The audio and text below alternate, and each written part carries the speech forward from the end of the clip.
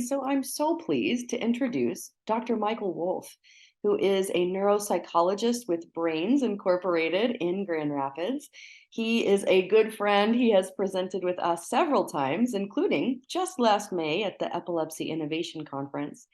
Today, he is presenting on such a relevant, helpful topic. It's entitled Tools for Assessment, Maximizing the Learning Experience. So I am honored to welcome Dr. Wolff, and I invite you to welcome him in the chat as well.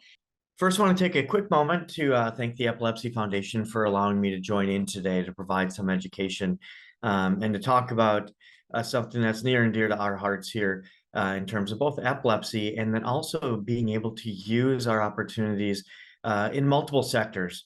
But those tools, we have the outpatient world, which is a really big one. Then we have our special communities like the Epilepsy Foundation. And then, of course, school for anyone who is in formative education or college or possibly sometimes higher level education, where we spend a lot of our hours throughout the year being involved in different types of education and supports in order to hopefully maximize the individual's assistance to function independently and to have very similar opportunities to others as we do. And so there's a lot of opportunity there. In supporting the Epilepsy Foundation, I do want to say that many of us who work and are involved in the Epilepsy Foundation do so pro bono in support of making sure that the mission and the education and everything of the Epilepsy Foundation can continue moving forward to offer seminars like today. So they did not ask me to do this, but it's something that I'm certainly committed to too, and being able to donate so that these programs can continue. So if after today's educational seminars and you have the means, certainly don't hesitate to jump in and support the Epilepsy Foundation so that things like these can continue to be offered at free access to families and educators and so many others throughout our state and elsewhere. So that's my plug, and I'll jump in here. Tools for assessment and maximizing learning the learning experience. It's a unique subject matter to cover in a very short period of time. I know I only have a couple hours today. That's a lie. I have about 45 minutes today if I'm going to allow time for questions or respond to anything coming up in the chat. And so I'll move somewhat quickly through the material because some of it's background education. But in doing so, we're going to have a couple goals for today. We're going to see if my screen will jump on to the next slide here. There we go. Just a little bit slower in responding. So goals, I'm going to first talk about neuropsychological assessments.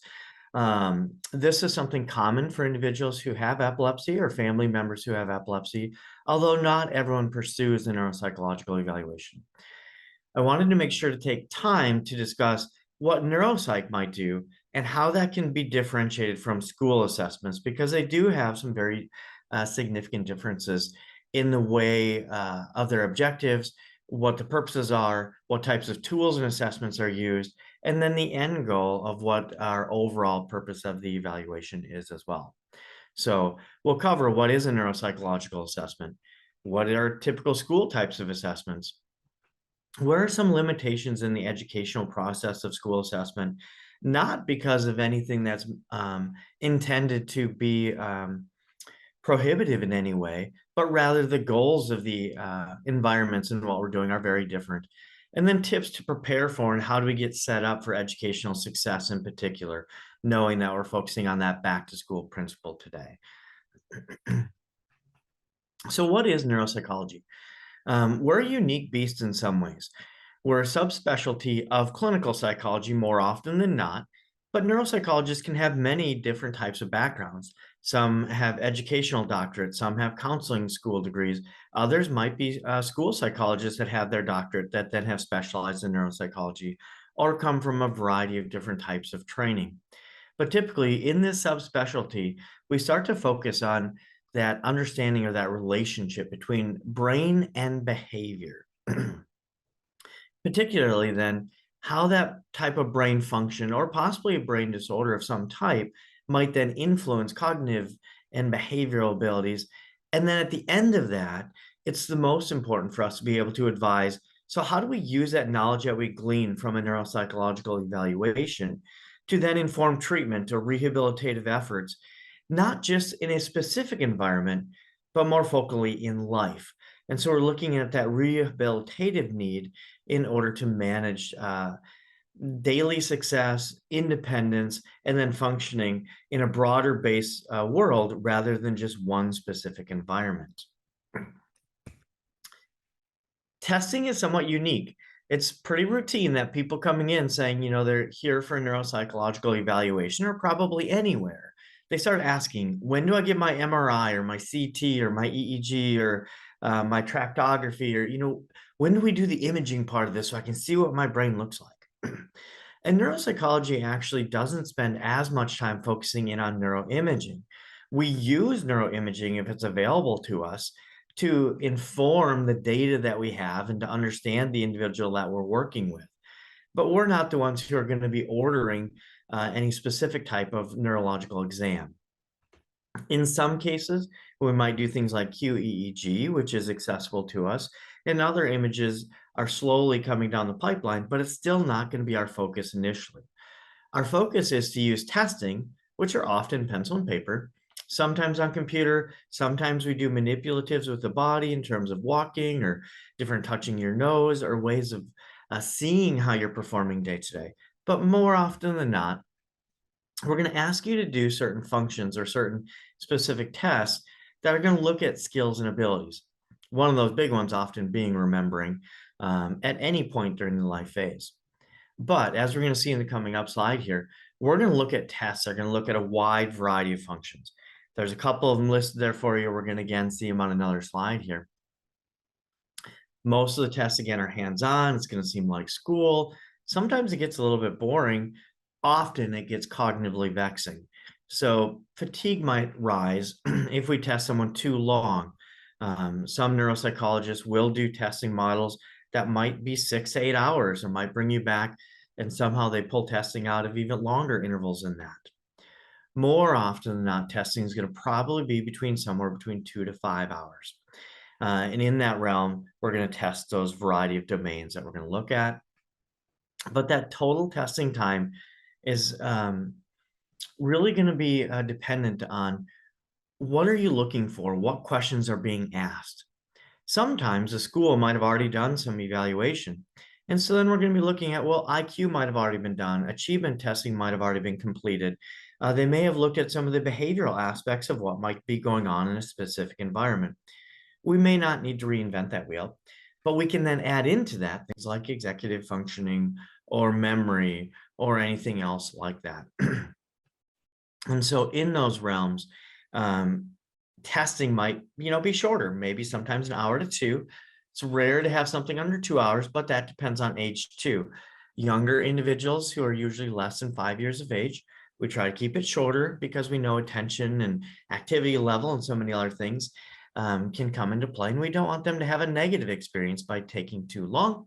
Then we hit the formative educational years through, mid-adult years. Batteries might be longer, and then we might start to shorten them again as we get into phases of dementia or fatigue and discomfort and pain and different things that might come into our older years.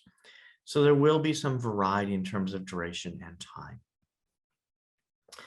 Now, the unique thing with neuropsychology is we can look at so many different domains and we have so many tools in our toolkits.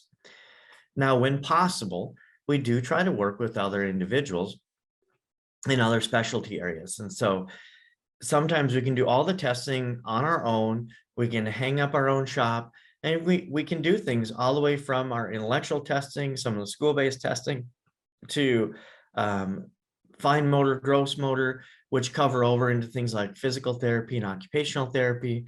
We can do tons of speech and language testing. But then we're also going to look at memory and visual spatial skills and mood and personality and adaptive functioning, taking in medical records, taking in school information, taking in what we get from parents and teachers, and then what we see. We get the opportunity to look at a lot of videos that families will show us and what could be happening here. And we take all of that together to create an understanding of what's going on, what functional aspects are involved, and then what can we do to treat the individual. Now, when we have opportunities, and I'm very fortunate here at Brains, where I do have occupational and speech therapy where I get to work with very directly.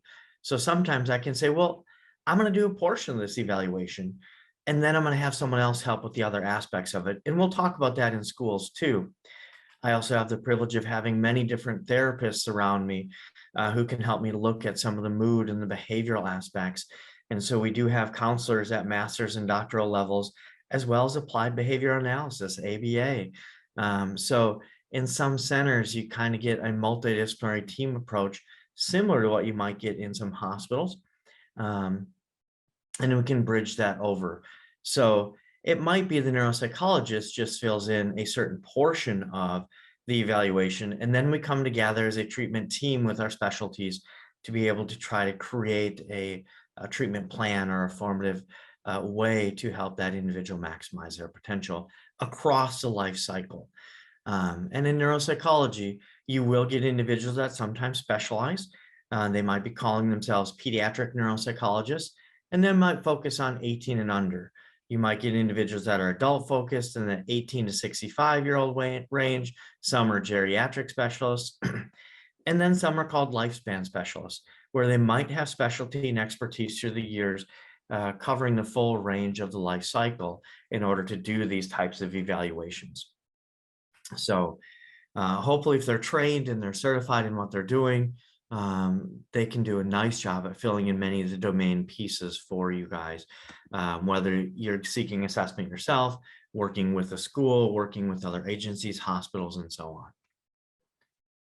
But this is in contrast now to school assessments. The school assessment process is really going to focus more on what the student actually knows and understands and can do within an academic environment. So they might not look at broadly, how does a specific skill set influence a particular individual outside of the school environment? So yeah, attention might be problematic, but in school, when we're in a smaller environment that's more structured with a teacher who can work more individually in a small group activity, that attention might not be as problematic as it may be in the home environment or when they're out in the community. And so the school's looking at how is something influential for us in this specific environment. And then they're going to be looking at their evaluation in terms of how does this affect the learner, their ability to learn, their ability to behave, their ability to attend in this, anywhere between a half a day to a full day in school, or of course colleges, throughout the curriculum that the student might be having or learning in, or thereafter, you're looking at advanced education. Are there other safety factors or risks that might need to be considered if they're seeking a professional healthcare type of training, or vice versa? What do they need to be successful in their career and or educational process, even in master's and doctoral and other types of degree sets? School obviously starts broad-based in looking at general education, and we're going to assume that most students coming into the school environment can participate in general education. But then we slowly work our way through the tiers if a student is struggling. All students have access to free access to public education. But if they're struggling, now we can start to get into the idea of, do they need some type of educational support?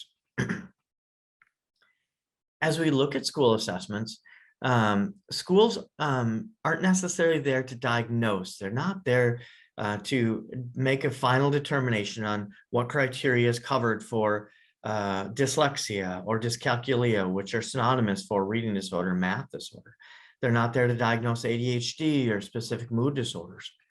Rather, the school is there to look at what qualifies for supports within a school environment. And at that level, then they're looking for, does a student potentially qualify for either title or RTI supports, which are outside the realm of formative special education, but they're services that schools might have that can say, well, we are going to do some smaller group work with you, or we are going to pull out this individual not to a specialized classroom and not necessarily with a specialist in educational support in terms of math or reading disorders or writing disorders or ADHD, but instead we're going to be looking at this in terms of, can we do some brushing up? Are there some little things that we can do to make the student more successful in that classroom environment?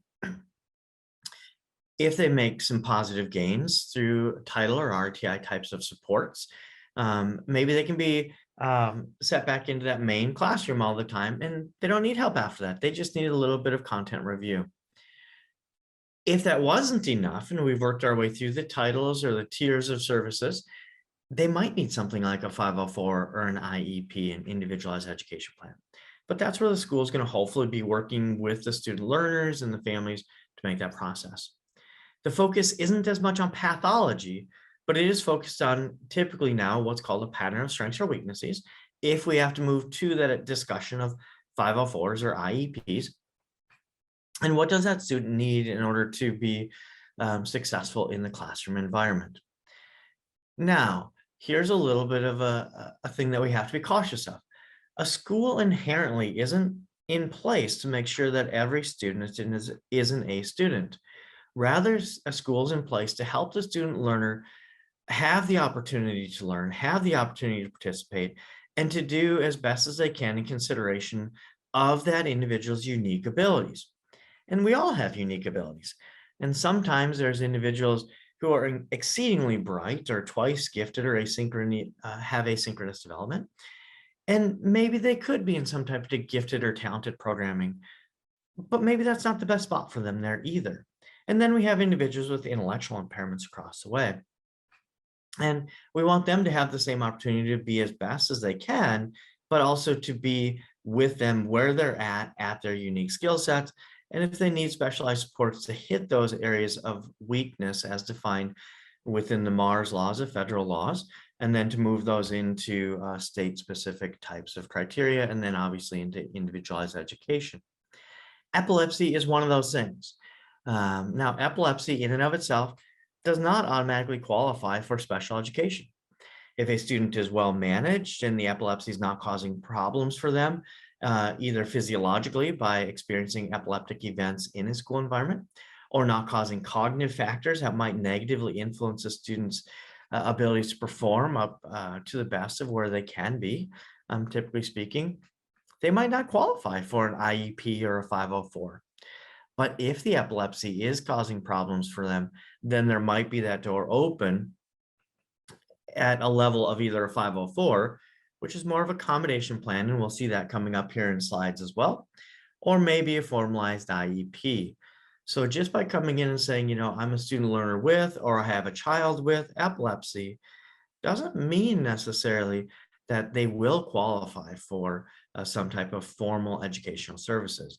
It does mean that the school should be informed, especially a school nurse or someone where if they might have breakthrough events or if they need medications passed during the day or something like that, that we get a plan in place to make sure that either the individual with epilepsy or the student learner is well managed as best as we can, as well as provide education to the school. And I've talked about that in other presentations before too, in terms of what might happen if my child has an epileptic event during the day. What does a classroom need to know? How is it going to be managed and so on?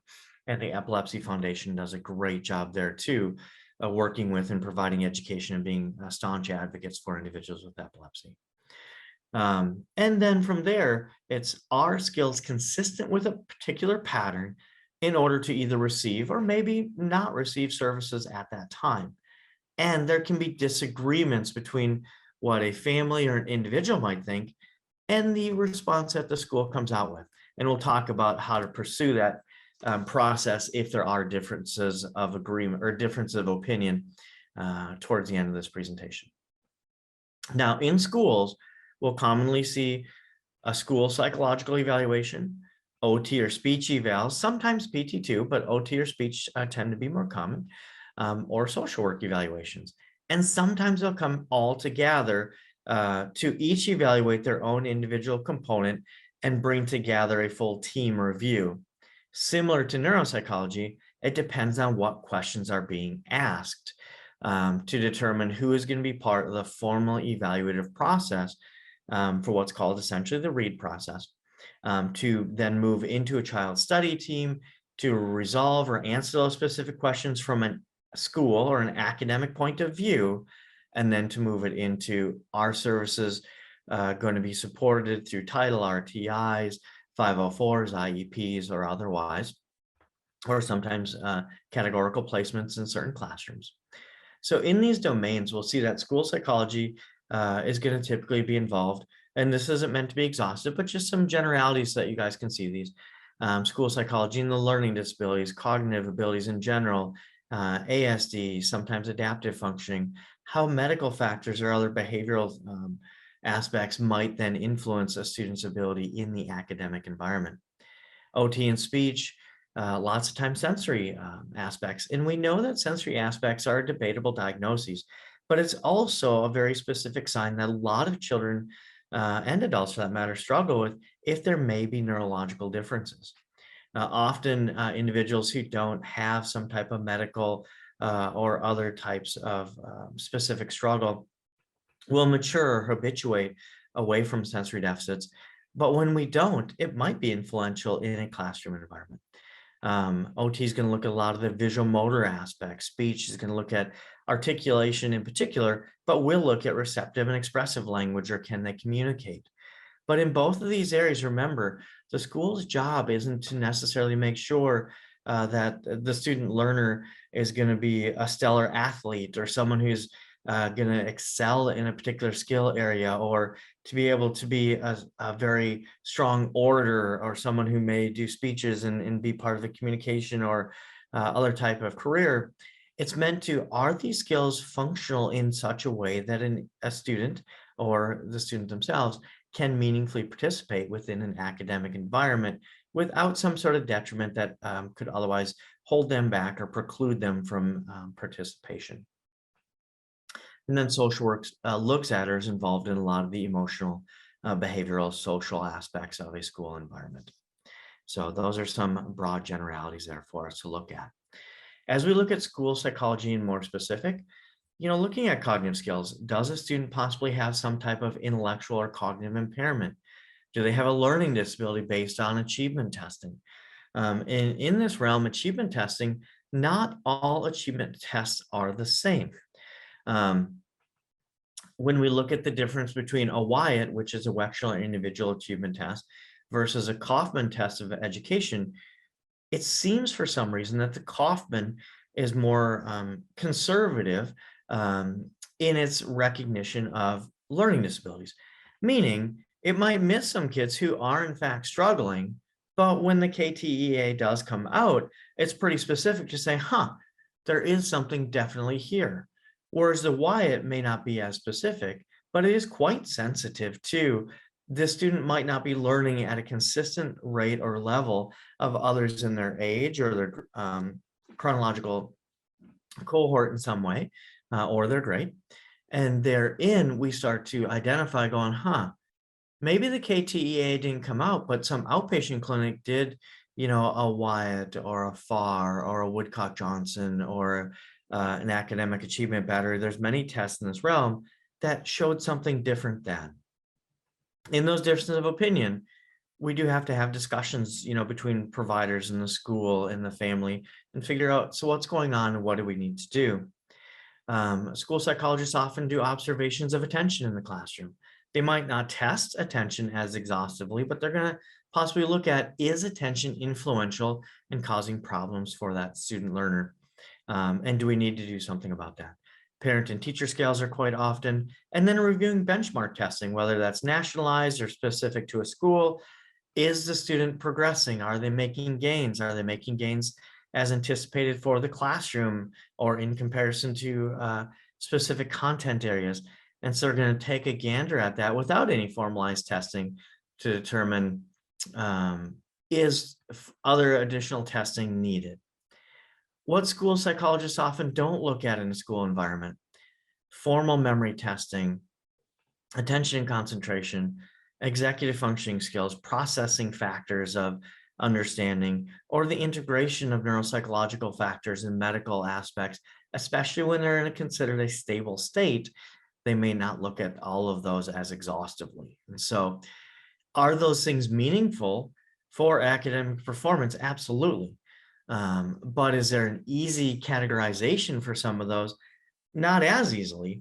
And often they would qualify under the OHI environment, otherwise health impaired environment. And that's where we might need to bridge the worlds together when we know there can be, it's not a limitation of, it's just a different expectation. training and goal between the outpatient and an academic world. As we look towards starting what's called the child study team process, that request first has to come in to ask the school, can my child be considered for special education services or supports? Now, when we first request that, we might say it verbally and we might ask the school, and they might say, oh yeah, we can talk about that. But really, until we do step 2, a written request of some type, either in formal writing or an email to say, no, I really need my child evaluated. I need that read process, child studies team process to get started, because I know that my child is struggling. I see it when they're coming home. I see it in the fact that they might learn something in the morning, but if I ask them again in the afternoon, they're not retaining it. And something is going on here that's causing problems for my student learner. We need to submit that in writing. You should sign and date that, give a copy to the school and keep a copy for yourself, because there are specific time windows with which the school needs to formally respond. So essentially, I tell families, if we're talking about it, the school, I still think more often than not has your child's best interest at heart, or your best interest at heart. But they have a lot of students, a lot going on. And when it's done in a verbalized format, we might forget that. And sometimes, I'll be honest, I might turn around and walk down the hall and get to my office and say, uh-oh, what was that discussion? But when we submit it in writing, it starts that formal process. There needs to be a formal response from the school, and we request our formal response in writing too, so that in case we have to move this to a different level of intervention, whether it's getting educational advocates involved or other, sometimes attorneys and due process involved, we do have that material in writing. We also need to look at that idea of, as we're looking at our student learner, are they struggling in all areas, or are they struggling in something very specific?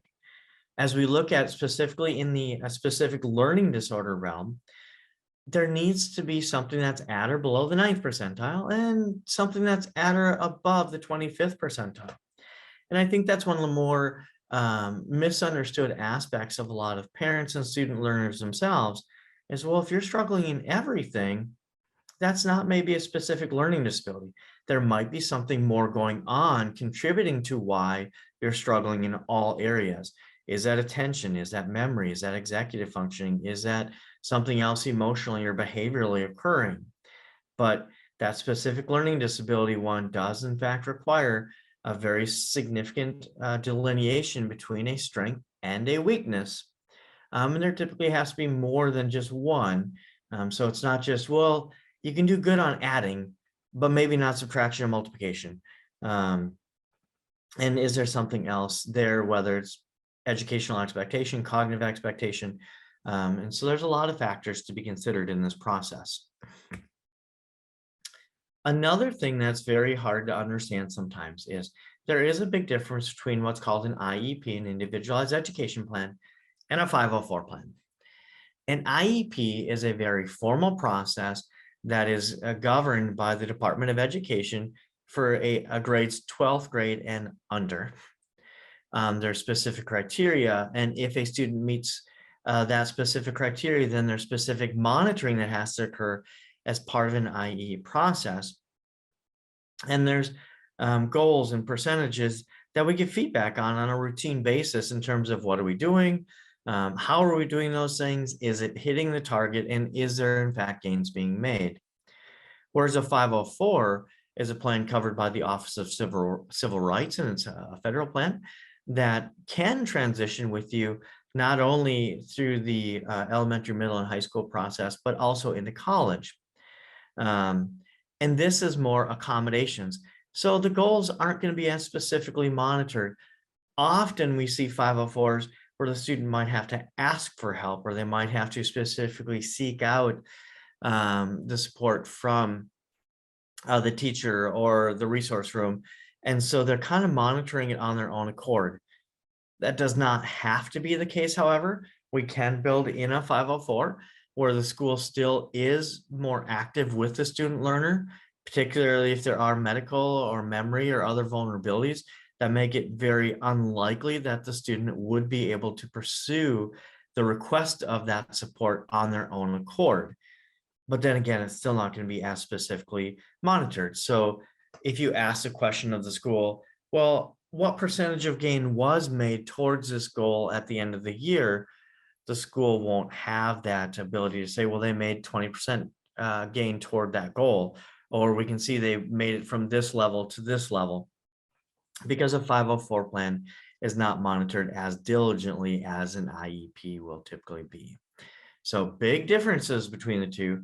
The criteria for an IEP has much more due diligence and testing and meeting defined criteria that have to be spelled out by each school in accordance either with state and or federal law. And it should be both, but sometimes there can be differences or nuance of opinion in terms of what a law might mean and how a school may need to conform to or meet the expectations of what is given as a federal law for IDEA. So there are some differences between those. As we look at what is covered by the Individuals for Disabilities Act, there's 14 criteria that are typically there. Now, this being an epilepsy presentation, you're going to notice there is no IDEA for epilepsy. That's because epilepsy typically will fall under otherwise health impaired, but not always. Sometimes an individual with epilepsy who's well managed may not fall under OHI, but it's still possible that an individual with epilepsy could have an autism spectrum disorder, or could have a specific learning disability, or could have other types of difficulties that may in fact fall under one of the other criteria for IDEA other than OHI, otherwise health impaired.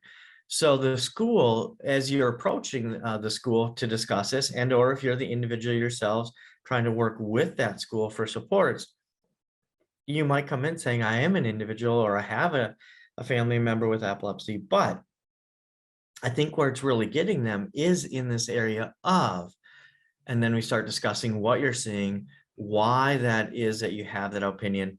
And the school should look at both the influence of, is this in fact associated with a medical condition, or is a medical condition considered stable? The medical knowledge or given from the physician or other experts are suggesting this is not part of the problem.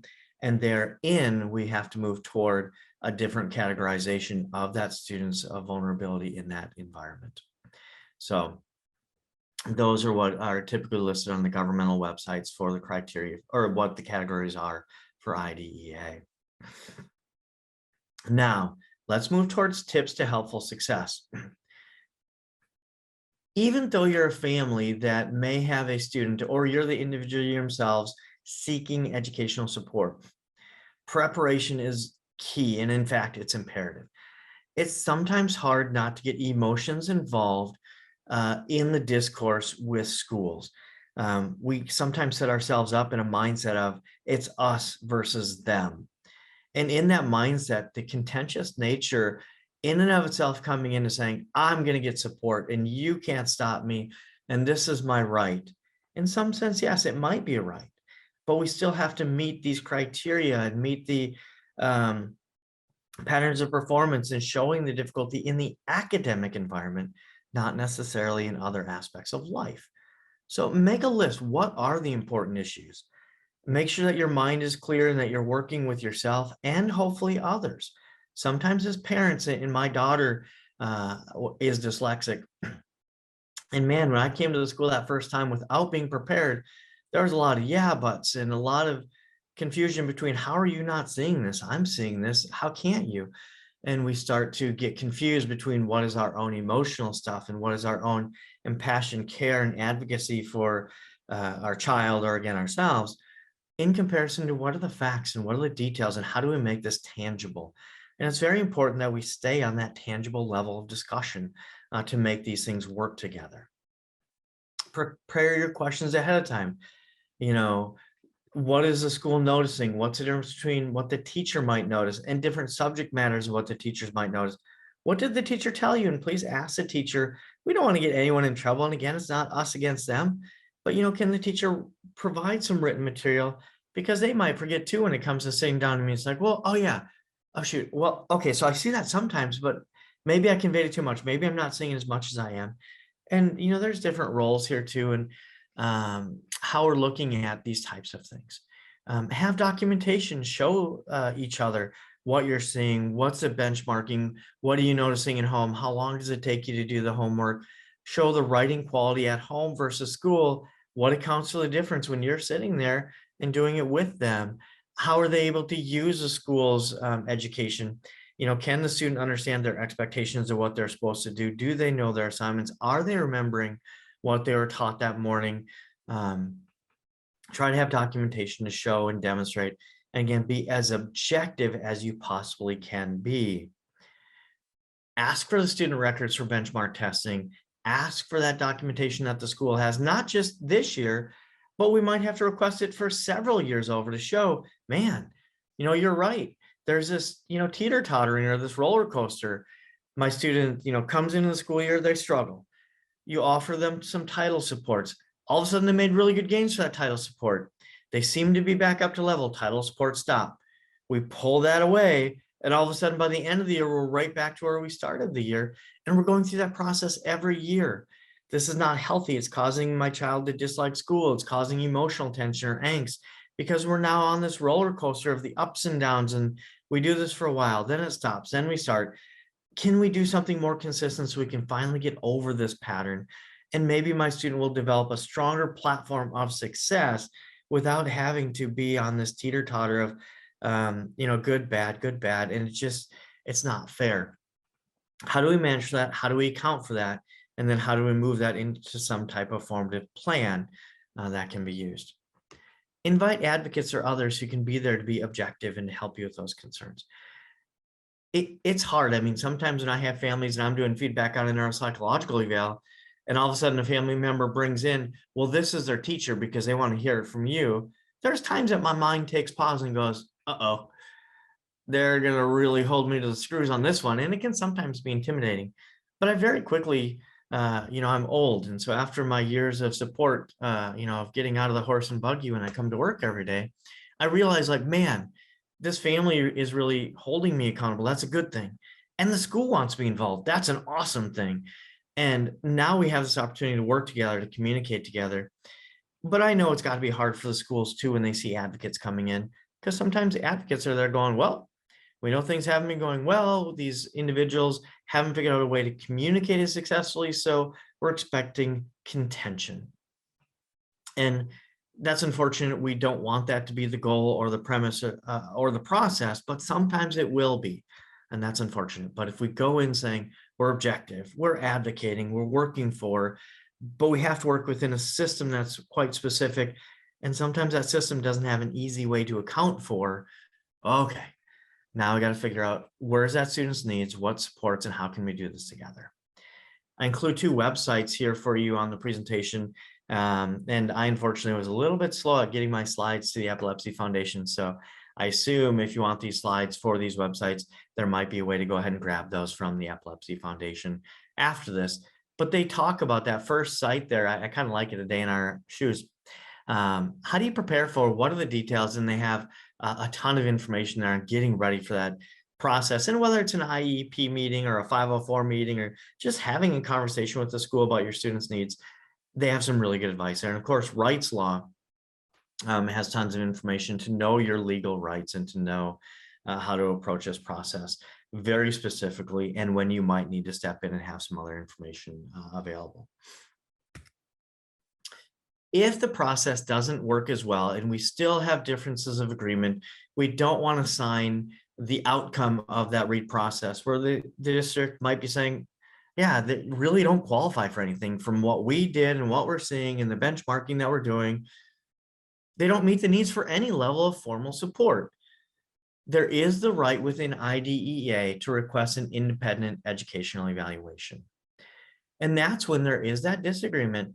And the family or the individual has the right to say, I want someone from outside the school to look at the data that's there, to possibly do some additional evaluation, and to see if they come up with the same conclusion that the district did. Now, when you are going to work with someone for an IEE, that means you're stepping outside of the school to a professional who it might be a neuropsychologist. We do IEEs here, but many agencies do, who then can't act as an operator of their specific degree. So if I say I'm going to do an IEE, I'm not acting as a neuropsychologist on an outpatient basis.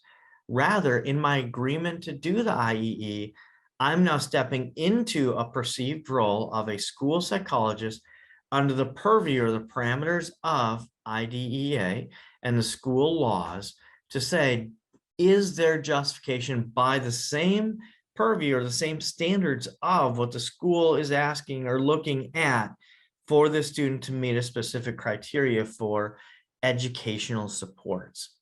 And so it's often that I will come away from working with the student with epilepsy and say, wow, there is some significant areas of vulnerability here. But is it influential in the student's educational process?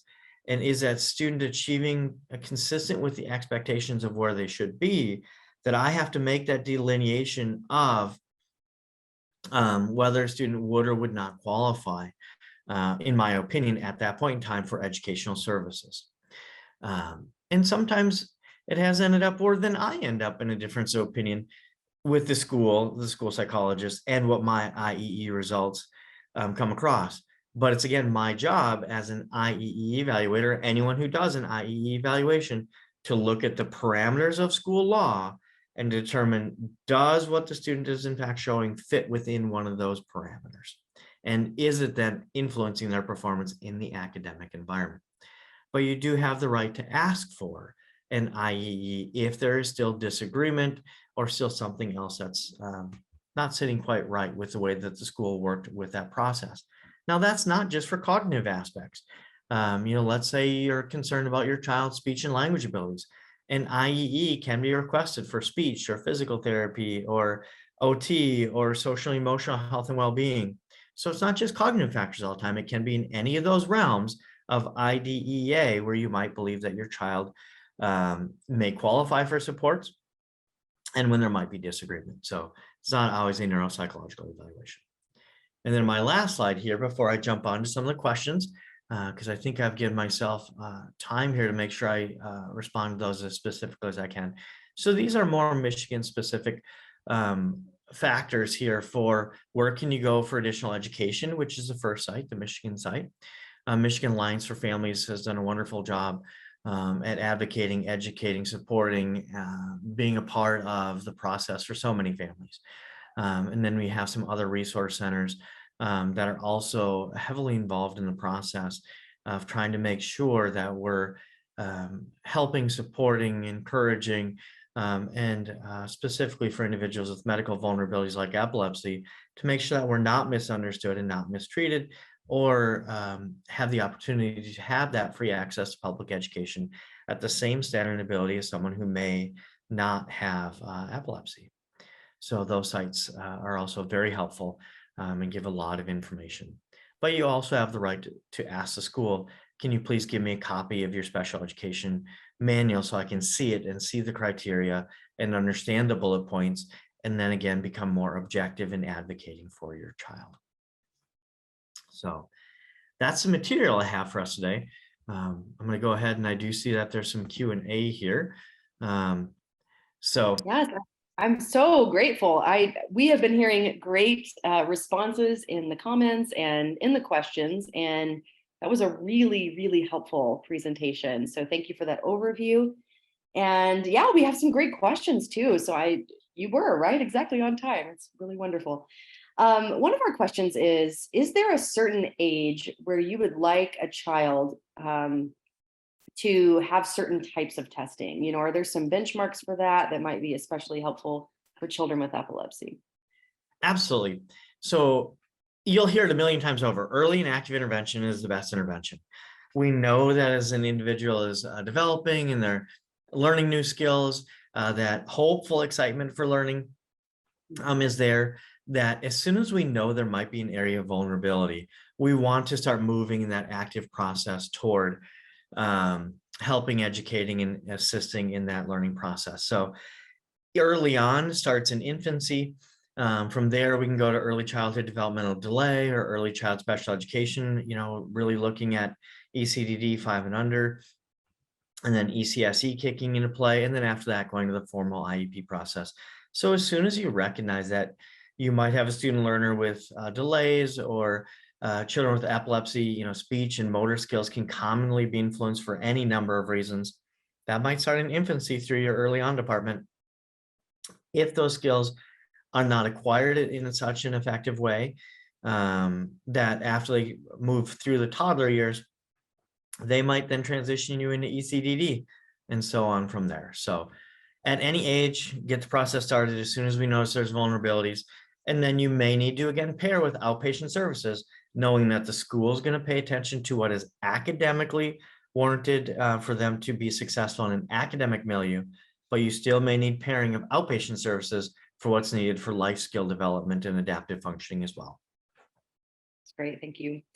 Can you speak to what might need to happen to get a neuropsychological exam, prescribed by a neurologist or epileptologist, and then how to get insurance to cover that cost?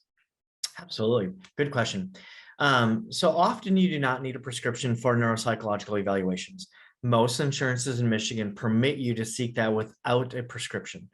And so you can actually seek those out independently.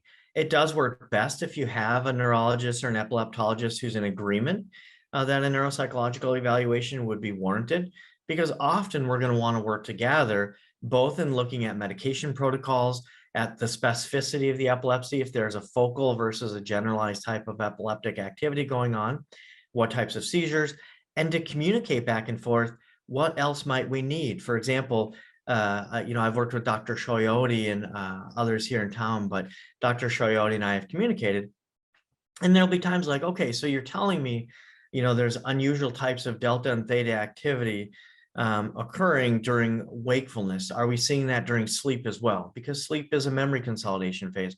Do we need a sleep study during this process? And if we know we're working together from the outset of, we're going to typically have better interaction and outcome for broad-based treatment and collaboration of care. But the process after that, it's finding a center that you have confidence in. There's some really good hospitals throughout the state. There's some really good neuropsychologists throughout the state. Some people are board certified, which suggests that they've gone to the next level of proving their abilities as neuropsychologists. But there's really good non-board certified neuropsychologists as well. Sometimes we're busy. And so emphasizing, if you are in an acute phase, let the neuropsychologist know that, because as an example here at Brains, my routine patients are scheduling for new patients out into about April of next year. But if a family calls and says, look, we have epilepsy, we have a lot of factors that we're needing to consider, this is more urgent, I'm probably going to get you in within a week or two. Maybe not for the full eval, but for certain the consultations. We need to know the urgency. And then thereafter, it's a matter of making sure, what questions do you have? Is this a memory question? Is this a we absolutely have no idea but something's off type of question? And so on from there. So helpful. Thank you. And just a reminder to everyone, you can continue to put your questions in the Q&A feature at the bottom of your screen. And I also want to name, just because this question has come up a few times, that this session and all our sessions are being recorded, and you're going to be able to access those again, or access those at on our YouTube channel, which is Epilepsy Michigan. And Dr. Wolff was also very generous in saying that we could share these slides too. So I put my email address in the chat, and if you would like that, just reach out to me and one of our staff members will get that to you this week. Okay, another question. So after the age of 18, when the Department of Education monitors, who will monitor the IEP for students that are 19 to 26? Good. So it depends on what environment they're still in. If they are in a categorical placement for things like intellectual disability, autism spectrum disorders, otherwise health impaired, that still meet criteria for an IEP, they can continue in the educational process to 26 years of age. And so if that's the case, the home district will still be monitoring that until they're 26. If you've graduated from high school or received a certificate and then are essentially exited from the formal educational standards for that student learner, it will either then go into the federal plans at college, essentially. Then it's the Student Disabilities Office of those universities that are going to manage you. Or it might flip over to, you still might look at skill acquisition, but maybe not an IEP, which would be something like Michigan Rehabilitation Services or specific industries, like Peckham or community mental health, where it's no longer an educational process, but it's looking at what do we need to do for skill acquisition to allow that individual to continue gaining, whether it's life skills or vocational skills, and where they're at through those service agencies. That is wonderful. And we can put some of those in the chat for everyone too, for Michigan Rehabilitation Services, community mental health, et cetera. We had a really good question, I think, that is very applicable to epilepsy specifically. So many experience with epilepsy, really an ebb and a flow in the effects of how epilepsy can impact a student and how that can change quickly. You did mention this a bit already. But as you know, sometimes a student might be evaluated and everything seems to be running smoothly, and then suddenly things aren't. So how can we help the school understand that this hidden diagnosis is unpredictable at times, and new accommodations may need to be made midway in the year or perhaps for a temporary period of time? Absolutely. And so part of that's that ongoing communication and activity with any type of school or university. Unfortunately, the idea of, breakthrough epileptic events or changes in medication, or apparently kids grow. I know that's a really novel thing because I seem to stop growing after like 12. But when they do, that means the medications may need to be metabolized or are being metabolized a little bit differently by body and physical size, or maybe the medication their bodies habituate to it. And now all of a sudden what was working isn't working, or vice versa. Neurologically speaking, if they have, generalized or focal events, if it's hitting a center specifically where it's like, man, they were doing so good and they understood the content, and all of a sudden they hit a wall. And all of a sudden, maybe that's where part of the pattern abnormality is a little bit more prohibitive for them in that learning process. The goal is to always be in communication with both the teacher and the school in general. If you have any types of formal way to communicate, both in email or adding things to the CA60 or just routine check-ins, highly encouraged, because epilepsy can be so variable throughout the year, and things can change very quickly. And so keep the communication process going. If you are on a 504 and IEP and your student learner is doing well, and maybe they did well for a year, and that district might say, oh, so now we want to kind of close that IEP or close that 504. Remind them again, saying we are in a good phase now, and this has been a wonderful year. However, let's look at history here. We know that we've had breakthrough events, and we don't want to take 3 to 6 months to get through this process again. If something changes, can we maybe discuss the goals and the education and change the pattern for now, but still keep that process open without closing the formal plan, so that if something does change, it's right in flow again. Amazing. Thank you so much. And just to close really quickly, what is something you love about your work when you see it work meaningfully? Yeah, so I love that. Well, first of all, most neuropsychologists think their job is to first identify patterns of strengths and weaknesses or these abilities, but then they forget the idea of you need to do treatment planning, or you need to come up with creative ideas to work with that student, family, or whom it may be, to help them to maximize their potential. And I think of all the things that I do, even though it's hard sometimes because you're tired after you did the report and interpreting the data, the part that I like doing most is creating a plan, creating ideas that can hopefully help take these areas of vulnerability and limitations and help them to move into that next phase of success. And fortunately, sometimes we'll get families that'll be like, oh my gosh, we're definitely at a plateau, but some of those ideas really kicked in, and to see that individual launch that next phase, that next ability of success is absolutely phenomenal. And it keeps that energy going for the tedium of administering tests that after you've done them 15,000 times do become quite boring. And I'm sure it's fun to just see those particular children thrive. And I know when you were at our innovation conference, you were engaging with families that you had talked to many years ago. And I love that too. So I just want to thank you for your time, your generosity, and this was very valuable. So thank you for being here today. And everyone can also, cheer on Dr. Wolff and say thank you in the chat. So thanks so much. And now we are going to transition into our second session of the day. And this is such an important one. I'm sure it is on the top of mind as many are making preparations to return to school. Our next session is entitled The Importance of Seizure Action Plans. And I'm so looking forward to introducing our speakers. I want to begin by thanking them for being present for this important and timely topic in the life of our community. So I want to welcome my colleague and friend, Shannon Waid, the Education and Outreach Specialist for the Epilepsy Foundation of Michigan, and Jennifer Holcomb Brown, who is a school counselor at Bullock Creek Schools. And in addition to these professional roles they represent, they are both moms to daughters with epilepsy. So they can speak about this topic professionally and personally. It's such a vital conversation. And we want to talk about the important role that parents and guardians, family members have in the creation and implementation of seizure action plans. So Shannon will present first, followed by Jennifer Holcomb Brown. And after they've completed, I have some questions that I've prepared, and then we'll close with a time of Q&A from you. So Shannon, I invite you.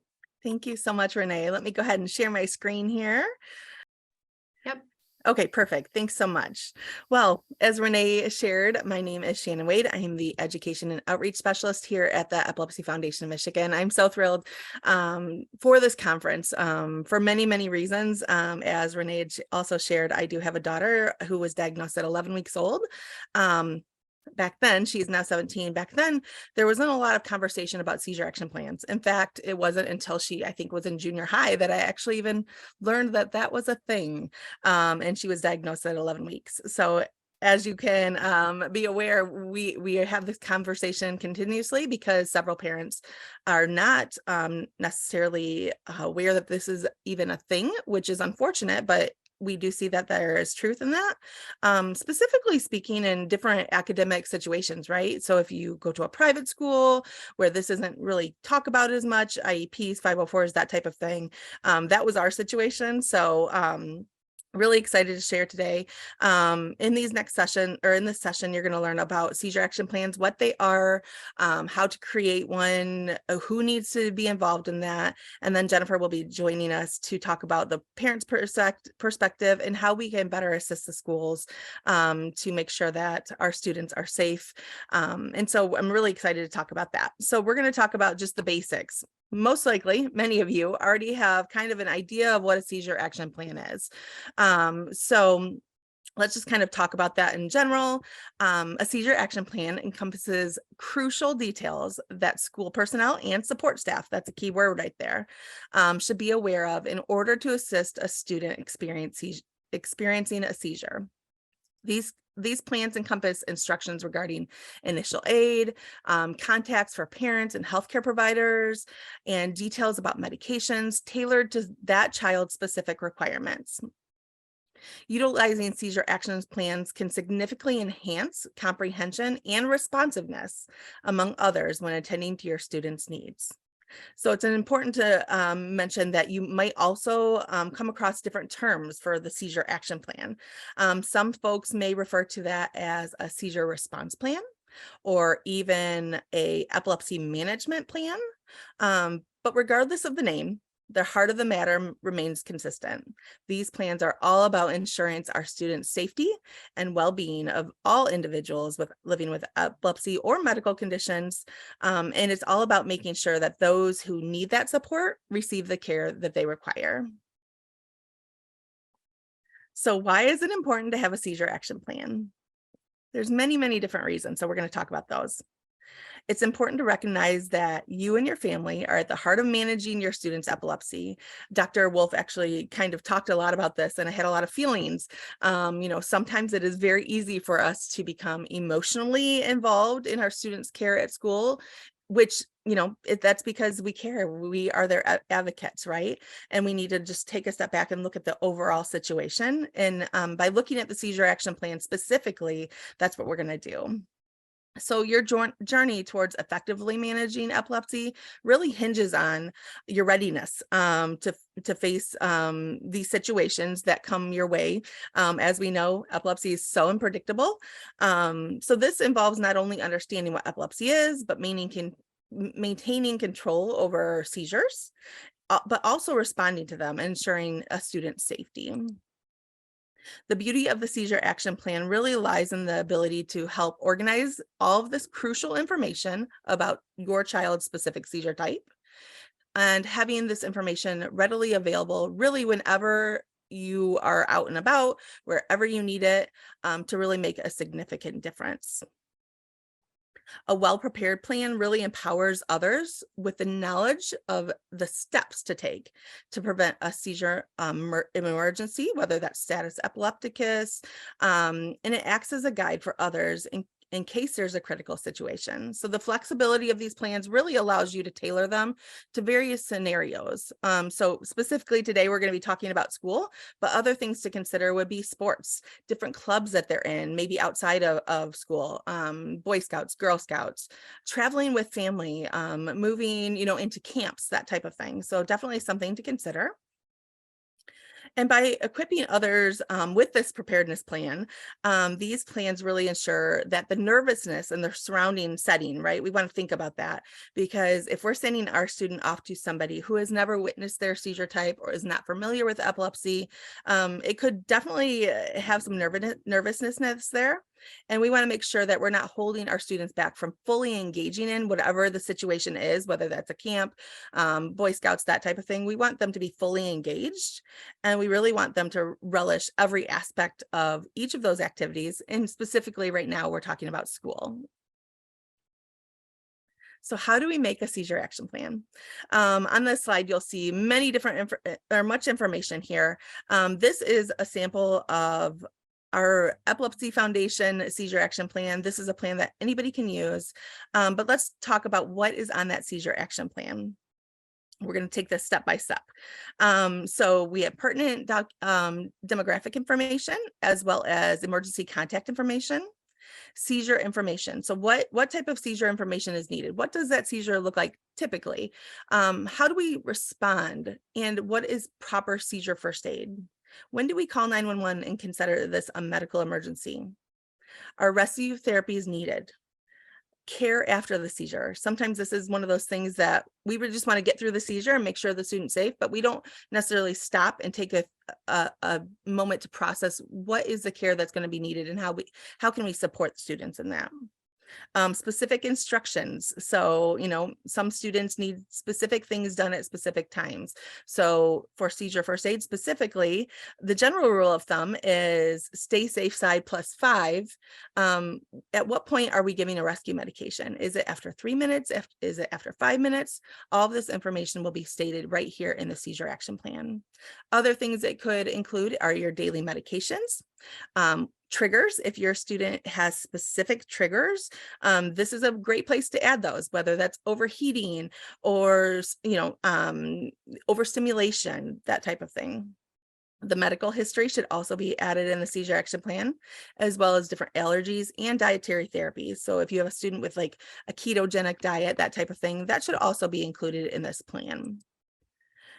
So when you're ready for your next doctor's appointment, what could we do to help prepare you to have this conversation? What kind of things could you bring along and ask for assistance and support in?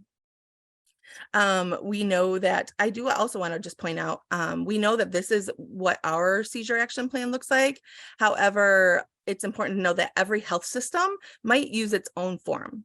So while this is acceptable, we would encourage you to make sure it covers the same information that we've shared here on the slide and discussed, because sometimes what I've experienced in seeing students' action plans is not all of this information is captured. And the reason we like our seizure action plan is it's very easy to read. There's bullet points. It talks about each thing. I've done several seizure first aid trainings where staff say, I wish we had this form for everything. So that's just something to know. So once you've completed your plan, it's really important to review it with your medical team. Double check that the information is accurate, especially details like the ones that we've shared here, emergency protocols, medication dosing, and how to respond. Specifically also, what is that rescue medication if there's one needed, and how do I give it?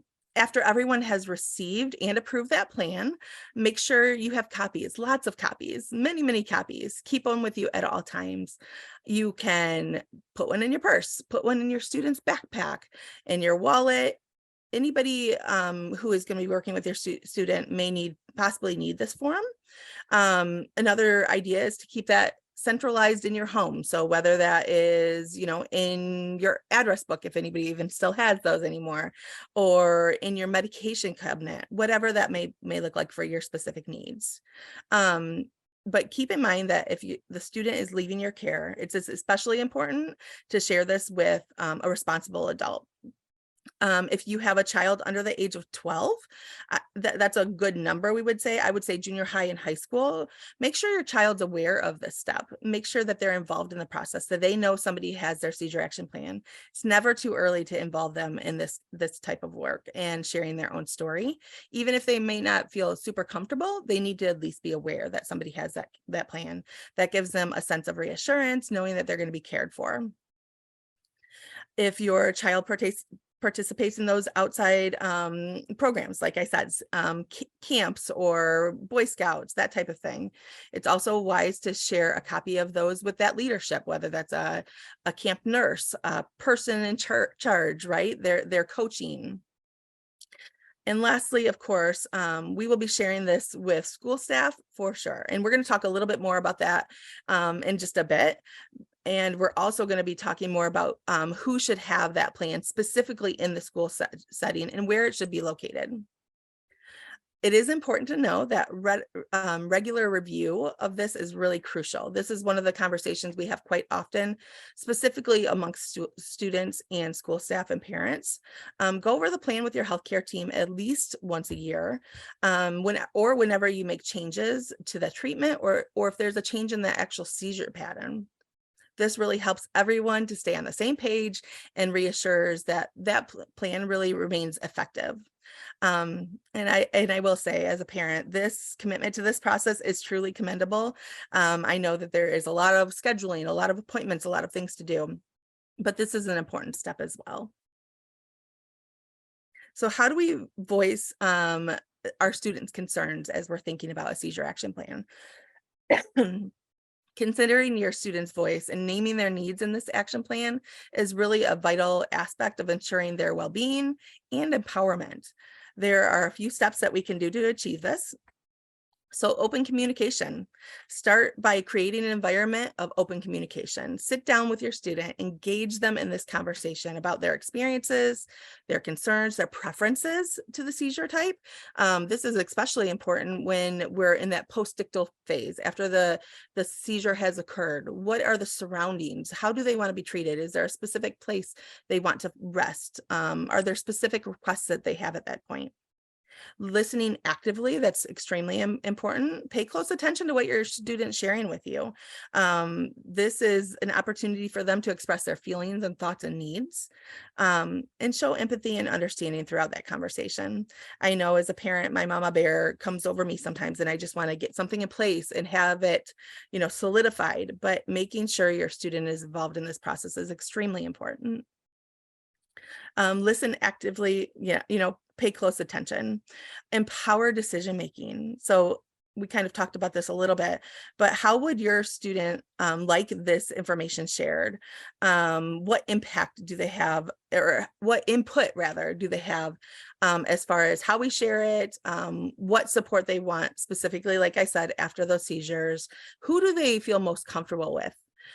Is there a specific counselor or teacher or special ed director that they feel really comfortable with? Certainly able to continue that conversation with them directly. Another thing that we definitely want to do, and this goes for all realms of epilepsy, is include inclusive language. We want to do that for many reasons. We want to help break down stigma, make sure things are very pointed. We want to know and name what epilepsy is. Often I find that working with families, epilepsy is called different things. Sometimes it's called a storm in the brain. Sometimes it's an episode. And we know that those different names and terminology can become confusing, especially if you are told your student had an episode. That could be a lot of different things, right? So we want to use language that reflects the student's preferences. If they have specific terms or phrases, they describe their seizures, we want to also include that in the seizure action plan. So if they are a student who says, says, I just have this sudden funny feeling, and that's what they say every single time a seizure is going to occur, we want to incorporate that into those plans as well. Personalized strategies. This is also something to consider. Really working together to personalize those strategies to align with the students' daily routines, their comfort levels. This could involve things like where to keep the plan, who they share it with, and how to assist people. Encourage ownership. Empower your student to take ownership of these plans. Encourage them to write down their thoughts, their concerns, their needs in their very own words. This is not only promotes self-advocacy, but it also ensures that the plan truly reflects your student's individuality. And I think empowering students at a young age, this is where this all begins. And this is a perfect opportunity for families and caregivers to do so. Regular check-ins, maintain an ongoing dialogue with your student. Are there changes? Periodically check in with them to see if their needs or preferences have changed. This demonstrates our commitment to their well-being and our willingness to adapt when necessary. I think that is one of the key things too, our willingness to adapt when necessary.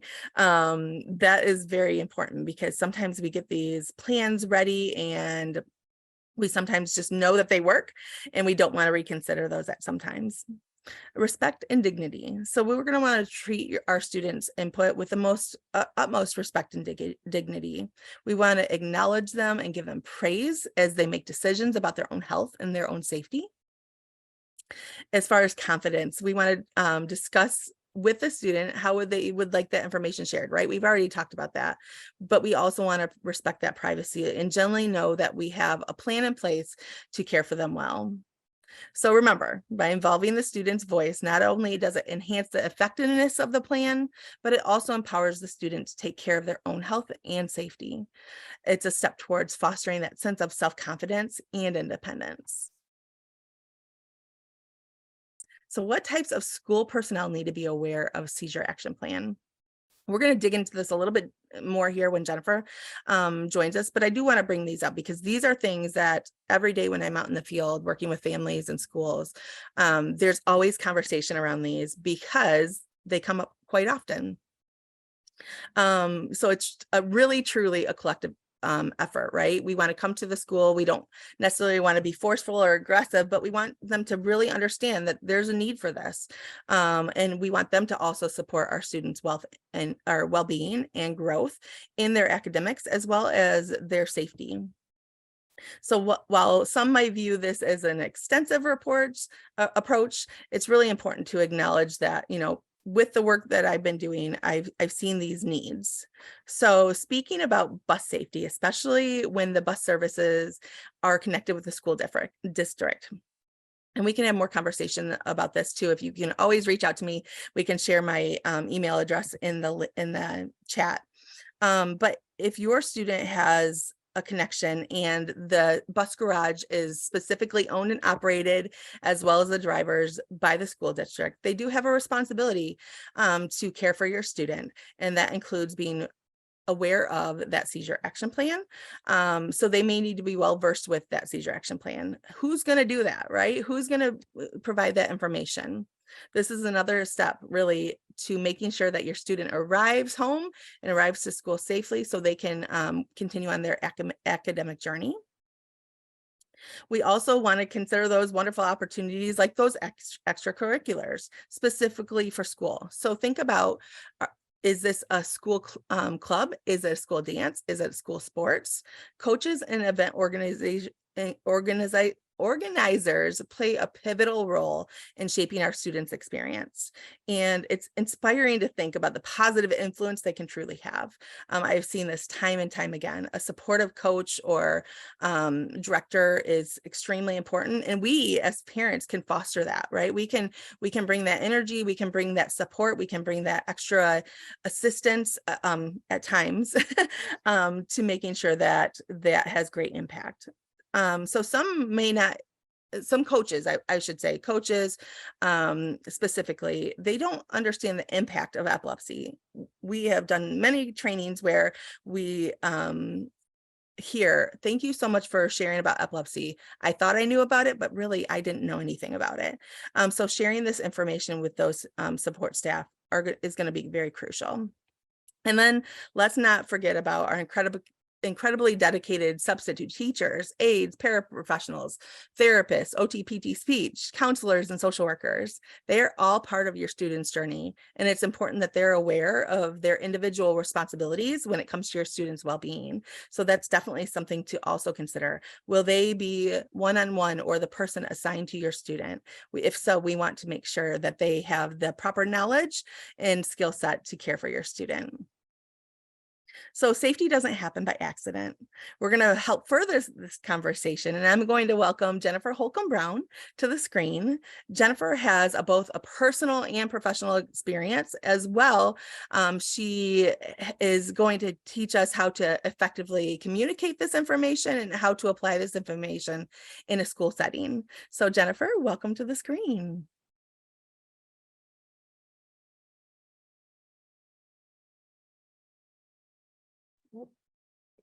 Thank you. I'm so glad to be here.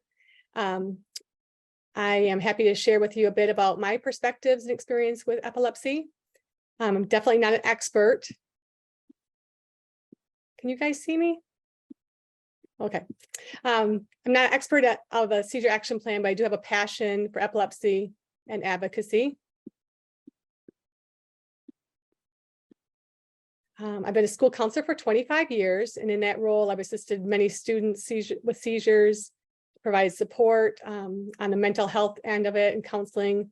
And my biggest learning curve, though, with epilepsy occurred when my daughter Aubrey had her first tonic-clonic seizure at age 12.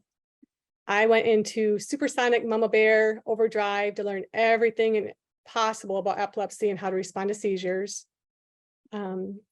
During that first year, Aubrey lost a whole year of 8th grade education due to her tonic-clonic seizures, medication changes, the hospital stays, medication side effects, and then even more medication changes. So like many of you, I have struggled to try to make sure that her education was at the forefront and that her needs were being met. I was terrified to send Aubrey back to school, especially when I learned that no one in the school had training in responding to seizures or providing rescue medications. At the time, we were not connected with the Epilepsy Foundation of Michigan. So I created my own seizure action plan. And so my hope today is sharing my perspective and experiences to walk alongside you during this journey and to provide support and resources.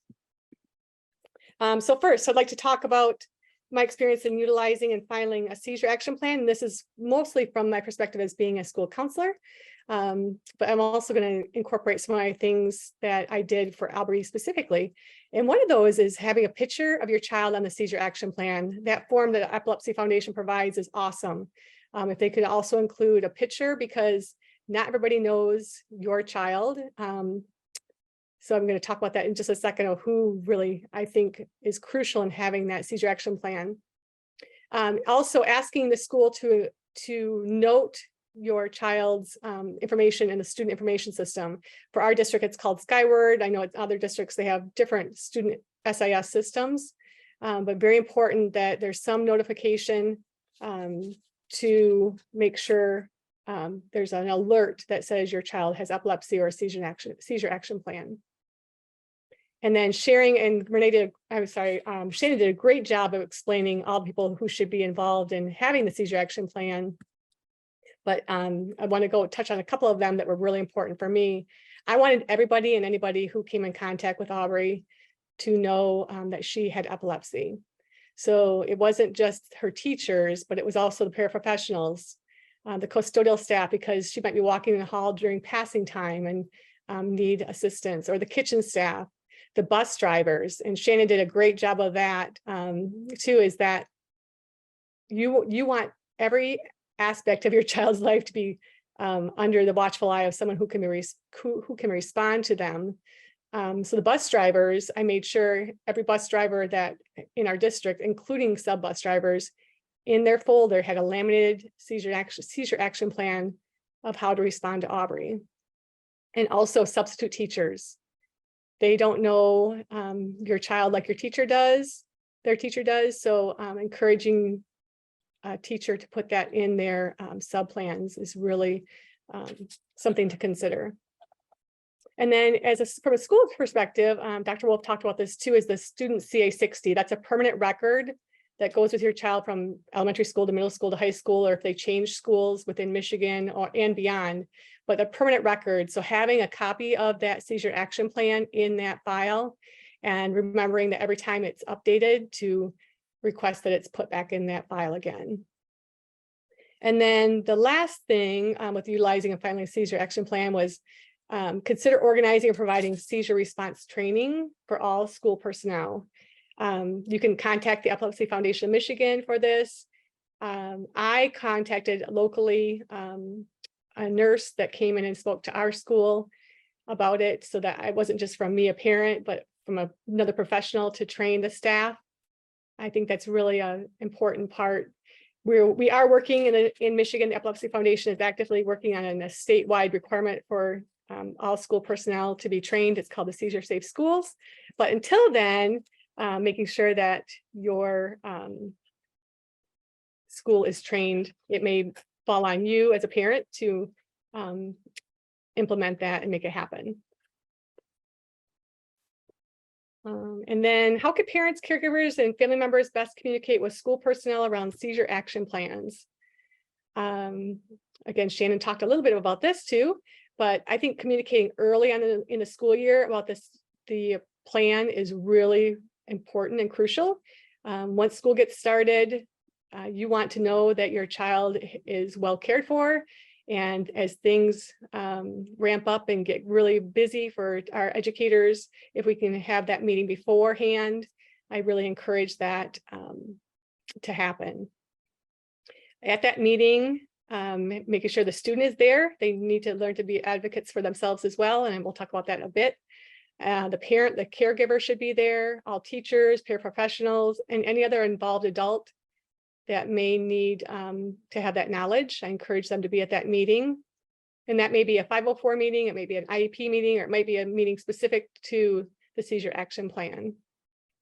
And then the communication also, sending out emails, making sure you're attending your parent-teacher conferences, and requesting a meeting to check on the effectiveness of the seizure action plan. So throughout the year, it's not just we're going to meet at the beginning of the year and everything's fine and we're going to follow this plan, because things may change and we need to reevaluate that. But initially, that's how I would encourage family members to communicate with school personnel.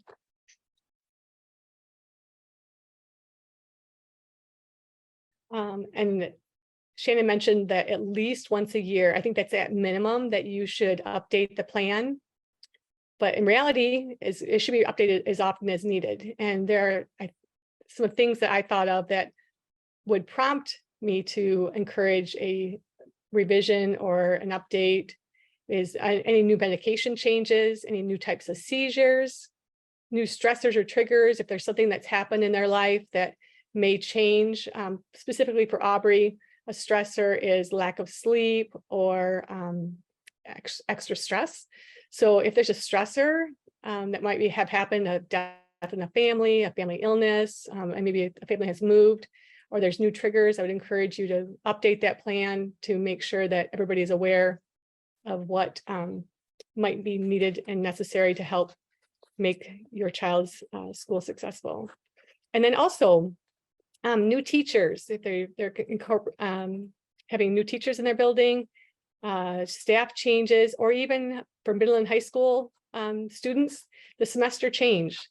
Many students have changes of teachers at that time, so I'd encourage you to maybe revisit the plan to see if it's still everybody that needs to know what is in the plan is being implemented.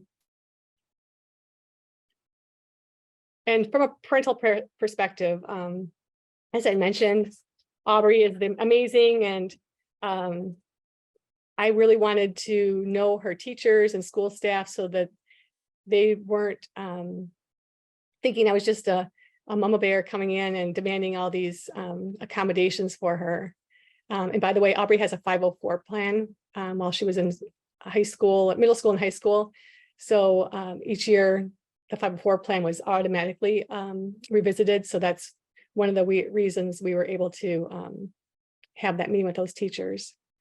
But from Aubrey's perspective, she didn't want her friends to know about epilepsy, so it was a little bit difficult for me as a parent to make sure everybody that came into contact with her knew.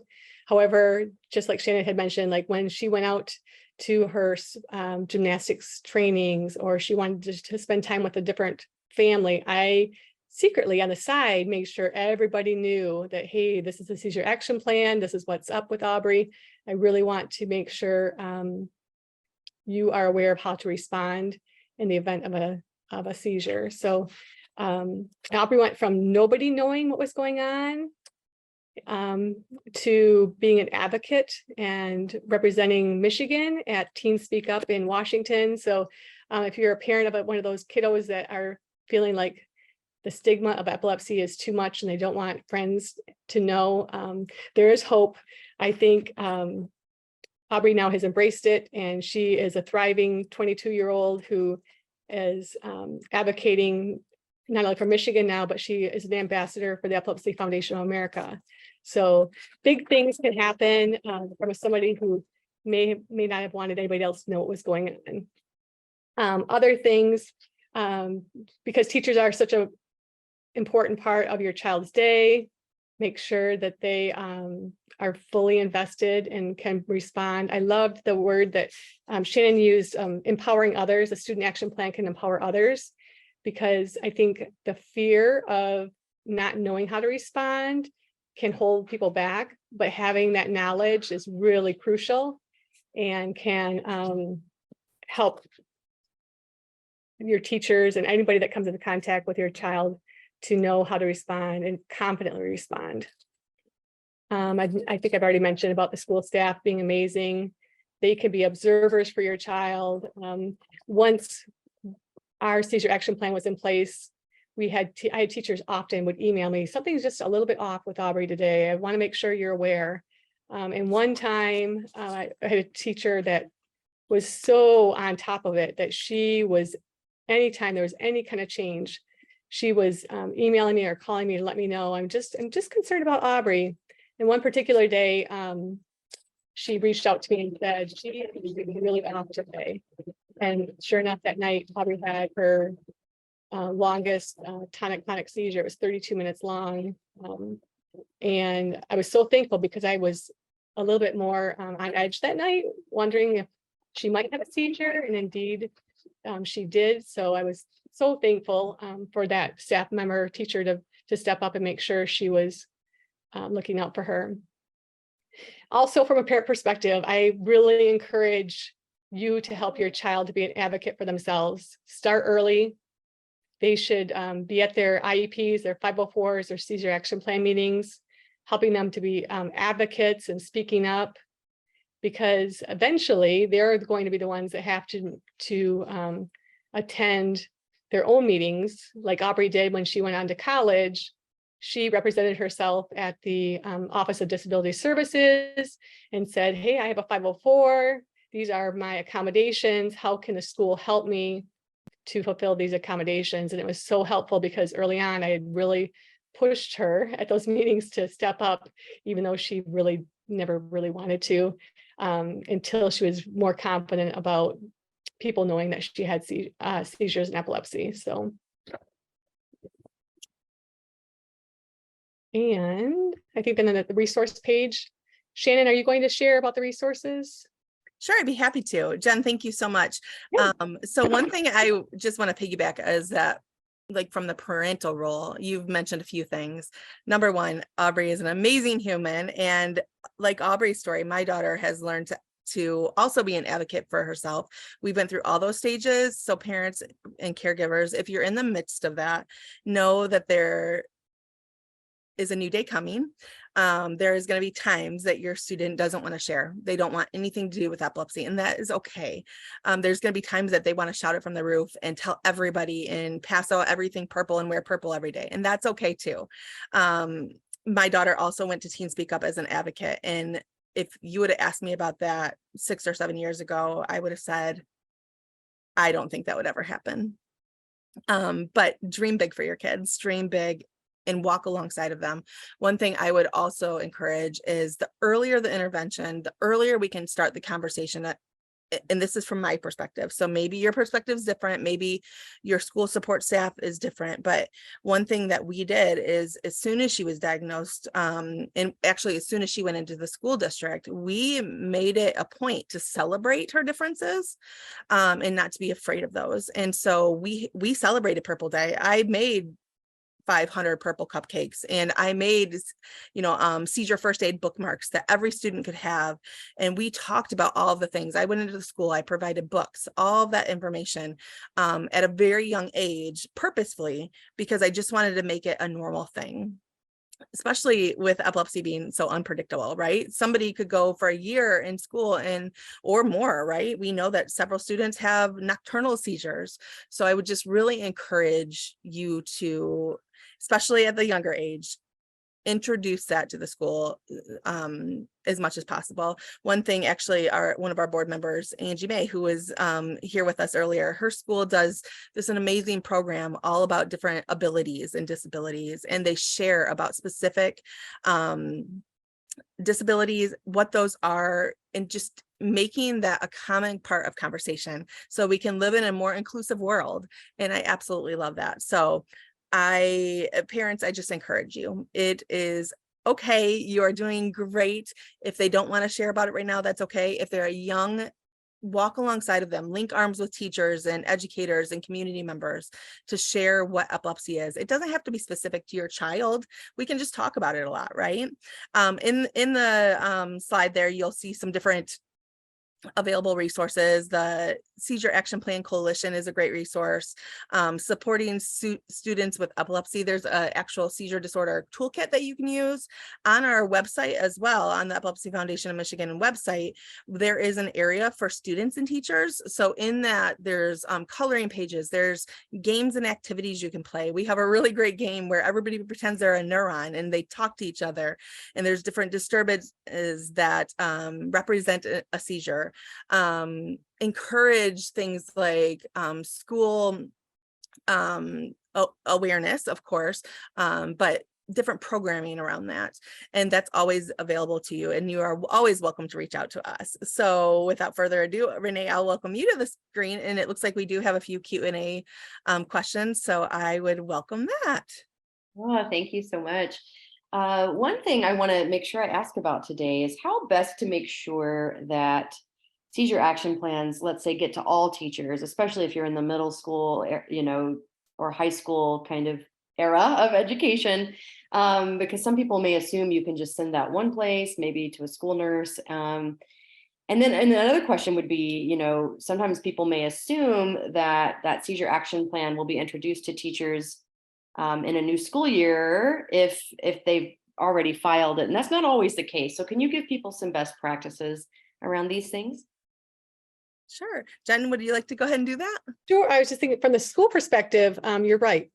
We have hundreds of students and IEPs and 504s and new students, different things. So advocating for your child to make sure that those are distributed. If you don't feel confident that the school is doing it, which is it's very possible that the school has not done it, then take it upon yourself to email each of those parents, those teachers, follow up to make sure that they've received them and have had a chance to look at it.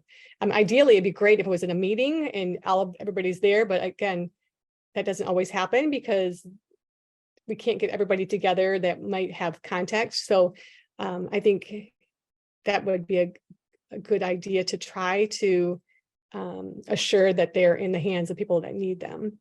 Is take it upon yourself if you have to.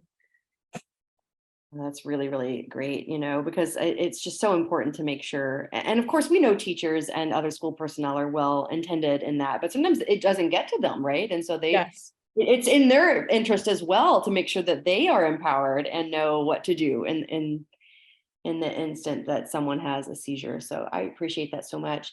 We've had a few questions from people around confidentiality too, especially school personnel wanting to ensure that a student is treated with confidentiality. And so one person asked about what's the best way to share these records so that they will be safe, easily accessed, and also safe. And then someone else mentioned times where, they've seen a seizure action plan crumpled up on a bus, right?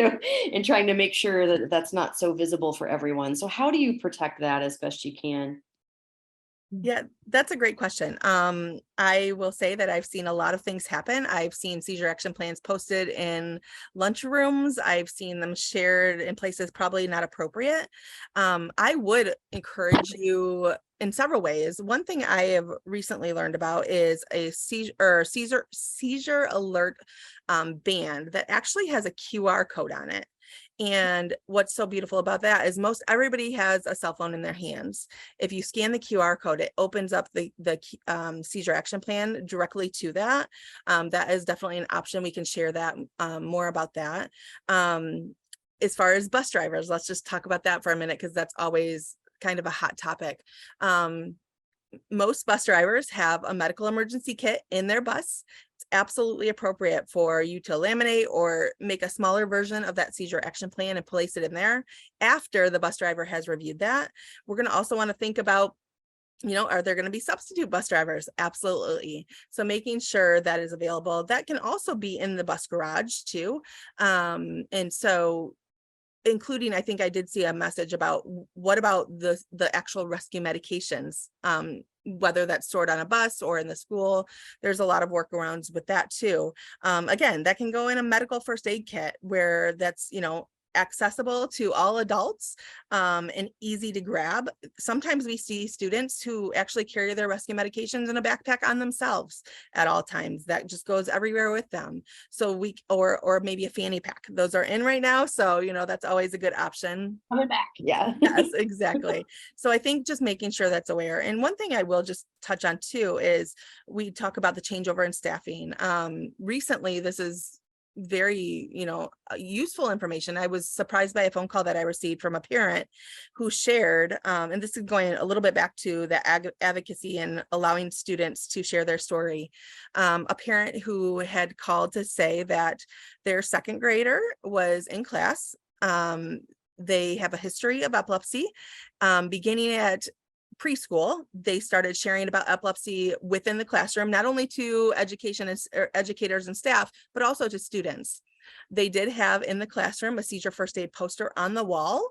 Seizure first aid poster is general, right? It doesn't have any student information on it. However, that seizure action plan is very specific to students. And support staff or somebody filling in for the day should also have access to that and be aware of it when entering the room. Now that's a tricky situation, right?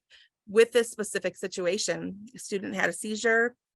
The substitute wasn't aware. She wasn't familiar with seizures. She actually left the room to go get help. And when she returned to the room with support staff, the second grade students were around the student, had the student laying on their side with something soft under their head. That just goes to show that our students want to care for each other. They want to be educated. They want to learn. And actually a student mentioned, hey, the poster's right there on the wall. It would have been, easier. So if a student can do it, we know adults can do it as well. But yeah, just going back to that, confidentiality. We can do this creatively, especially educators, adults, support staff. We know how to do that better. So yeah, hopefully that was helpful. Yeah, that's great. And as trained school professionals, we are taught about confidentiality. So I would hope that we would maintain it. And I know though there are families, like in our instance, I wanted anybody and everybody to know her plan. So I was happy to kind of widely share it. So I think it's so individualized too that, but I love the idea of the QR code. That's amazing. Our technology has advanced so much that they could wear a band that they would have it with them at all times, which is amazing. Yeah, I really love that. Thank you. And just a question for you, Jennifer, too, specifically. And I know every school district might be slightly different, but when these seizure action plans are shared among school staff, is that typically digitally or can it, I suppose it could happen in any way? So it would depend, like at the meeting, they get usually a paper copy of it, but then if they've not attended the meeting, we send everything out through an email. And we also use Google Classroom. I think many schools use that. because then it can be updated in a resource that teacher can click on at any point to check on it. So that's the way we at Bullock Creek, we do the seizure action plans. Great, great. Someone was asking if parents need to give permission for action plans to be given out. And you don't have to, but I mean, I would highly encourage that you do give that permission and share how widely you would like that to be distributed. So that was a good question as well. This is a question for you, Shannon, in particular. What sort of training should individuals with epilepsy, their families, school personnel, receive to effectively implement a seizure action plan? And can you tell us some ways that people can receive that training? Yeah, absolutely. This is one of my favorite things that I get to do here at the foundation. I am certified in seizure first aid and recognition. Specifically, we have training for school staff, whether that be nurses, whether that be educators, coaches, that type of thing.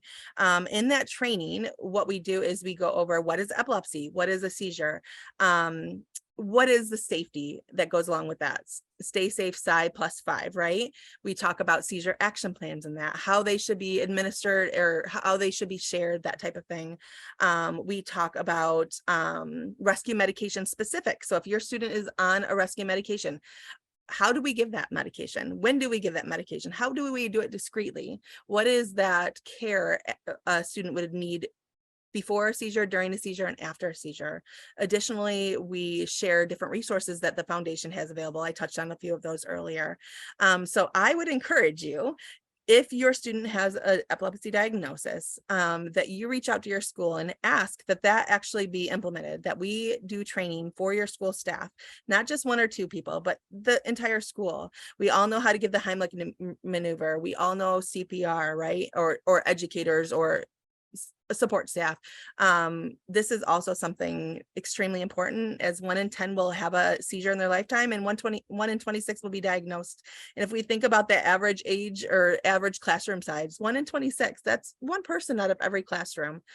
So highly suggest that. Additionally, it's absolutely appropriate for you to request that seizure action plan and seizure first aid training be placed into an IEP or 504, that is something that is done by all support staff. You can certainly write that right into your plans. I love that. Thank you.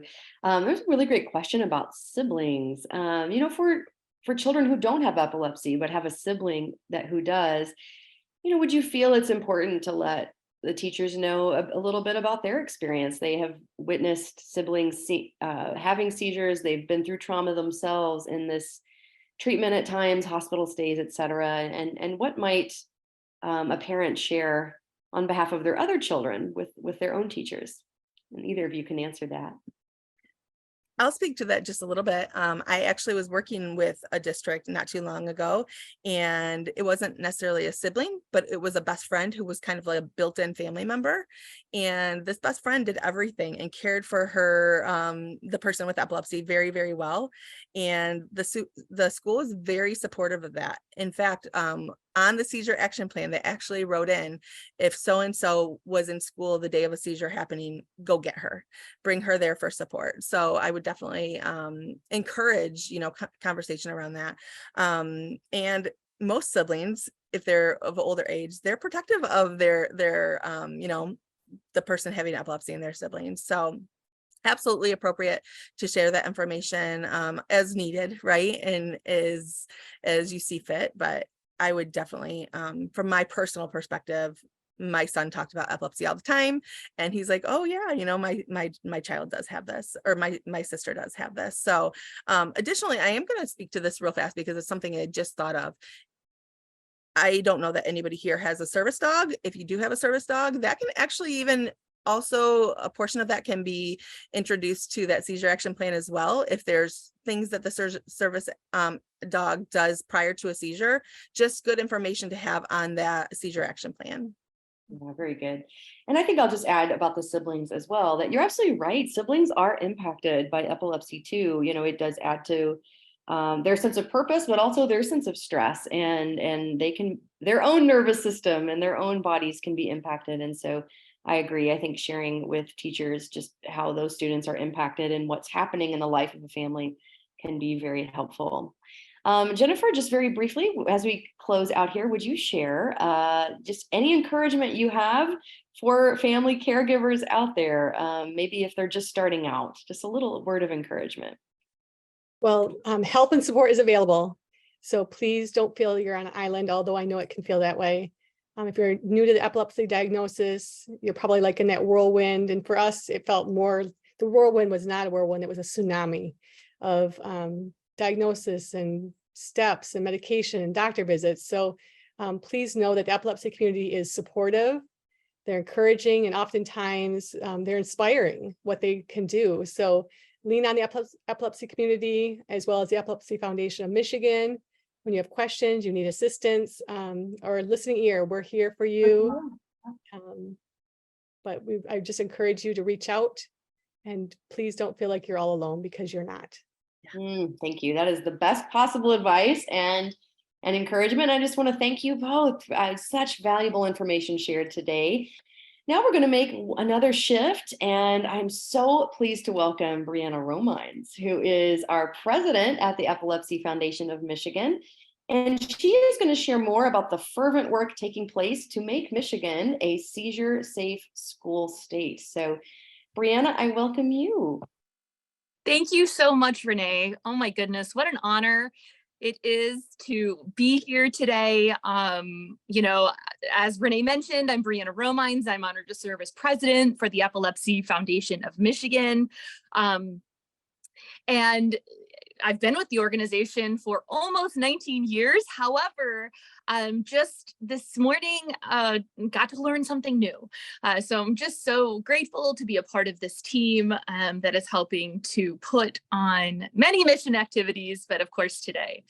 And speaking of one of those very important mission activities that I think this last session especially highlighted the importance of, is with regards to our work with the Seizure Safe Schools Act. And so let's dive in. Next slide. All right, so in order to, I think, fully wrap your head around what we're trying to accomplish, I want everyone to know the priorities of not only the Epilepsy Foundation of Michigan, but the National Epilepsy Foundation when it comes to advocacy. So here are our priorities kind of in a nutshell. So big one, ensuring access to quality physician-directed healthcare. Also ending epilepsy-related discrimination and really protecting the rights of those with epilepsy and any disability. And then, of course, our other priority, which lends itself into the Seizure Safe Schools Act, is, of course, promoting seizure recognition and first aid, as well as other public health education and awareness efforts, as well as research. All right, next slide. Okay, so kind of our justification, if you will, for the Seizure Safe Schools Act. We know that across the US, we have almost 500,000 children living with active epilepsy, and about 14,000 of them are right here in Michigan. And so important that we're doing right by our students with epilepsy. And here's a really staggering statistic that for every one student, there is about, for every one school nurse, there is about 4,200 students. So unfortunately, with data like that, while our school nurses are playing an essential role, and especially for students with epilepsy, frankly, there's just not enough of them. And so we also want to lend our voice to help encourage deeper investments in school nurses. Ideally, we'd live in a world where for every school, there is at least one school nurse. But until we do, that's what makes legislation like this so important. And so let's go on to the next slide. All right, and so just really something that I think we all know is that when students that are managing a chronic health condition are provided a safe and supported learning environment, that learning goes up. And of course, we also know that while they're managing that condition, their likelihood of missing days of school are also going up. And so you'll see here, we've got some data that for children 6 through 17, that on average, they're missing already 11 days of school per school year. So we believe that with proper seizure recognition and first aid, that we can see that number of days missed potentially go down.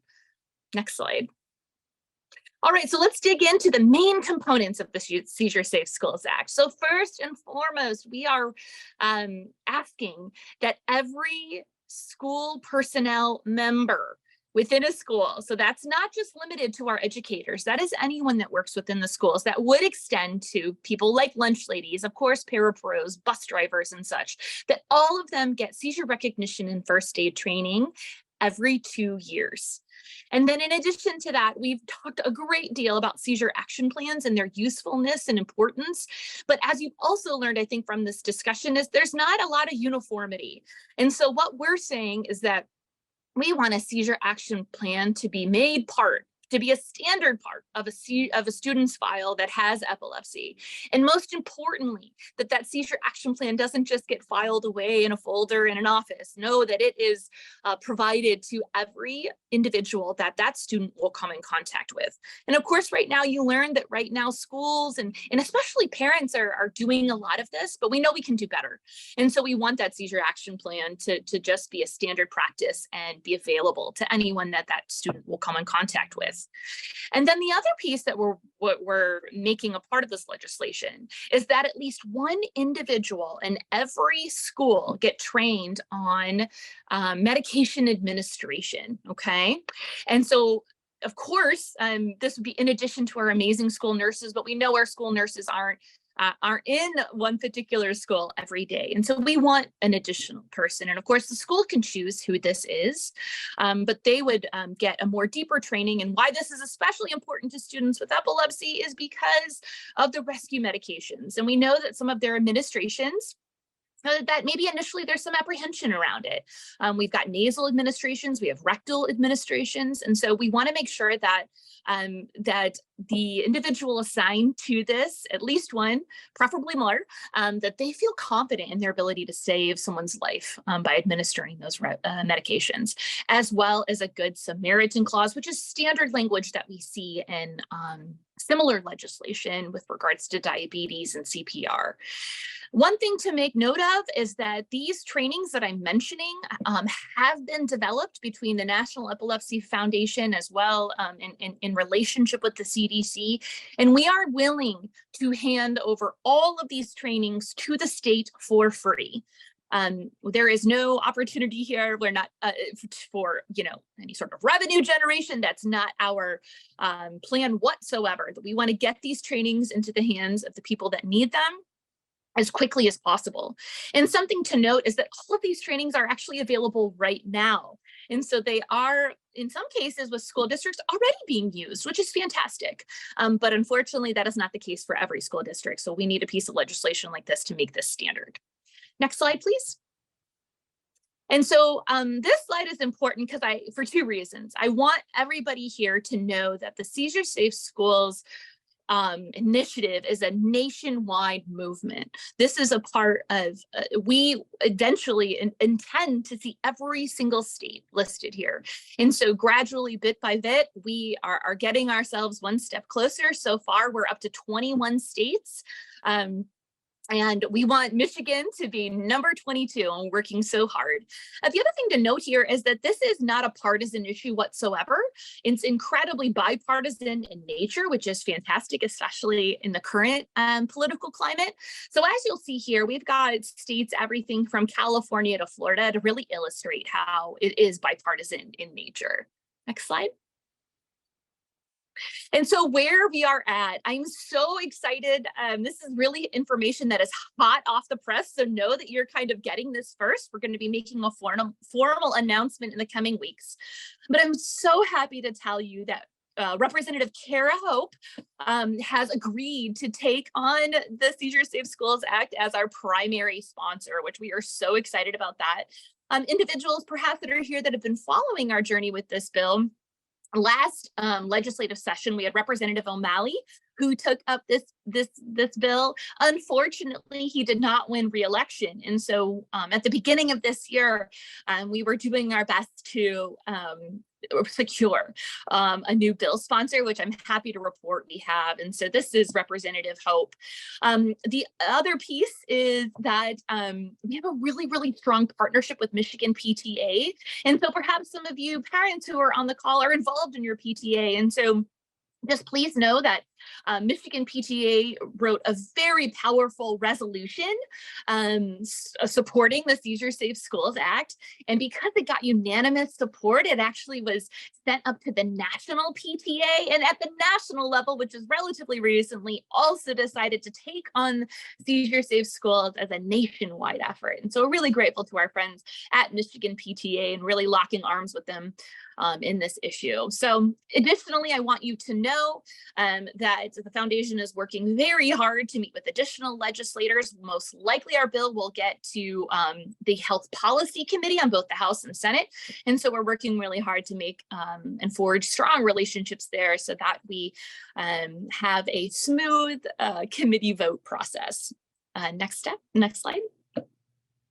All right, so here's the exciting part where we can all collectively take action. So first and foremost, join me in thanking Representative Hope for taking on this piece of legislation. It has not been formally introduced yet. As you may know, our legislation is currently on summer break. And so it's a difficult time to get any sort of legislation introduced. So we will be looking to see that happen in September when the legislature adjourns. But it's not too early by any means to let Representative Hope that this piece of legislation matters to you and that you're grateful to her for becoming our primary sponsor. The other thing I kind of want to alert you to is to follow us if you aren't already on all of our social media platforms, because that is really kind of the place where we're going to get the latest and greatest information. Hold on, I'm going to turn on the light. It's getting dark all of a sudden. The latest and greatest information with what's happening with the bill.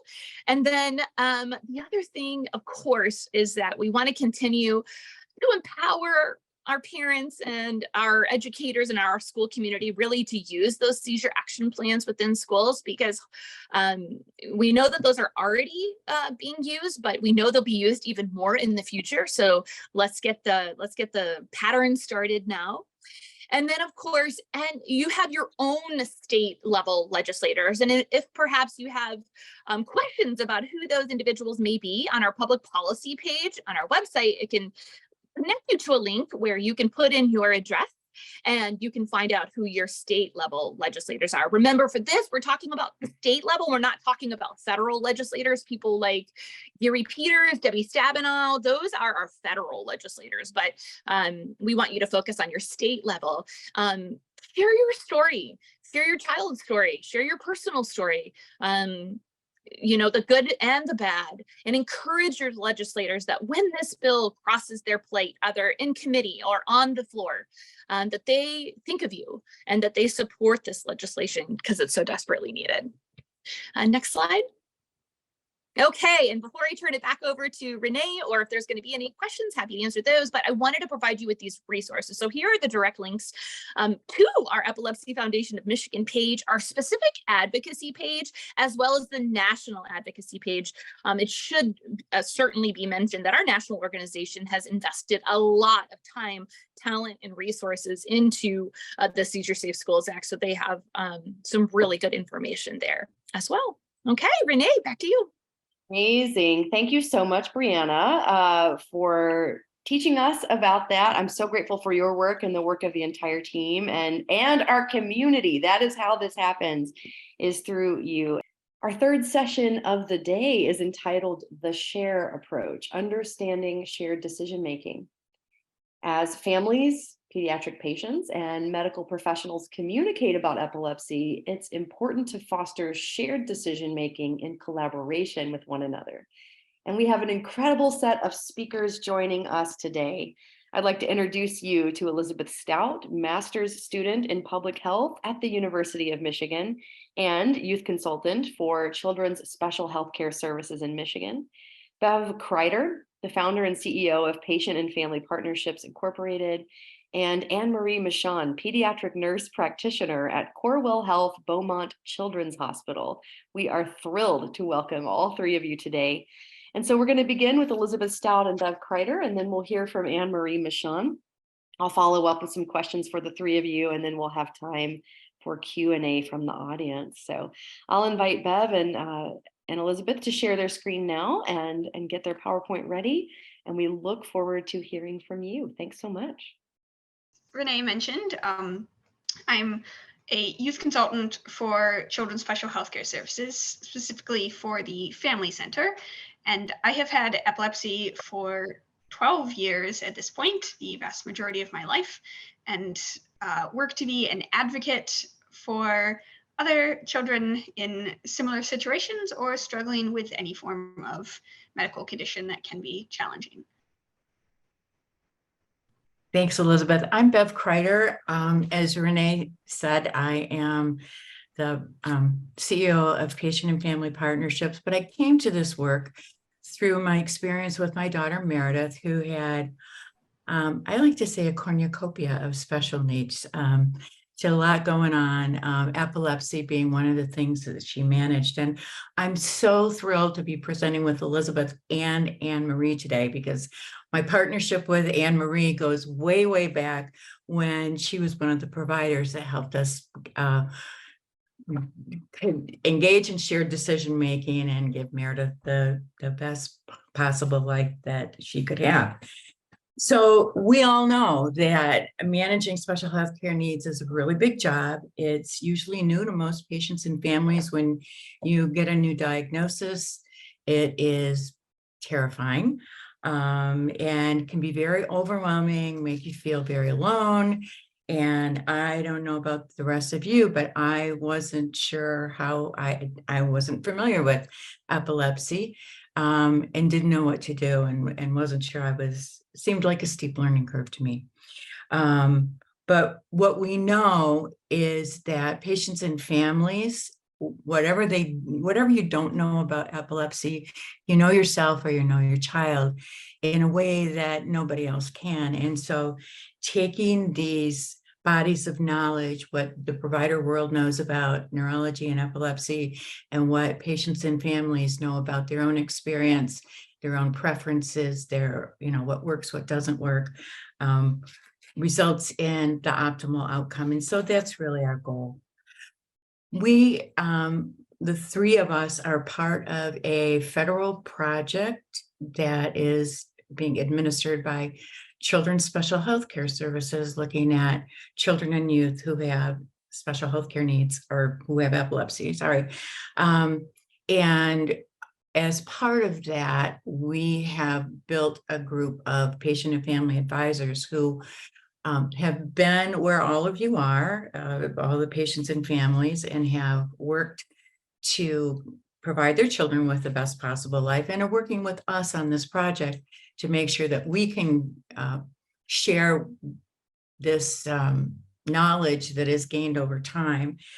We looked at a document that was developed by the Agency for Healthcare Quality and Research.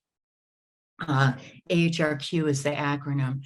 And they did a tremendous amount of research to find best practices in patient and family engagement and shared decision-making. And they came up with an acronym, an approach for whose acronym is SHARE. S, seek your participation. H, help explore options and compare treatments. A, assess shared values and preferences. R, reach a decision. E, evaluate your decision.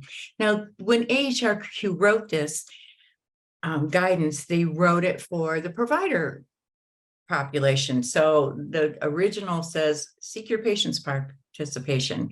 And so what we, as a part of this group of patients and families, did was took this and kind of flipped it around. So we're going to present to you our recommendations, and by us, I mean this entire project, around how to optimally work together in collaboration between patients, families, and healthcare providers to reach the best decisions that are going to really work in real life for real people. The three pillars of shared decision-making are looking at all the available options, review. There's almost always more than one approach that can be effective.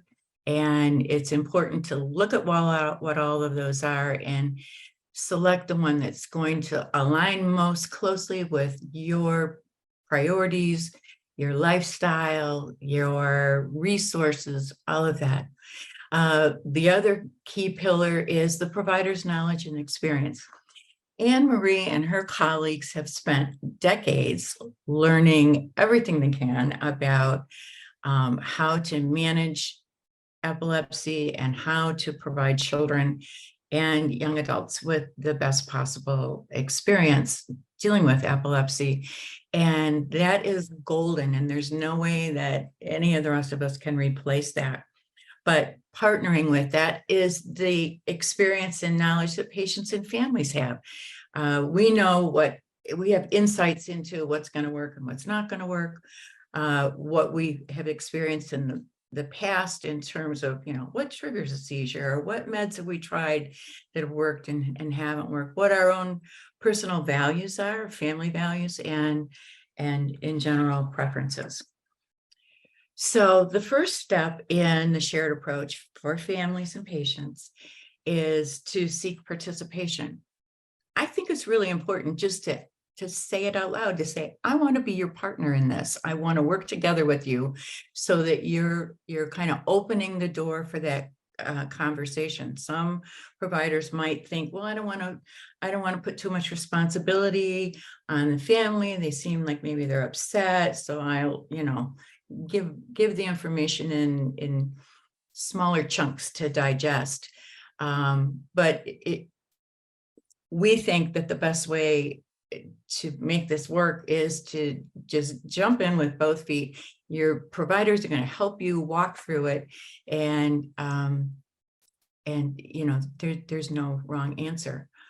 We also recommend reaching out to the provider ahead of your appointment. At this point, Elizabeth, I'm going to pass this over to you to finish the rest of seeking participation and maybe talk about some of your experiences as a patient. Sure. And I also have a couple of tips that are on the next slide as well. Yeah. And these are talking ways about how you can initiate and support participation in the healthcare process. And one of the big things that I have worked on is the importance of an introductory overview prior to an appointment, because it is very important to build a connection with your provider. And starting off on a positive note is an important way to start this. And I will also share a little example of how this impacted me specifically, and why it helps provide an introduction, and one option that we developed for this. And related to having a summary of health problems, that is because to actively participate, you need to stay informed about the health problems. And having a summary or an explanation, especially one that you can easily understand, and also asking questions about anything that you need, or any questions that you have about treatment options or anything else, can also assist with making sure you are staying up to date and understanding your child's situation. And another important part is having support and involvement, both from family members or anyone else that you think would be helpful. And that's another important part of participation. Because a big part of this is that there's nothing wrong with asking questions or for assistance. And as Bev mentioned, make sure to clarify with your provider that you want to be involved in decision-making, because not everybody does. And sometimes there's the assumption made that you as well would not want to. So it helps to be specific and actually say, I want to be involved and I want you to be my partner in this. Because managing health conditions is not something you have to do alone, and not something you generally can do alone. But it's also not something you need to leave totally up to the provider. The goal is to find a compromise, a middle ground of functioning as a team, rather than just one or the other. And also related to making sure that your provider knows that you want to be involved, there's nothing wrong with reminding them of this if things aren't going quite as you were hoping, and to provide just some more details.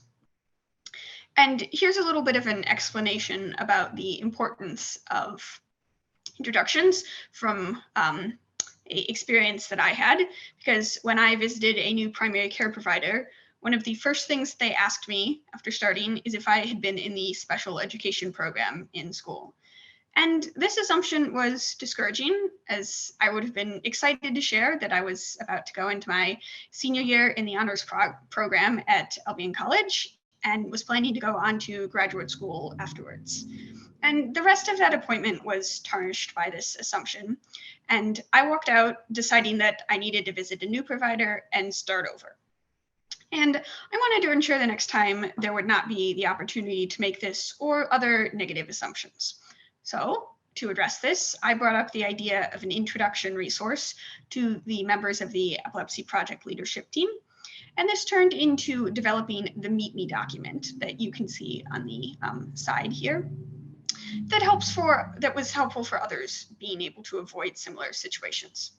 Because this document has basic information on your seizures, such as the type and how long you've had them.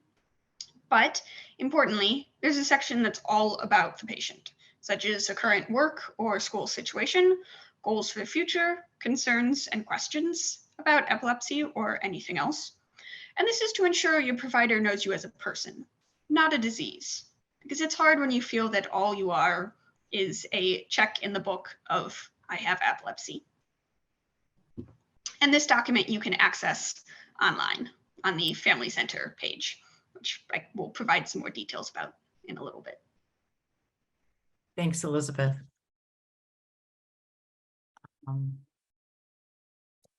My slides are not advancing, but I'm gonna ask maybe powers that be can help with that. And I'll go on to our next step in the SHARE approach, which is to help explore and compare treatment options. As I said earlier, there's almost always more than, oh, here we go. There's almost always more than one option for treatment, and ask about what those are, because some of them might be more or less palatable to you, might work better for you or your child. And the important thing is to use evidence-based decision-making resources to compare those treatment options, and your providers are very knowledgeable about these things. Some tips for patients and families in exploring these options is, number one, share what it is you already know. We all love to Google, but we also all know that Google doesn't necessarily provide the best, most accurate, most up-to-date information. So you might say, hey, I looked online and I found this. What do you think about it? Write down your list of questions and ask for explanations in plain language. If you don't understand something, some language that's used that makes total sense, just say, I'm sorry, could you tell me what that means? Or give it to me in plain English, that sort of thing. The point is to engage. Maybe you need some visual aids or ask if the provider has some visual aids, because sometimes people are able to understand things better when they're illustrated in different ways. Ask what the evidence is behind the recommended strategies, and then feedback to your provider. This is what I heard you say. Am I understanding this correctly? Step 3 is to assess your values and preferences and think about what matters most to you. Is it pain management? Is it socialization? And think about the options that help get you closest to this goal. Be open about what you can and can't do in your home. There might be a recommendation that goes, a little outside of what your family schedule or family structure can accommodate, and just be really clear about that. And also be clear about asking what are some of the factors to take into consideration, like the recovery time, out-of-pocket costs. Those could be very different. Will you be pain-free? How is it going to impact your level of functionality? And also, some families have, a lot of families use childcare. What are the implications for providing the treatment in that setting? or if they're child custody arrangements, maybe the child splits his or her time between one or more places, and how do you make that all work? Those are issues that really helpful. We can discuss those up front.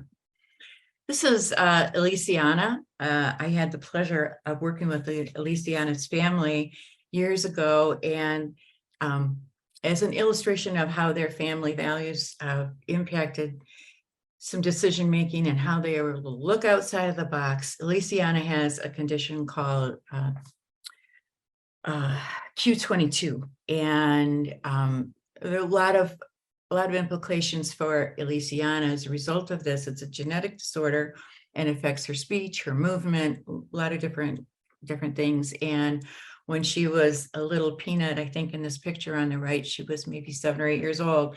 Her mom enrolled her, her parents enrolled her in a dance class at a little dance studio near their home, and she loved it. And they thought that it was good for her.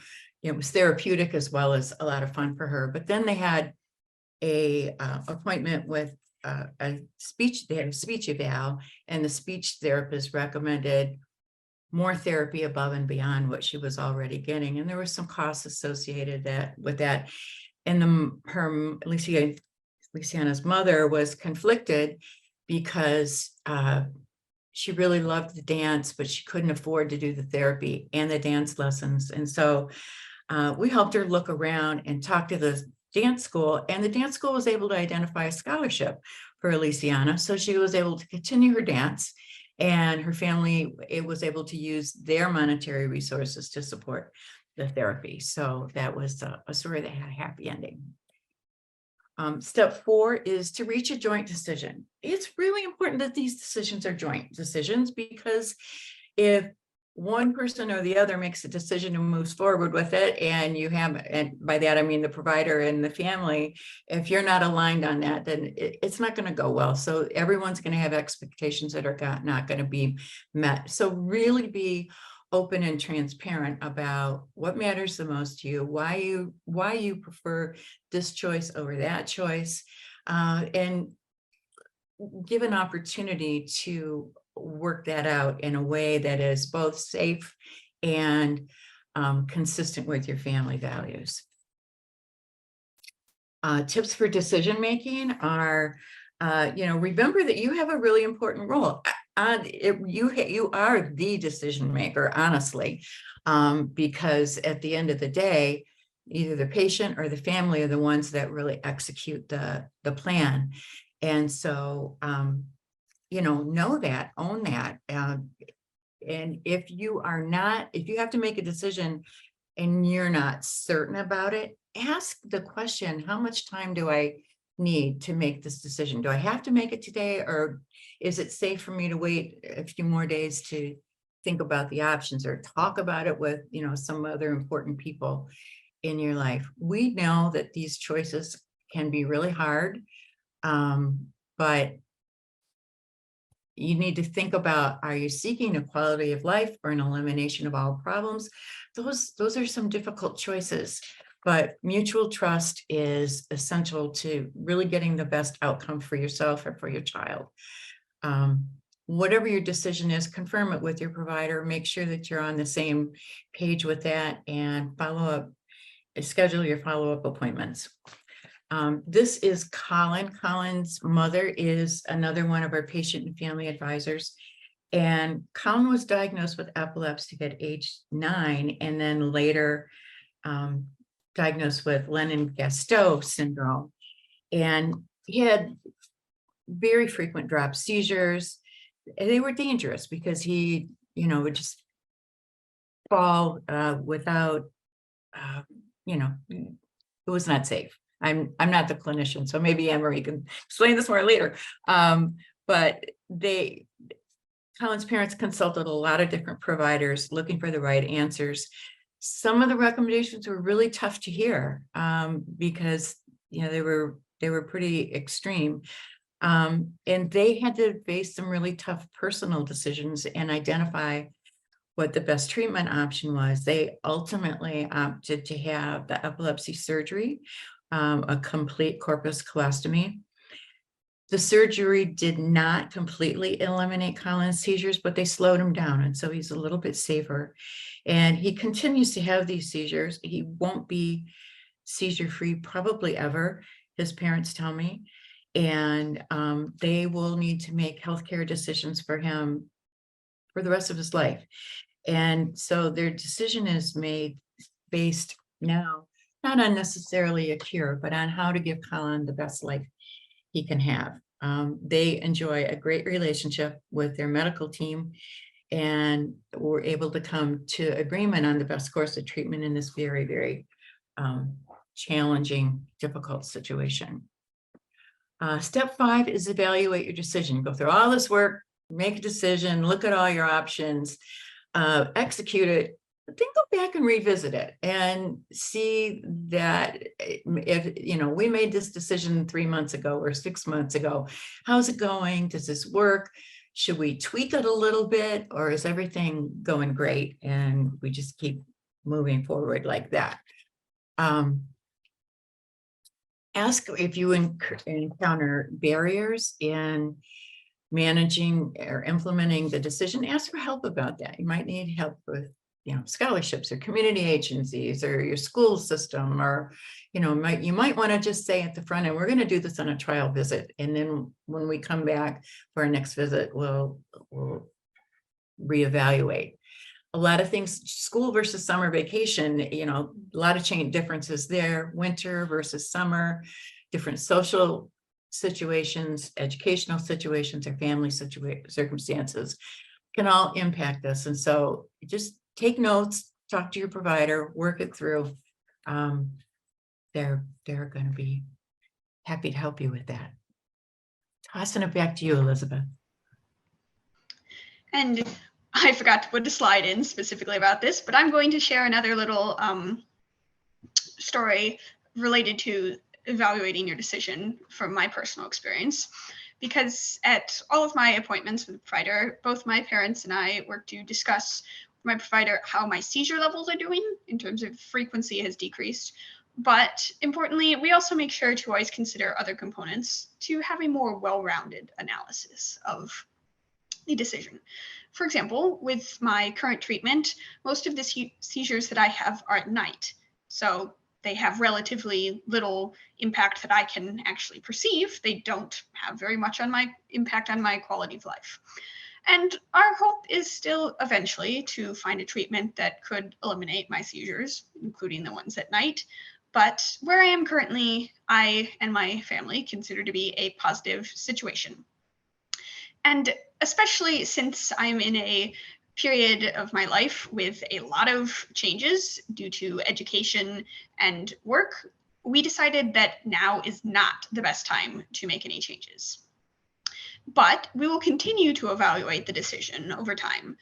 And we will evaluate them again when I am done with grad school and settled down and things have reached a lower level of craziness, since a lot will have changed again by that time, since it will be at least another year.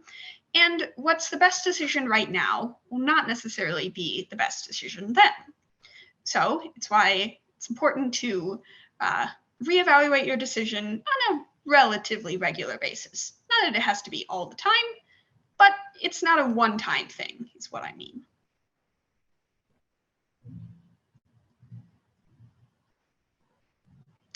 And an important part of all of this is that managing epilepsy, and especially in children and when it is new patients, can be challenging.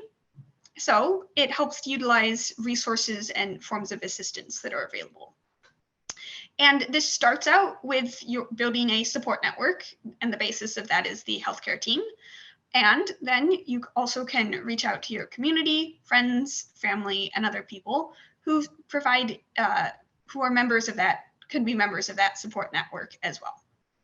And there are also resources such as from Children's Special Healthcare Services in the Family Center, the Epilepsy Foundation, and a variety of other places as well that can help with managing epilepsy, because it's not something that you need to do alone. And support also comes in a variety of formats, so I'm going to give a bit of an explanation about. Difficulty check. advancing the slide. Sorry, I'm working on it.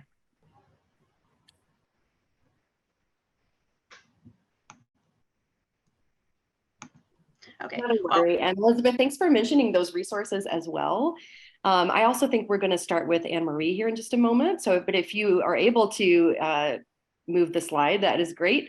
And if not, that's okay too. This presentation is absolutely amazing and so helpful for us. So thank you. Sure. Well, I can still provide a quick overview of what I was going to mention. And just that there are a large number of resources available related to epilepsy and a variety of sources that you can use to find them. So there's tools that are about managing general health and other conditions that your child may have. Specifically related to epilepsy, there's things for recording and tracking seizures and other components of epilepsy. There are tools on managing medications and treatments. There are those for communication and preparing for appointments. There's also resources related to seizure first aid, both for yourself and others, because it's important to make sure that there's someone available who knows how to respond to a seizure, since especially as children get older, they're likely not going to be around you all the time, but still is helpful that someone knows how to respond. And an important thing is that there's also groups and organizations that you can join that provide support and assistance related to epilepsy, including a variety of communities that you can directly join and engage with, because it helps to have people that you can interact with directly and who have similar experiences. And there's a lot of locations that you can access these sort of resources. You can find them at the Epilepsy Foundation, both on the national and state level. There's resources from the American Academy of Pediatrics, Child Neurology Foundation, Children's Special Healthcare Services, and the Family Center, which is where some of the ones that we have mentioned are located, and likely local groups and organizations as well. That is amazing. And we're so grateful for you to name all those resources. And we can put some of them in the chat as well, some of the ones that we heard. Now we're going to move to Anne-Marie Michon. I'm so glad that you're here today. And I thank Elizabeth and Bev, and please thank them in the comments as well. So Anne-Marie, if you'd like to share your screen, we will invite you. Great. Okay, wonderful. Well, first of all, thank you so much for the organizers for allowing me to be part of this wonderful conference. I'm excited to share the stage with Bev and Elizabeth. I'm going to just give some further information from the healthcare perspectives side. So as Bev mentioned, she and I go way back and have known each other many, many years. And I feel like shared decision-making has been around for many years and is an important topic that continues to evolve. Okay, so I can make my slides advance.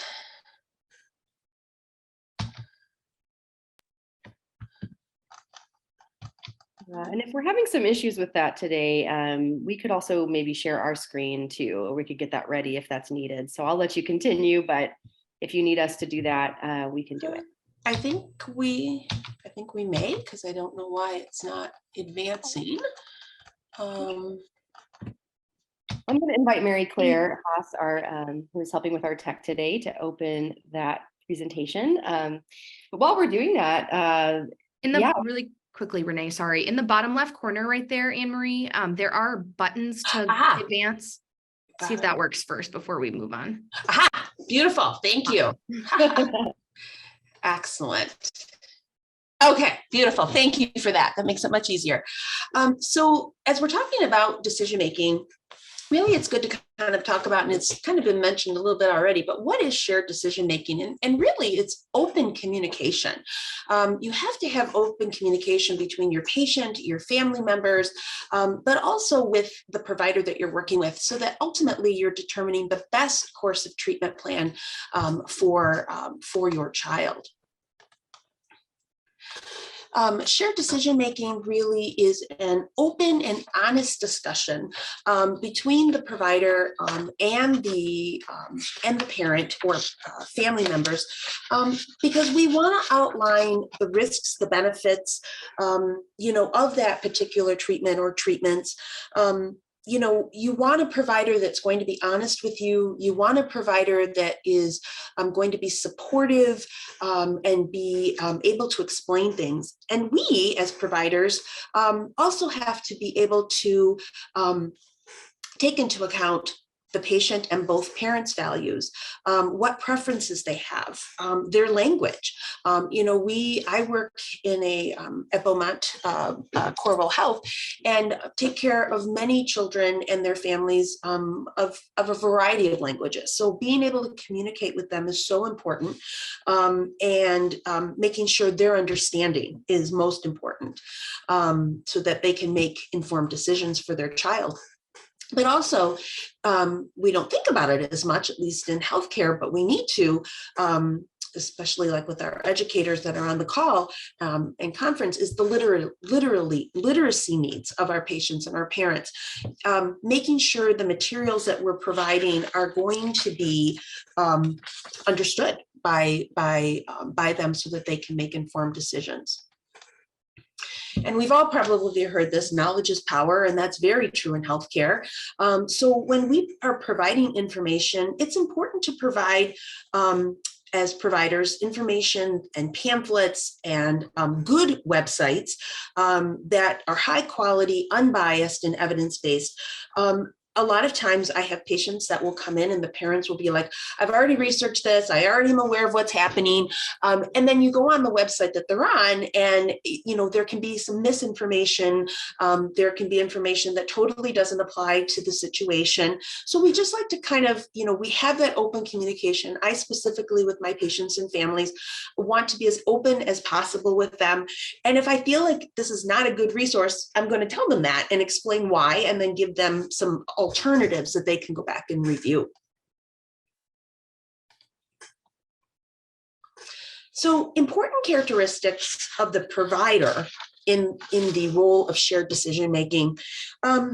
It's very important that when your provider is in clinic with you and your child and family, that they're available. They're available during the appointment, meaning that they're listening to you.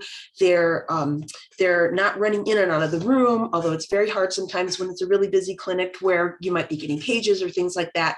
But as a provider, you want to be available to your patient during that appointment. You want to be a good listener. The provider needs to be able to communicate. It's as Beth had mentioned in her presentation with Elizabeth, you don't want to be talking above the patient and the family and using technical jargon and then be like, okay, great, have a great day. Because the parent's going to sit there and be like, what just happened? So, you know, being able to bring it down to your patient's level is so important. And it's really important as part of the team approach with shared decision making that you give your patient and family time to absorb what you're saying and then move on, as opposed to giving a litany of things that are happening. It's also important that we are incorporating patient and parent preferences in terms of what they're thinking, if they're writing things down. I have families that will want to record because there's other family members at home that maybe couldn't be part of the visit, or will ask to have their significant other or family members be on the call at the same time, and being open to that. And then being supportive is really important to our patients. Really, a key component when you talk about shared decision making is a term that's been around for many, many years, and that's family-centered care. And it is something that is near and dear to my heart, and that in my practice and with the physicians and other providers that I work with, practicing family-centered care is something that we do every day without even thinking about it, because who are we taking care of but the child and their family? So it's a really important feature that when you're talking to your provider, that you know that they have your child and family's interest for everything that we're doing. And really, this is a collaboration. It's a partnership between our families and us as the providers. You have to have and feel like your provider has your back, that your provider is listening to you. we have to be able to sit and listen as a provider, not be dismissive, really encourage our patients and families to be talking. So shared decision-making, it's really an ongoing conversation. It's not something that's one and done. It's a continuous ongoing process between your patient, parent, family members, significant others, whoever is important to that child and their family in the care of that child, along with evidence-based, looking at the history, for us to make an important healthcare decision together. And that includes things like diagnostic tests. It's very easy for me to say, I'm going to order an EEG, I'm going to order an MRI, but why am I doing that? And why is it important? Or if the family will ask, why aren't you ordering this test? To be able to explain why it may or may not be important during that for this particular child. Genetic testing has exploded. When I first started many years ago, genetic testing wasn't even heard of. Within the last 5 years, 3 years, 1 year. Currently, genetic testing has moved up dramatically in terms of helping to form the clues as to what could be potentially going on with the child. And we talk about the different types of genetic testing we have and why each step takes a little bit of time, but gives us a little bit more information. We also talk about the different medications that we have available.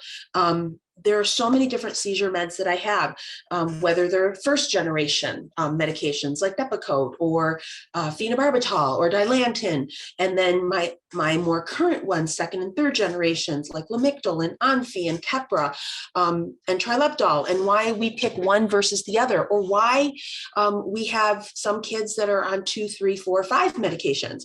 It's not that we want them to be on multiple medications either, but sometimes that's what's required to help stop their children's seizures, but always balancing it with their quality of life, which is so important.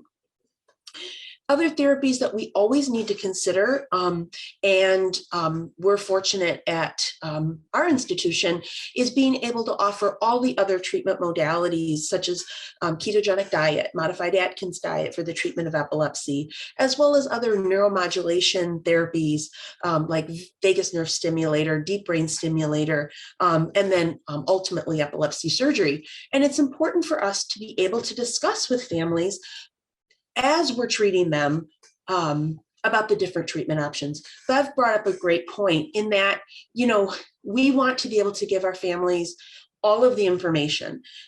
We may present it to them and then present it over and over and over, because every family is going to be different in terms of what they're hearing. And sometimes we have to go back and say, you said this, what did you mean by that? So try to make sure that we're all clarifying it accordingly. So it's just really important to be able to listen to our families to help make that decision. So at the McBrien Pediatric Neurology Epilepsy Clinic, where I work in Royal Oak, in terms of putting shared decision-making, our patients and families are an integral part of our healthcare team. Our role is to be able, as providers, to listen to our patients and families' concerns, to help answer their questions as best we can.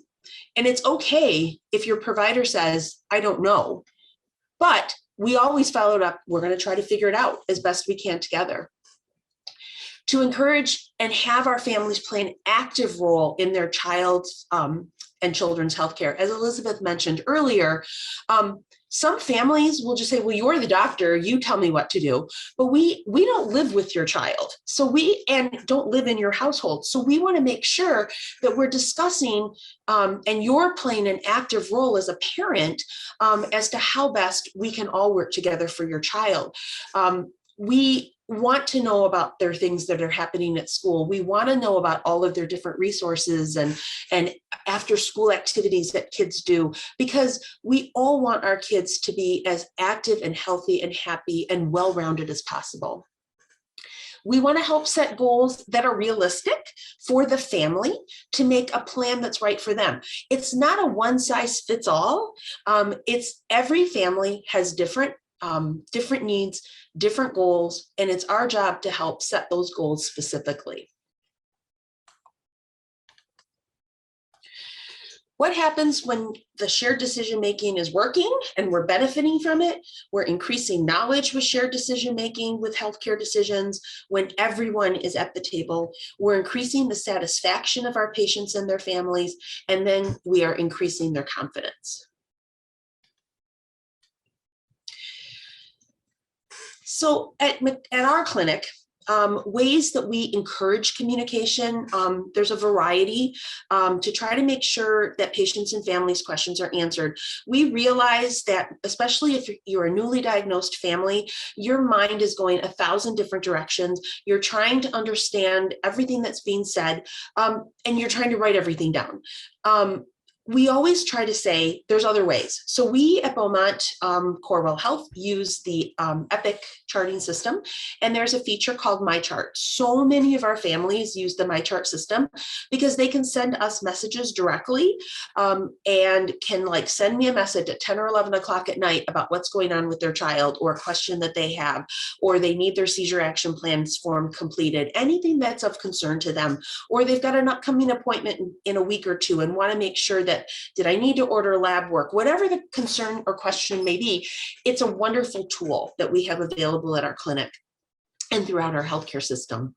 We also encourage our families to write down any questions that they have, and they can give them to our medical assistants so that before we come in the room, they can attach it to the paperwork that might be going into the room with them, so that we can say, okay, here are your questions. Let's see what we can do to make sure we're getting everything answered. And it's not, again, it's a two-way street. It's not just the provider telling you what to do. It's the parent and the family's role. So we want all of our patients to be active team players. We want you to ask questions. You should be able to talk openly with your team and discuss important health issues, concerns that are important to you and your family. We want you to be able to feel comfortable communicating any changes in your child's neurological health, but also in terms of their general health. If there's any other medications that they're taking or supplements they're taking, never be afraid to tell your provider or be like, oh, well, they're not going to want to hear about any supplements I'm giving. We do want to hear about that. We want to know about what's going on with your child and what you are doing so that we can continue to help support that. We want us to all work together so that you're following the plan of care. And if you're not following the plan of care, it's okay to say, I'm not doing that. And then hopefully be able to tell us why, so we can always change the plan as needed. So together, shared decision-making really is doing great things together for the care of our patients and families. Those are my references. And I thank you. Fantastic. I'm going to turn it back to Renee. Oh, I'm so delighted. Thank you so much. That was really helpful. And I want to thank all three of you for putting so much wonderful time into this and providing many pathways that people can practice shared decision-making. So I'm going to invite Elizabeth and Bev to turn their cameras back on. And for everyone here, you can put questions in that Q&A feature. I have a few that I'm going to ask for just a couple minutes, and then we'll open it up to everyone. So one question I have is, how do we ensure that diverse patient populations can participate in shared decision-making, especially when there might be cultural differences, or maybe the family has some limited financial resources? There are all sorts of things that might make that unique and individualized for a family. So I'm wondering if you can speak to that. Well, we could probably both take a crack at it. Go ahead, Bev, you first. Well, I just think, shared decision-making, Anne-Marie nailed it. It's open communication. And so there's not a cost associated with that, not a monetary cost. It is, maybe there's some, some courage that it might take if you're prone to, being more passive and you're a little intimidated about speaking up. But it really shouldn't make a difference based on a family's economic situation at all. Shouldn't. Anne-Marie touched on the importance of making sure if there's some language differences that, you know, hospitals, most of the major system or epilepsy centers are tied to hospital systems. They're required to have translation services available.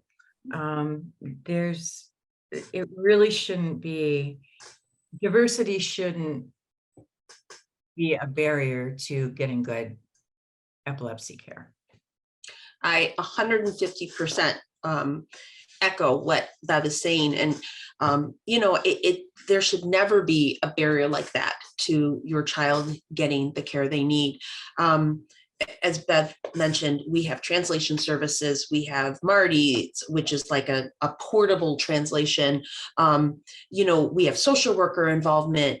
You know, we will use at our clinic whatever tools are needed to make sure that it doesn't matter what the differences are, cultural or financial.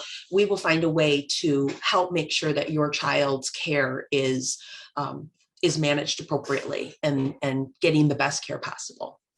Thank you so much. Do you have any suggestions about shared decision making when family members aren't in agreement, but they're maybe, you know, playing a primary role, and how, you know, you try to manage that and help that move along well?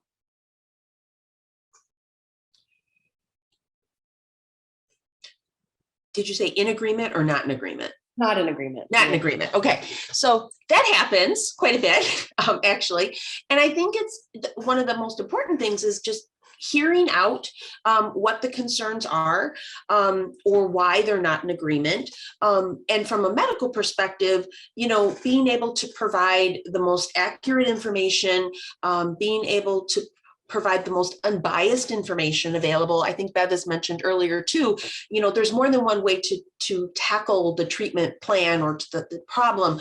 But I think the communication is most important, so that from a medical perspective, again, we're able to say, okay, you're not in agreement. Grandma wants nothing to do with this treatment plan. Diet is very specific. With my ketogenic diet kids, I can think of an example where the parents come in, we're starting the diet, everything's going well, and grandma's like, oh no, he has to eat or she has to eat, and this is not going to work. So talking and just education to make sure that everybody's on the same page from our perspective. So that's great. Thank you.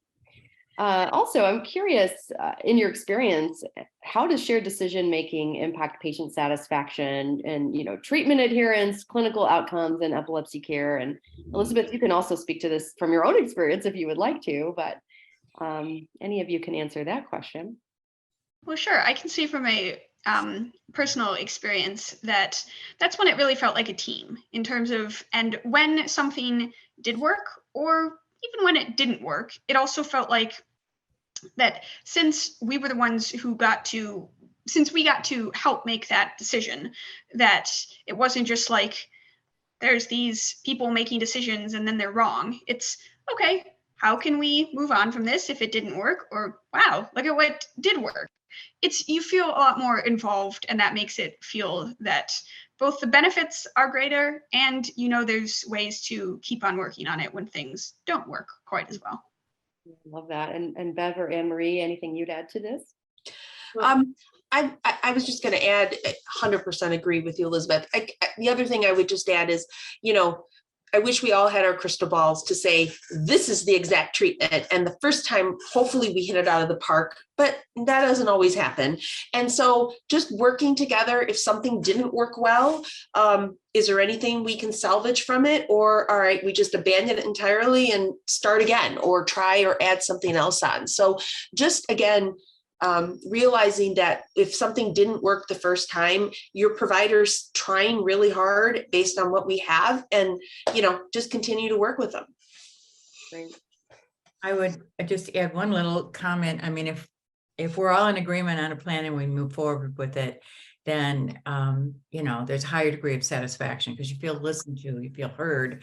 But I would also suggest that in addition to higher patient and family satisfaction, higher provider satisfaction too, in a shared decision-making arrangement, because you're, you know, it's working. It's working. You spent your whole life to try and make this life better for a group of kids, and it works. And that's a wonderful thing.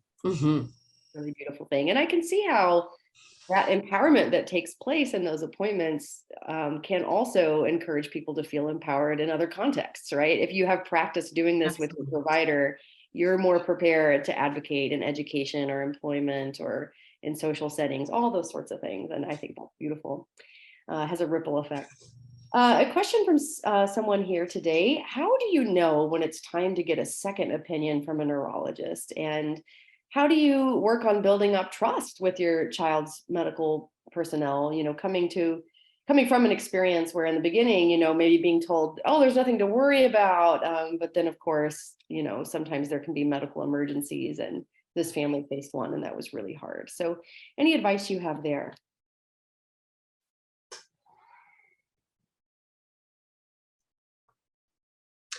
Well, from a medical perspective, I'll jump in and hear what Elizabeth and Bev have to say. So sometimes we're a second opinion, a third opinion, a fifth opinion, but sometimes we've been the only ones that have taken care of their child. And hopefully when things are going well, they're going well. But if things aren't going well and we've made some changes, don't ever be afraid to say to your provider, I think I would like another opinion. I want another option, especially if we're talking about other treatment options that it can be scary. If I'm talking to you about epilepsy surgery, or I'm talking to you about putting your child under anesthesia to have a vagus nerve stimulator or a deep brain stimulator in place, your provider should never be offended if you say, I want another opinion. I always tell my families, you know what, even if you've gone to 2 or 3 different places and you want to come back, that's okay. Or if you have questions and you're like, I want to hear from you and just get your opinion based on it. We're not going to say, sorry, you're out of here because you're going to someone else. Our program doesn't do that. And I would hope that wherever parents are going, that they share that same experience. So, and sometimes we'll even say as a provider, we've tried several things and, it's okay if you wanted to get another opinion. We're not going to be upset with you. Here are places where we would recommend that you go to get their thoughts. And then we'll talk about it again. So that would be my impression. I love that. And that just, extends the collaborative nature of what's happening in the treatment process. So yeah, wonderful. Anything else you want to chime in on? Mm-hmm. One thing that comes to mind for me is when you feel like your provider is not wanting to move forward or talk about other options, and it's kind of like you're stuck in a rut. That's when I think it's important to feel comfortable getting a second opinion. If there's a sense of, it's not about what the patient is actually experiencing, because the provider made the decision and therefore nothing's going to change, sort of a thing. If you feel like you're not making any progress and there's not any goals to keep moving forward, then that's a logical time to look for another option. Really good thought. Yeah, thank you. In some cases, certain epilepsy patients may have a limited capacity to participate in decision-making just due to age or cognitive needs or communication challenges, or I would say in maybe certain styles of shared decision-making. So how can that collaborative approach really be extended to meet them where they are and respect their autonomy and empowerment also? Yeah. So I think, again, you have to, as a provider, I need to be talking to my patient and to the best that I'm able to, and make it as understandable as possible. And even if my patient is nonverbal when I walk in the room, I'm still talking to them as a person, as a patient. And I want them to understand, hey, we're going to talk about this today, and get what they want to talk about. If my patient wants to sit and talk about Barney for 10 minutes, sure, that's what we're going to talk about. Or we're going to talk about princesses. That's what we're going to talk about. And then bring it back to whatever is going on in the conversation. So I think as a provider, again, we have to be cognizant and meet our patients and their families where they are, and then move forward. Bev and Elizabeth, anything else you'd like to add to that? Well, what I'm thinking, Anne Marie, is this is why I loved having you as my partner for my daughter's care, because she lives that, folks. My daughter was not verbal. My daughter, communicating with my daughter passed away 6 years ago.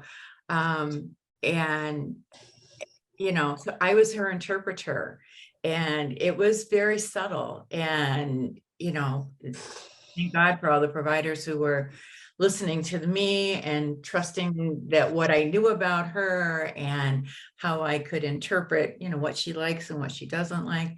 It was a little bit tricky, but it takes time. You have to slow down and listen to the Barney story or whatever. Wonderful. I thank you so much for that. Were you going to say something else, Anne-Marie? I was just going to say, just to piggyback to Bev, our parents are the best advocates for their child. And as providers, the only way shared decision making is going to work is if we listen to our parents. We're not living there. We're not up with them in the middle of the night. We're not experiencing what they're experiencing. We do through them. But listen to your families. Listen to them. The parents and patients know themselves the best. They know their child the best. And as a provider, that's what I need to do is listen. Thank you for that. And I was just quickly going to mention that I certainly agree with both Anne-Marie and Bev on the importance of having discussions outside of the medical stuff, because even when I was at the age where I could understand the background of the epilepsy situation, it still was nice to be able to talk about something else, because that's related to that concept of you feel like you're more than just your disease, that you're an actual person and they care about you for more than the medications you're on or the other forms of treatment and that sort of a thing. And it builds trust is what I mean.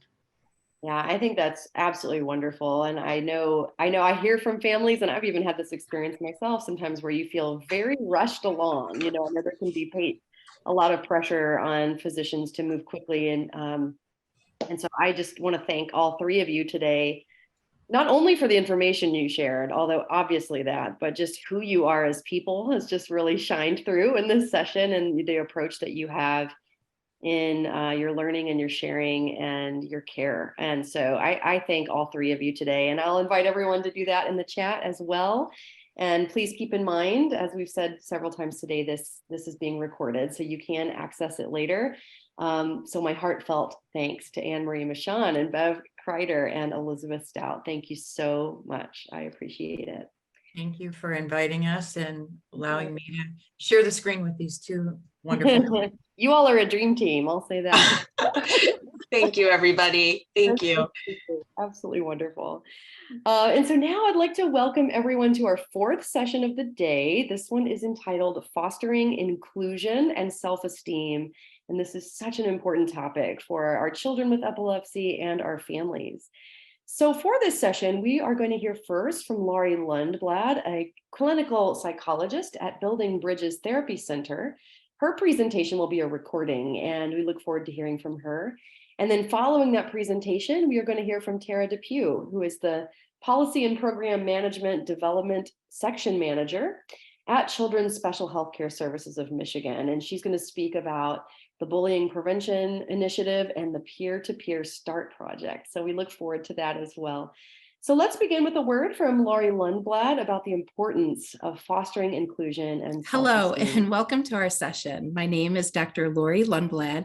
I'm a clinical psychologist and a pediatric nurse practitioner, and I am so excited to be here with you today to share this really important topic about fostering inclusion and self-esteem for children as they're going back to school. Little bit about me. I am pediatric nurse practitioner was my first career, and loved it, worked in pediatric oncology and thought that would be my career for life. And right before my second son's third birthday, he was diagnosed with autism. And I really felt like I became one of my mothers that day and had a really different understanding of the experiences that parents and children go through when they're facing a condition that's uncertain and lifelong. So after kind of engaging and sort of moving in my path with him, and decided to take some advocacy training for as a parent with a child with autism or developmental disability, I decided to leave pediatric oncology and pursue working with children with autism.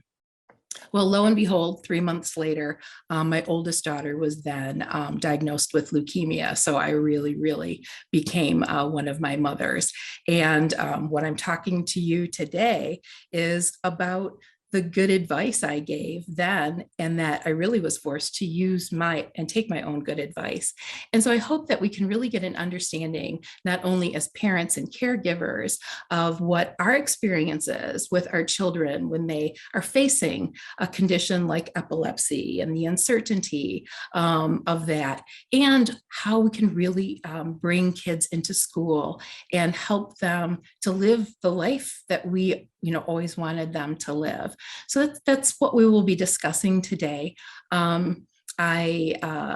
In my clinical practice now, as a clinical psychologist, a lot of the work that I do is with developmental disabilities. I work in a lot of school districts and consult in helping kids get through managing when they have difficulties at school. So we'll certainly be sharing a few personal stories, some of my experience, and then hoping just to provide you with a couple of really important takeaways so you can go back and get started and really help your child as they're entering school this fall.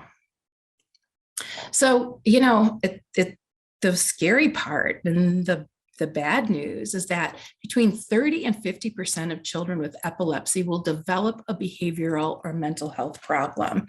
It's really in children who have long-term disabilities, those types of, all of those conditions sort of happen. But what's really particularly difficult for children with epilepsy is we have some of these like internal and external factors.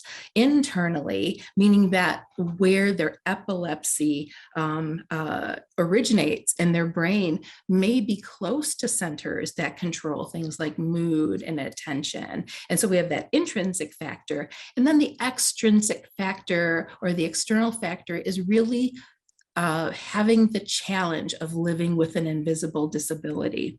Invisible disabilities like epilepsy, autism, depression, things like that are more challenging for people who face them because, it's more difficult to garner compassion and understanding from others. People really don't understand what it means. It results in ability or the need to disclose the disability. So if you're in a wheelchair or you're clearly blind or you have a hearing aid or something like that, that teaches people about you. When you have a condition like epilepsy, people might not know. And so disclosure often has to happen. Lots of these conditions, particularly epilepsy, are frequently misunderstood and stigmatized. And this results in shame for the family, shame for the children. We often wonder and worry, what is it that I did to bring this on? And truly, really nothing. And these situations clearly impact the entire family. So why is it important for us to have this conversation today? Children with seizures often experience diminished self-esteem. They have anxiety about being stigmatized, that feeling of loss and control. And often with children who have long-term disabilities and that are unpredictable, they can learn helplessness because they don't have control and they can't gain control over many parts of their lives. Kids with seizures and kids with invisible disabilities often have a poor self-concept. And ultimately, because of the condition and for the variety of reasons due to medication, due to ongoing seizures, due to loss of academic or in-school time because of their illness and doctor's appointments, our kids often have academic difficulties as well. So there are a lot of comorbidities. That means another condition that is alongside of the epilepsy. So those comorbidities can include things like intellectual disability. Kids may have ADHD, anxiety, depression, and the behavior problems can be from those conditions. And the behavior problems can also be because we as adults, how we're responding to our children really can change over time, and may sort of result in some of those behavior problems. So we're going to talk a little bit more about that. So self-esteem, such a huge notion these days, and we hear a lot about it. And we hear about, why is self-esteem so important? Why, how do we get it? Where does it come from? Doesn't automatically show up? We see self-esteem, and those building blocks really come from feeling safe and accepted. And I was so aware when I was preparing this presentation that when I was typing in these building blocks, being so aware of and the child with epilepsy. So if a building block to self-esteem is feeling safe and accepted, do our children always feel safe? I mean, safe, maybe in a safe environment, but if there's an unknown and unpredictable component to the epilepsy, there may be safety concerns for them. Having the ability to do things by themselves, that classic 2-year-old, we're like, let me help you. And they're like, I'll do it. Let me do it. We really want our children to be able to do things by themselves, but we have concerns about their health. We have concerns about their capacity. And I think the compassion that we as parents and the way it impacts us can really make them subject to having a lot of people doing things for them that they may be capable of doing themselves. People who have good self-esteem are able to make their own choices. They make progress toward a goal. They have community and relationships. They bounce back after a fall. They're praised for effort. They have opportunities to help each other or others. And I feel that so often children who experience long-term, lifelong illnesses or disabilities, that they are not often called on to do many of these things like help others, to be allowed to fail at something, because that's a really important part of learning, and it's an important part of growth in order to understand that. And so I think that so many of these opportunities can be shifted or sometimes misdirected for our kids. So our starting point, and I know this is a conference about children, but you know what? Children do as well as their parents do. 100%. In nursing school back in the 1980s, back when we only had penicillin, as my one son would tell me, we often talked about what we called was the good enough mother. The good enough mother gives enough attention, gives enough guidance, gives enough support to their child, and the kids turn out okay, right? Well, the very interesting thing is in this situation, and I talk about it, and I'm going to say this aloud, and if one of you decides to do this, please just mention me in your credits or your acknowledgement. I have thought so much of having, after being a pediatric oncology nurse and having a daughter who has autism, who, by the way, is all grown up, actually worked for the Epilepsy Foundation of Michigan, and now has moved on to a career that will even further help individuals with epilepsy. And my son with autism, who was just running around and screaming when he was 4 years old, now drives a car and has a great job at the University of Michigan as an animal technician. So I have happy endings. So please, I understand that joy that I have. But I think that what is really important for us to know is that, as our children experience these situations, we as parents experience the situation as well. Half of caregivers of children with epilepsy end up with some kind of psychopathological symptom. That sounds really horrible. I probably should have changed that word, but that we develop post-traumatic stress disorder. We have parents experience depression, anxiety. There's the ongoing high levels of stress.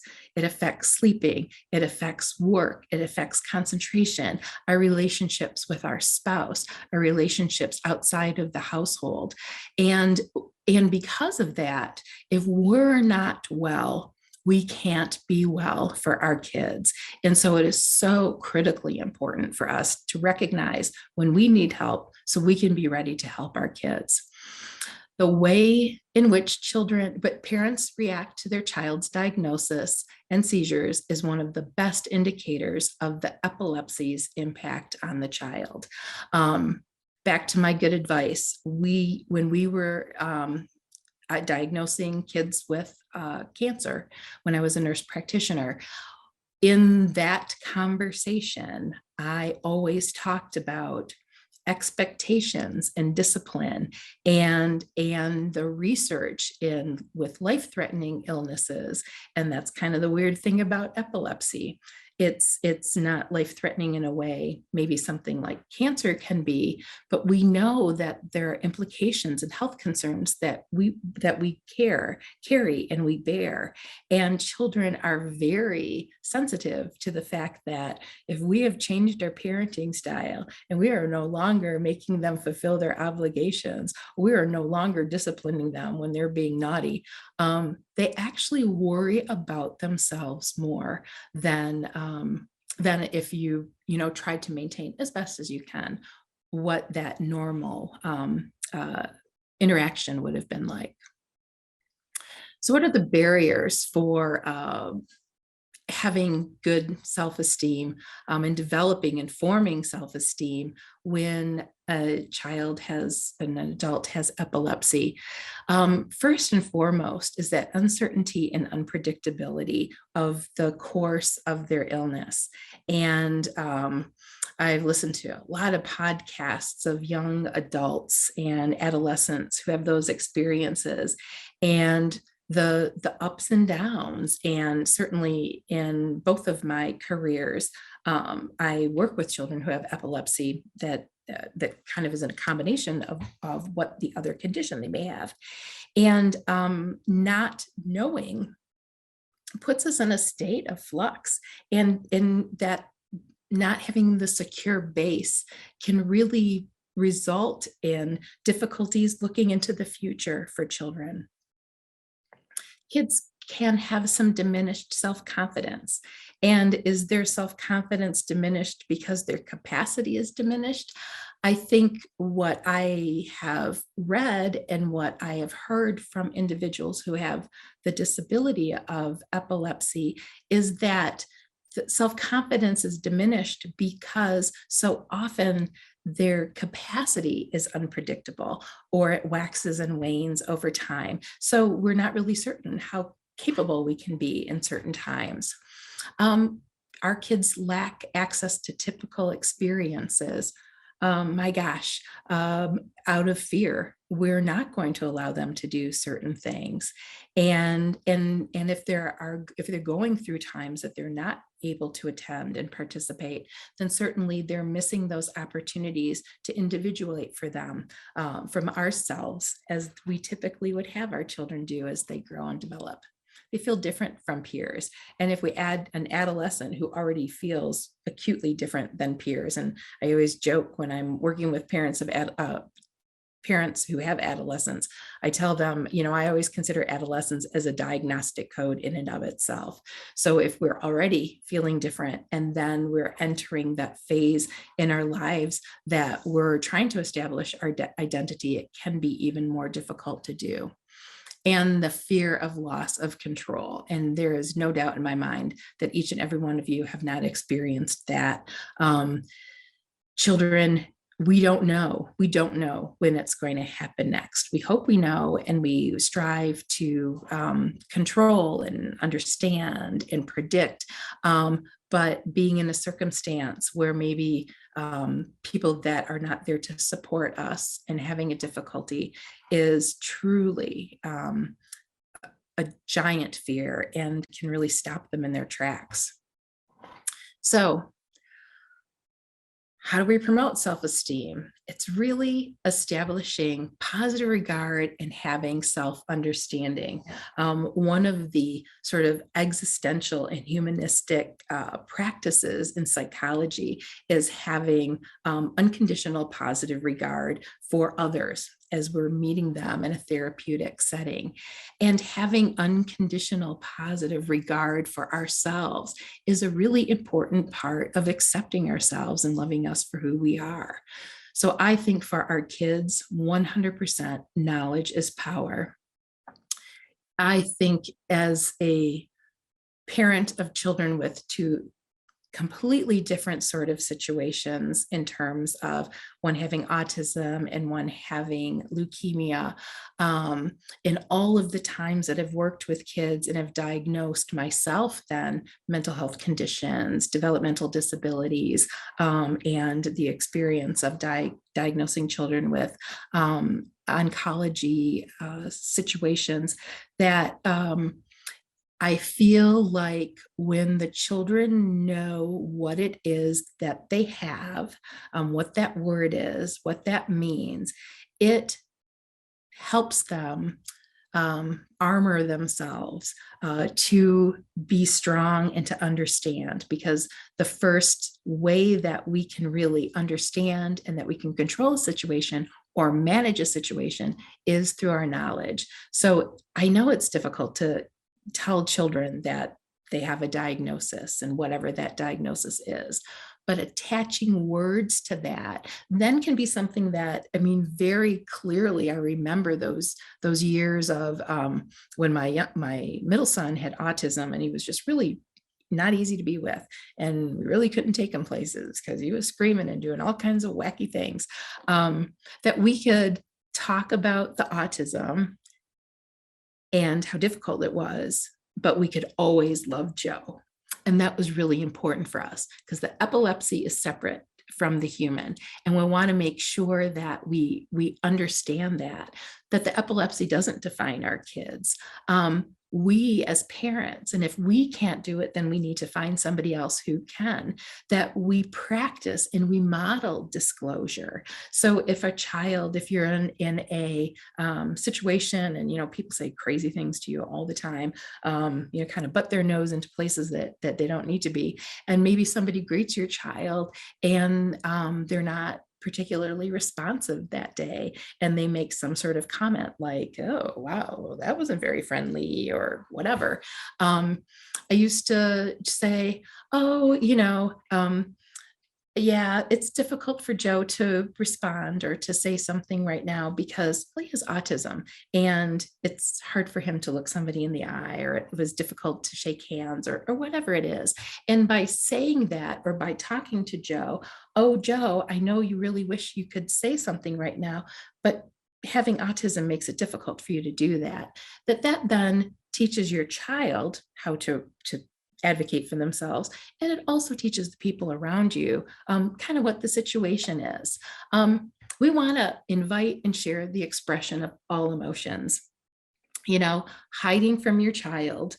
Obviously, we're not going to burden our children with big emotions, but I recall one experience that was really life-changing for me.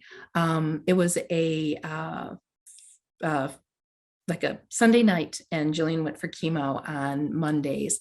And I was getting her in the tub, and she was just kind of, she was 6, she was being difficult. And so she was kind of being grouchy, and I was kind of being grouchy back, and she was sitting in the tub. And then it occurred to me, oh my gosh, I'm anxious because tomorrow's chemo day. You must be anxious. And I recall saying that to her and saying that, gosh, you probably are feeling sad or worried right now. And so am I. And I remember having that moment, and we actually cried together. And it was really a great connection because it's okay. It was okay for her to know that I was sad too, because we shared it together. And then we were able to sort of move past that. We want to emphasize what we can do, not what we can't do. There's a lot of things I can't do that I wish I could do, but I can't. And similarly, when we're handling and managing a disease like epilepsy, We need to normalize the condition.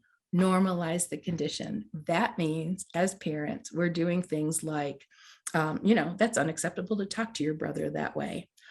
Guess what? And this was really important. My other two children really taught me this with my son who has autism, that he always got the preference. But when you have all those years of him screaming and crying and having a meltdown, you kind of, my PTSD would always, I'm going to defer to him because I don't want there to be a problem. And very interestingly, though, what that then resulted in was actually him stepping up, because it was like, you know what, you don't always get to sit next to me. It's their turn. It's their turn to pick. And having that, we call it the kid of the day. Anybody has more than one child, kid of the day or the kid of the week was an amazing thing. So the kid of the week got to sit in the front seat. Back in the day when they wanted to sit next to me in church, if it was the kid of the week, they were on my left side. It was last week, they were the kid of the week, they were on my right side, and the other kid was, one over. And so we just want to make sure that that we don't have any issues. We want the kids to learn how to make good choices and learn how to take their turn and to feel like they're normal, right? We want to help them seek ways to make a contribution. Just because they have disability doesn't mean that they can't help, that they can't help around the house, that they can't help in the community, that they can't provide support to other people. So what are some best practices? So first is the school plan. And the biggest part of the school plan is that missing school and missing instruction compared to students with other health concerns, the CDC says that students aged 6 to 17 years with epilepsy are more likely to miss 11 or more days of school in the past year. Also, they're more likely to have difficulties while at school and require things like special education services, accommodations, and supports. So how can teachers help? So teachers can help then by making sure that they're providing accommodations to support the education of the child, frequent repetition of material, redirection, cueing, giving memory learning strategies like creating mnemonics, giving extra time for assignments and exams. We don't have time tests. We can break tasks into smaller steps. We can provide brief tests instead of one long one. Know that we can use a recognition format for an exams versus a recall. So you have multiple choice questions, and maybe we limit those so we can have them participate, and that we're testing for understanding rather than for specific facts. And it's so important for us to test for understanding for kids and to really change the way that we provide our support to students, because that educational experience can be monitored and can be molded in different ways that can be really, really helpful for them. Parents, so back to missing school, the research links the following family factors to fewer missed school days. Parents who affirm the necessity of regular school attendance. Attending school is the work of childhood. And certainly if a child's condition is unstable, we can't send them to school. That's unsafe. But we have to make sure that they are participating as much as they possibly can. We don't want to be overprotective. We want to adjust to their disease. We want to develop those positive family school relationships. But, you should never have a nurse as a mom, because I was the meanest mom in the world. And if Jillian had chemotherapy in the afternoon and it was just going in for an injection, she went to school in the morning. Now, on the days that she was having a procedure and was unable to eat or drink until the procedure, well, I let her stay home. But it was really important for her to maintain that that routine and keep herself with her peers and focused on really important things. It's interesting as a clinician, and when we have children who are having behavior difficulties, and so sometimes the wisdom would be, well, we won't place a demand, so there won't be a behavior difficulty. But truly, if you don't have demands or don't have something productive to do, then what do you do? And so school is a really important part. And even if the role of our children at times might just be to help manage the materials in a group, because that's what they're capable of doing that day, that is still a meaningful way of spending their time. So, tools for success with that school plan. We have to involve our children in creating that plan. We got to teach all the other kids about diversity and disabilities.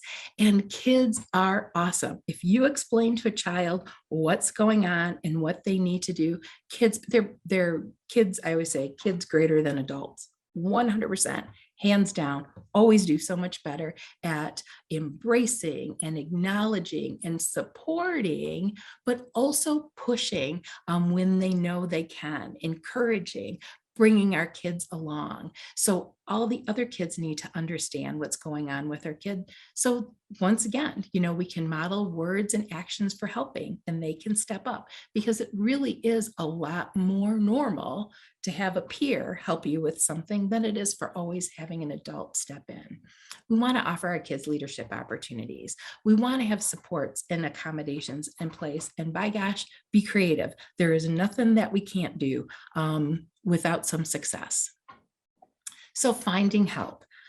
Moving forward, treatment providers, I think it is so important to have, for children, to have assistance with learning and managing their emotions, learning and managing their condition, and understanding who they are. And really what is very interesting about the circumstance, and this was certainly our experience with my daughter and my son, both of my kids, that when they were little, it really was not that big of a deal. But they both reached a point in their lives that they had a really good understanding of what it meant to have cancer or what it means to have autism. And there was a moment of feeling very devastated by that and having survivor guilt and all kinds of things like that going on. So engaging our children in therapy when they're young and they learn how to be in therapy can really help them when they reach those points and they're establishing their identity and their adolescents, or they're young adults and they're trying to individuate outside of the household. They have that to fall back on. They understand how to be in therapy and how to seek assistance. When we're looking for therapists, find somebody close to home. Psychology Today has a list that you can find online, and they talk about what the providers and what kinds of things and the types of individuals that they treat. I know that the Epilepsy Foundation has a list of epilepsy-friendly therapists. So clearly seek that resource list too. The good news and the bad news of the pandemic. The good news is we're doing this virtually. You guys didn't have to leave your house. That is amazing. And I think certain people in certain situations can engage in therapy in a meaningful way and virtually. But younger children need to be in person. They need to have the experiences with the adult. They have to have those interactions. They have to have those responses. It is really critical, I think, actually, except for somebody who's well seasoned in being in therapy, to have those in-person experiences, at least initially, to get some therapeutic kind of momentum going. We gotta allow time to establish rapport. Establishing rapport is the number one thing that we do as psychologists, and it does not happen in one day. Back in the day when I worked in peds oncology, and we'd bring the psychiatrist in because we had a kid with a problem, and they would spend an hour with the kid and we'd be like, are they fixed? And no, that is not how it works. It is a process. We have to trust the process and allow it to unfold. Never, ever report bad behavior to the therapist in front of the child. that's demoralizing. If you need to tell the therapist something, schedule ongoing parent visits intermittently outside of the ears of the child. But if you're sharing what the difficulties are and what your concerns are, do not share them in front of your child. That's really too much for them to bear. And then, one of my very favorite movie quotes of all time by Shrek is that ogres have layers. All of these situations have layers, and some of the layers and the layers create burden, and it gets our kids stuck or not able to do the things that they need to do. And as we alleviate a burden, like help them with disclosure, set up a good plan for school, establish a crew. When my son transitioned, my son with autism transitioned to our parochial school, they had the Crusader crew, and it was actually led by his brother, of kids that were there to help him on the lunch at lunch and on the playground when the adults needed to take their break. And that was really incredible. So when we alleviate those burdens and those layers, we can't always get rid of what the core concern is, but we certainly can make it more bearable and help our kids to really establish themselves, be included in their environment, and have that self-competence and that self-esteem. So I would just like to thank you again for inviting me to speak with you today. I am really hopeful that this program, it looks like it's really full of lots of really great information, and I hope you and your children have a wonderful day and a really, really great school year. Thank you so much. That was incredible. I am so grateful for that presentation from Laurie Lundblad, and she was unable to be present today, but she was very much looking forward to how this would go, and so grateful for her insights. And now we have Terra Depew with us, who's going to share about anti-bullying efforts at the state level. So Terra is going to share a screen, and we'll hear from Terra as well. Thank you. So just get started. My name is Terra Depew. I'm the Policy and Program Development Section Manager with Children's Special Healthcare Services at the state of Michigan. I'm going to tell you today a little bit about our bullying prevention initiative. We're going to go a lot of places today, so I'm going to move pretty quickly, and I just want to encourage you to pause me if you need me to, and then also kind of apologize that we're going to cover some background just so that I can give you the history that gets us to where we are today. So here's a little history about our bullying prevention initiative at CSHCS. So this started really as a passion of our director at Children's Special Healthcare Services, and also with some anecdotal feedback from parents that said to us that children with special healthcare needs really experience bullying differently and more often than children who are neurotypical or normally developing kids. So we were getting that feedback. And then in 2020, we had the opportunity to do a needs assessment for our Title V funding. And we really dug deep in data and saw that there was data that supported this as well. We relied heavily on the National Survey of Child's Health for data on that bullying background. So starting in December of 2020, we put together a committee to say, okay, listen, we've got feedback from parents. We have data that supports this. What are we going to do to really advocate for these children who are experiencing bullying more often in our schools? And so starting in 2020, we formed that committee. And then in 2021, from December 2020 to January 2021, we launched this small grants program that I'm going to tell you about today.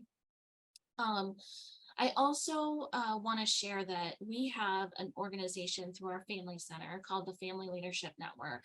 And this is a group of parents from all across the state. We have all regions represented that really look at CSHCS programming and provide feedback.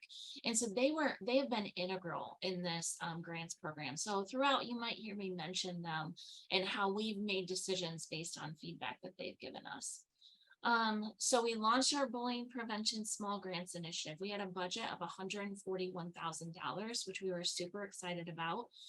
We designed a request for proposal for school systems, and we offered schools grants up to $10,000, which really is it's not that much money, but it is a good sum of money for a program like this. And the best part of that about that is we really encouraged schools to tell us what you need, right? So we didn't limit what you could spend the funding on. You could spend it on staff, you could spend it on busing, you could spend it on food, you could spend it on events. So we really tried to leave those funding options open. The two things that we required were, number one, that the funding must be used to either expand or launch a new START peer-to-peer program. We're going to talk about that in a minute, so don't get confused by those words. And then number two, the program had to impact children with special health care needs. So we started in January of 2021. We had to do 2 rounds in 2021 because we didn't get enough proposals to in the first round to spend that $141,000. So we did 2021, 2022, 2023, and we are in the process of accepting grants for 2024. And so far, these are the schools on the screen that you can see that have received our grants. We're aware that we've got a hole right here, and that's really one of the reasons why we're working on getting news out about the program to anybody that will listen. We want to see more schools in this area, and obviously we'd love to have more of the UP represented. And just to touch on grantee successes, so you saw all those schools that are implementing peer-to-peer programs with our funding. Here are just some of the paraphernalia that's been created as a result of our grants. But really what is most impactful is hearing from these schools that they are seeing, an improvement in their school culture, that the students that are involved in the program are increasing their confidence, that students with special health care needs report that they feel more supported in their school environment, and their teachers are feeling more satisfied with the environment and having less referrals to like a counselor or administration around bullying. So those are the comments that really tell us that this is working. And again, I told you I'm going to move fast because I had to give you that history, because really when we talk about our bullying prevention program, our partnership with START and their peer-to-peer program is really where the money is in this collaborative. So they really bring the best practices. So I'm going to spend the next few slides talking about the START peer-to-peer program. And I have to tell you, I wish our START partners could be here because they can speak this so fluidly, and I'm going to do my best. They just weren't available today. So hang with me. I'll try to answer questions, but if something comes up that I can't answer, I appreciate your patience and I will find you the answers. So what is peer-to-peer? Peer-to-peer is an evidence-based partner program. And the goal really is to promote belonging, encourage independence, and enhance academic opportunities for students with autism. I'm just going to add an asterisk right there after that statement. And it really is designed to embrace the individuality of a school while achieving improved outcomes for all students. And what makes our partnership with START really unique is that the START peer-to-peer program was really designed for students with autism. When we launched in 2020, we were looking for a best practice to implement, and we reached out to that family leadership network, and they said, the one thing that really helped my student was the LINKS program or the peer-to-peer program. We said, what is this LINKS program, So we started digging around. That's when we found START peer-to-peer. So we called a meeting with them and we said, parents are telling us that this really works to help with bullying in schools, but you're so focused on autism, and we really want to impact everybody with special health care needs. So we looked at their toolkit and we were like, this can be applied to a larger audience. So that makes it really unique, because START was focused on autism, and then this partnership with CSHCS has really opened it up to all children and youth with special healthcare needs. So this is a diagram that was created by a participating school. It talks about what has been impacted by implementing that peer-to-peer, and really that peer-to-peer is just doing what's right for kids. And you can see, if you can see it, it talks about creating a unified school culture, really encouraging collegiality. I can't believe I said that word right on the first try. And then positively impacting individuals. So I think this is just a great graphic from a participating school about what it did for their school system. So here's the real deal. I am not a clinic, I'm not an educator, I'm not a teacher, I don't have any background in education. I started working in healthcare when I was 14 years old, and I've never left. So when we met with START, I was like, I don't understand. You have to paint a picture for me what this looks like. And so if you're sitting there too, I'm hoping that this explanation can help. So what does peer-to-peer look like? The beauty of peer-to-peer is that it can be adapted for all schools. So peer-to-peer isn't an evidence-based model that only applies to elementary or high school. It really is a model that can be implemented and modified for whatever school wants to implement it. And what it does is it starts where schools can start. So some schools can go all in and offer a full credit hour for the peer-to-peer program. And their high school students have the opportunity to earn a credit where they come to class, they meet with their peer and participate in mediums of exchange, which we'll talk about that word later because I didn't know it either. So, and they get a credit for that. Other schools, they cannot sacrifice an hour of education time, and they're not willing to go that extra mile and offer a full credit of education. So it might happen on the playground. Kids who are involved in peer-to-peer kind of meet on the side, and that's where they participate in these mediums of exchange. Or maybe if there is inside lunch, they get together and participate in the peer-to-peer program. And sometimes it's an after-school extracurricular activity. So it really can be modified to the school, but the goal is that you're getting children of all different abilities together. They pair with one other student, and those students begin to build connections and relationships in an authentic way. And that authentic relationship building occurs through mediums of exchange. So mediums of exchange is basically just a word to say, how are we going to get people to connect? And so I can put together this slide that says, oh, video games or jigsaw puzzles. We have schools that do coffee carts. But again, mediums of exchange really is all about knowing those students and finding a way for them to connect. So for example, you may have a student with autism who is wildly passionate about wind turbines, right? And so the idea that you would find another student that is interested in engineering or science or systems, and you would put them together and they would find that connection, that authentic friendship over their shared love of science or engineering or mechanics. So the list of mediums of exchange is really endless when you know the students and know what connects them. And then this is the last thing I'm going to say about peer-to-peer. It really is based on a participation model instead of helping. So the model is with, not for.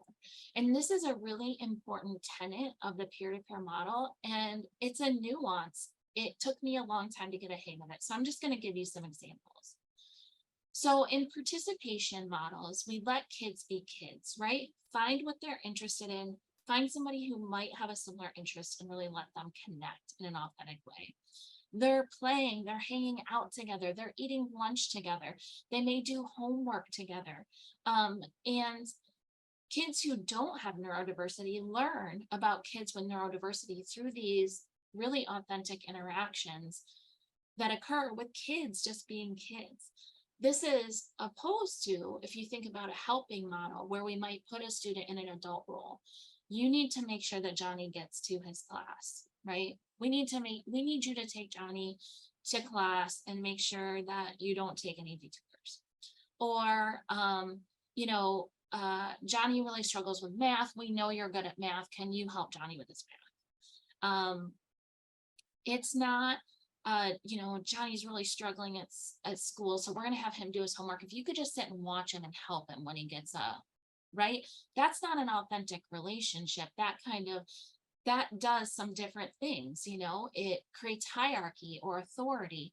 It gives that other student a position over that other student. Versus when you really engage in that participation model, when you accept it for what it is, you raise those expectations, the learning and the experience becomes reciprocal, right? So one student may be, having an easier time with math, and the other student is realizing that even though math comes really naturally to him, it can be a struggle for other students. They're learning that in authentic relationship. And it's about equality, right? We're all here. We're experiencing life very differently. I'm getting to know you, you're getting to know me, and we're connecting. And it really creates allies. And this is where there's no formal training about being an upstander in the START program. But you start to see that just naturally in these relationships. It's different than any class I've ever taken. You're always moving around, you're always talking to people. So the peer-to-peer program, it's not just a normal class. Kids who need help with English or anything, that's what peer-to-peer does. So peer-to-peer at Petoskey High School is an elective class where our students in general education get credit, and the purpose of peer-to-peer is to support our students in special education with support in social interactions, academic settings, and just really to help encourage them to be part of our school community. It's like having fun with doing what you're supposed to be doing in your school classes. It changed the way I looked at a lot of students. I learned to be more open and just understanding that we're not all the same and that we can all learn from each other. It's a lot about how it changes the culture of the entire school. I've had a really good experience. I've been doing it for a really long time. It's more just hanging out and helping each other and growing and learning together instead of like different. But it's really a place where you can make connections with people, you can grow, you can learn. I know I've grown a lot, kind of seeing things from like a different perspective or seeing things in a different light. And it's built my focus and my confidence as well. It's opened a lot of doors and made me realize a lot of things I didn't know were good about myself. So we have a young man and woman that have been peers since elementary school, but what's been awesome about the dynamic is that they just emulate what we want from peer-to-peer, and it's just that they have shared interests, they have shared hobbies. So Kevin and I, we've been friends for a really long time, and he's one of my best friends. I have some really, really good friends now that I'm gonna walk out with this year. On Fridays, we have a coffee business where we make coffee. So we get the coffee orders ready. We go out in the hallways, go to those teachers, go to their classes, deliver their coffee. I have 2 peer-to-peer students in my classroom. It has been in so many ways life-changing having them in my classroom. These students they're working with, it's bringing them this new confidence and this excitement about what they're doing because they have that built-in support and they basically just have a built-in friend. I think you should join because it's really fun and there's not a downside to it. I mean, everyone wins in this class. Peer-to-peer has been life-changing for all of our students involved to help foster those relationships so that our students in special education are just part of our school community. They're doing what a typical high schooler would do. You get your work done, you get their work done. It's a lot of fun. So I think people just need to be like more aware that this is a program and it is a thing and that it's here and it's amazing and it definitely needs to grow and expand.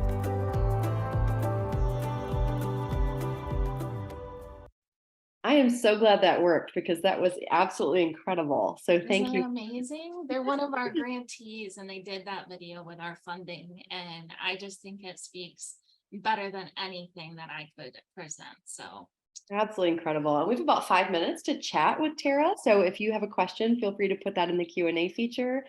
I do know one question people are already asking is, hey, how do we apply to maybe be a part of this and have our school do this?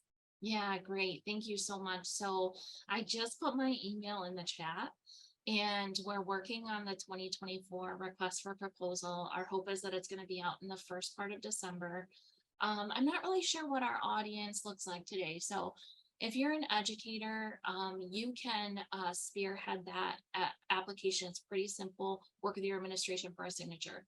If you're a parent, all it takes is one presentation at a school board or finding that educator that you can really hook, and get interested in the program to support a grant application like this. So send me an email, let me know that you're interested. I'll add you to my list of people to send the grant application. Amazing. And this is clearly one of those kinds of programs where the ripple effects are so big because, yes, it helps individuals, many individual students, but it creates a culture change throughout a whole school, and these students are going to take that with them into their lives, which is just so wonderful. How many grants will be awarded in the next year, as far as you know? Right. So our budget is $141,000 and we do allow schools to apply up to $10,000. So it all depends on what requests we get, how many will be funded. We get about 35 to 40 applications every year, and we score those via a rubric system, and then we just fund as many as we can with our budget. And that's ranged from 13 to 17. Amazing. Thank you so much. And I wonder if you can share a little bit, just more feedback that you've heard from students, from educators, some of these success stories and maybe the themes that show up there. Thank you. Yeah, absolutely. So what we hear from educators primarily is about the confidence increase that they see in both sides of the participating students. So really seeing that confidence boost. We also have a million videos. If I had all day, I would just show you videos all day of success stories where, maybe the peer assignment for a child with autism is a football player, and that child with autism ends up getting adopted by the whole football team, and there's this great story out there of a school designing a play specifically so a child with autism can score a touchdown. And that's like a whole football team effort, right? So when you talk about it's contagious, once you start showing kids how they can relate to children who are different than them, it really is contagious. As far as other success stories, teachers get really invested in the program, and they rave about the peer-to-peer training through Start. So as far as professional development, our grantees are really enjoying that kind of professional development through Start. So those are some of my examples. That's great. And that's actually a follow-up question I had too, just to ask what does that training look like, and what sort of content might be found there? Yeah, so Start does a great job. Number one, they have a toolkit available on their website, and maybe after the presentation, I might just throw some things in the chat. If that's okay. A link to their toolkit. So they really help schools implement all the way through. Their trainings focus a lot on how to create a participation model versus a helping model, because that's a struggle for a lot of schools. And then also those mediums of exchange, how to fund mediums of exchange, how to implement mediums of exchange into a classroom. And of course, I'm drawing a blank on some of their other trainings, but I can find that link and put it in the chat as soon as we kind of wrap up here. Wow, that's great. And I know often with grant funded programs, part of the hope is that there will be sustainability and that a school can continue to implement this after the grant period. Is that a hope or expectation as well? Yeah, that's a great question. So I mentioned that this initiative has moved very quickly. And as like an internal team, we're really challenging ourselves to take a deep breath and step back and consider some of the fallout from being a successful program, right? Yeah. Because now we're going into year 4 and we have a lot of schools that have received it year after year. So our committee has to make that decision. Like, do we want to continue to fund these schools, or do we want to fund some new schools? Let's see, what was the question?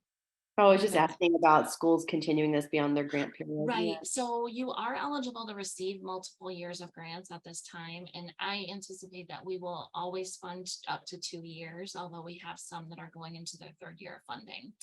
But we also do a technical assistance webinar every month with our grantees, and we pick a focus of the month.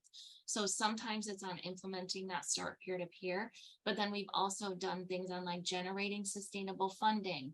How do you promote your program out in the community? You know, different ways to make these programs sustainable, but also engage community in what we're doing, because kids emulate what they see at home. We all know this, right? So if we can take peer-to-peer and really share that up even into families, you know, that would be amazing. So different continuing education trainings on how to kind of reach out and secure that funding. That is incredible. And this has been such a valuable session. I'm grateful for Laurie Lundblad, how she presented, and all that you presented, Terra, and you've introduced us to something wonderful. So I did see a few questions for you specifically in the chat. So if you want to just scroll back through those a little bit, you may do that. And then also put some resources there. So thank you very much. Yeah, thank you. Yes, thank you. Do you want me to respond to questions verbally or just in the chat? Oh, you can just respond in the chat. That would be perfect. So thank you for your time and all that information today. And with that, we are going to transition to our final session of the day. And this is a beautiful one.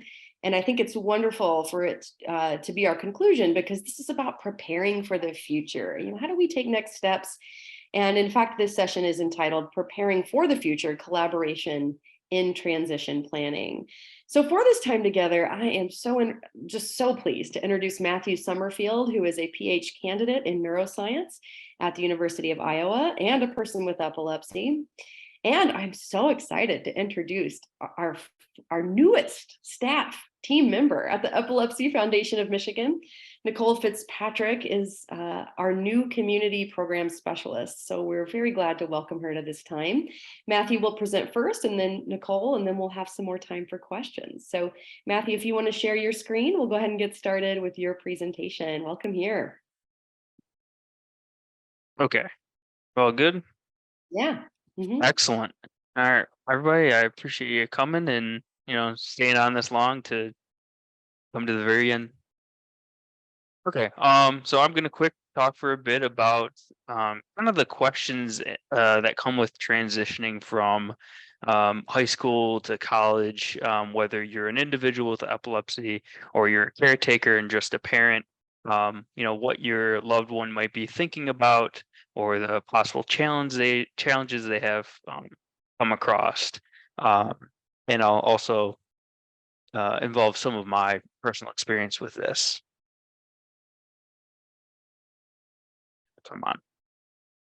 It might be a little laggy. Here we go. Okay, well, who am I? I'm Matthew Summerfield. Hello. I'm a husband, I'm a son, I'm a friend, I'm an epilepsy advocate, and of course, I'm 1 in 26. So I'm originally from Saginaw, Michigan, where I did my high school at Swan Valley. Then I went to Hope College in Holland, Michigan, just across the state. And then now I'm in the Great Plains of Iowa, working on a PhD in neuroscience, where I study epilepsy in SUDEP. I was first diagnosed in February 2011, at age 11. And I was diagnosed with idiopathic generalized epilepsy, and I had tonic-clonic seizures and developed absence seizures. I went through a series of medications, and I'm currently taking Keppra and Depakote, and that seems to be working. Been seizure-free for quite some time now. I'm actually on a reduction of Keppra finally, so that's pretty good. I'm glad things are working with that. But before I get started about all these questions that pertain to what life with epilepsy looks like for a young adult, I just want to reiterate some basic points here. not everyone's story is the same. We all have different avenues of life that we want to approach, different things we want out of life, different jobs, different career paths, things like that. And we all have different types of epilepsy, different types of seizures, and different abilities that come with that. And so you need to understand that, well, one model of someone isn't the same for everybody else. We're all different, right? And so with that being said, the best thing we can do is, to grow a support team around that individual. And if you are the individual, don't be afraid to ask for help of your support team. And in the end, you must just inform, make sure like the people around you know you have epilepsy, what to do in the event of a seizure, and just so that, well, in case one does happen, your teacher knows what to do, your boss knows what to do, your classmates, your coworkers, to create that safe environment around you.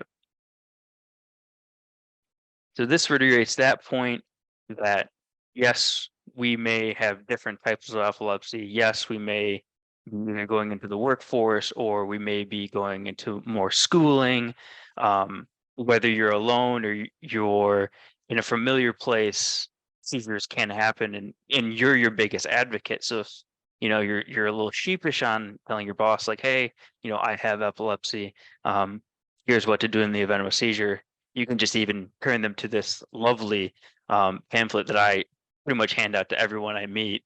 The basic seizure first aid rules to follow. It's not much, and it really provides a nice kind of mechanism to introduce someone to epilepsy. Okay, so let's get nitty going on here. So as someone's getting ready to go to the next chapter of their life, they're like, say they're a junior or senior in high school, they're thinking, well, do I go to college? Do I go to trade school? Do I just enter the workforce? If I'm leaving my home and no longer living with my parents, do I want to live independently? Do I want a roommate? Man, if I'm going to college, I'm going to have some random person as my roommate. What's that going to be like? And then also questions that pertain to, well, going from, pediatric neurologist to an adult neurologist, or even an epileptologist, someone that specializes only in epilepsy medicine. How do I handle going to the doctor by myself and making sure I get my prescriptions on time? There's a lot that goes into becoming a more self-sufficient and more independent young adult that, some of us just not really ready for, because we've been, constantly just getting our homework done in high school and, doing sports or clubs or whatever, that we haven't really thought about these questions.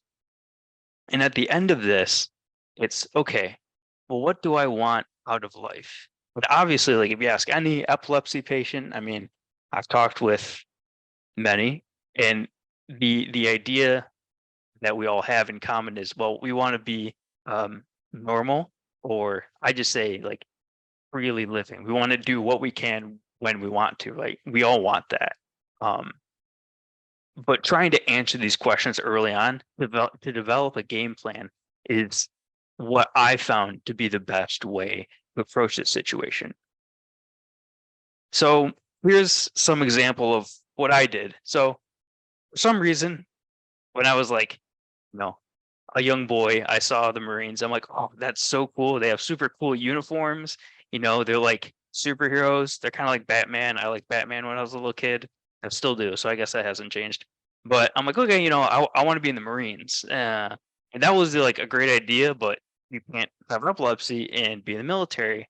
But then I was introduced to the United States Military Academy, where they're like, okay, well, if you get in, you can get a medical waiver that says you're fine. And so I did that, and well, that didn't turn out to be entirely true, because the Department of Defense really handles the medical application, and they denied my medical waiver because, like, listen, you have epilepsy. That's a pretty big red flag. So I'm like, oh shoot, looks like I have to go to college, because I still had this idea. It's like, okay, well, if I can't serve my country, I can serve people with epilepsy. And so I went to college to study neuroscience. And now I'm still in school studying neuroscience, but now I'm in graduate school where I actually get to do the long awaited for research. So you can see that, you know, when one plan fails, you kind of go to your next one and your next one and your next one. And I modeled my life more around how can I still do what I want to do, but now I get to help people with epilepsy. But some of these questions when I arrived at college, not so much about, okay, you know, how do I register for classes? Where is the bookstore? Did I get the right books? You know, stuff like that. Those are the basic questions. But when I got to college, I discovered that, well, things are a little more difficult because there's a little more independence when it comes to navigating the environment. And having epilepsy is a bit more complex. It's just another kind of weight to lug around. And I found that it was hampering my life, really. It affected my performance in class. And I wasn't getting, you know, proper sleep. Life was just a mess. And as a result, it kind of affected my health. I started having some absence seizures, and, you know, I was afraid that it would turn into a tonic-clonic seizure. And so I reached out to my university's, well, it's not a university, it's a college, their disabilities and accommodations resources office. And, you know, I explained my situation and I said, hey, like, I have epilepsy, and part of this, like, my medications kind of screw with my focus, and, you know, the whole list of issues that come with just living with epilepsy and taking anti-seizure medications. Working with them and then my physician, we were able to provide some accommodations for my classes, as well as living arrangements to better facilitate, how do I word this properly? Living with roommates that don't want to help you if you have issues with epilepsy. Unfortunately, yes, there's people out there that live like that. In addition to just on-campus stuff, I had to understand, like, okay, well, I need good access to my medication. So I had to find, like, a nearby pharmacy and reroute my medications to go to that pharmacy rather than the pharmacy back home. Another hurdle is, well, you know, you go to a new environment and you have all these new teachers, you know, they're fancy now, so they're called professors. And, you know, their job is to teach and, you know, make sure, you know, well, no, they don't have to make sure you come to class, but they have to teach, and that's just their job. So there was a bit of, like, restraint on my behalf. Like, I don't want to, like, go out of my way to, like, say, hey, you know, I'm one of your 60 students in your class and I might just have a seizure, and this is what you have to do in a seizure. But after about 3 days about thinking about that, I'm like, well, you know, if I do have a seizure, that's bad. And, you know, just talking to the professor 5 minutes after class to say, here's what to do in the event of a seizure isn't the worst thing to do. And, you know, then I started doing that with every single professor I met. And, you know, it's a bit of a complex situation because there are some people that have no idea what epilepsy is. And then the other half of people like, oh, I know someone who knows someone, or my, you know, sibling had it growing up or something like that. So it does help develop some nice relationships.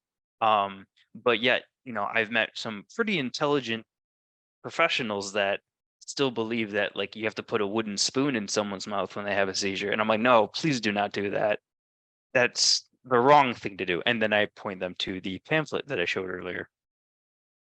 And while I was at my undergraduate, I tried to navigate not only our disabilities resources, but also, like, the training of our staff to create a seizure safe campus, which, like, we passed the legislation earlier last year, I believe. Hopefully someone can correct me on this, but the Seizure Safe School Act, which is just like, okay, well, why, like, everybody knows the Heimlich, right?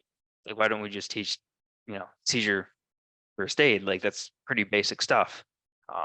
But, you know, sometimes red tape gets in the way of basic thinking. So in my years at at Hope College, I saw a nice transition there of, some of my professors very much understanding, okay, like here's what to do in the event of a seizure, here's what I need to look out for. And it did create a more caring and nurturing environment there that I saw. And that was nice to see.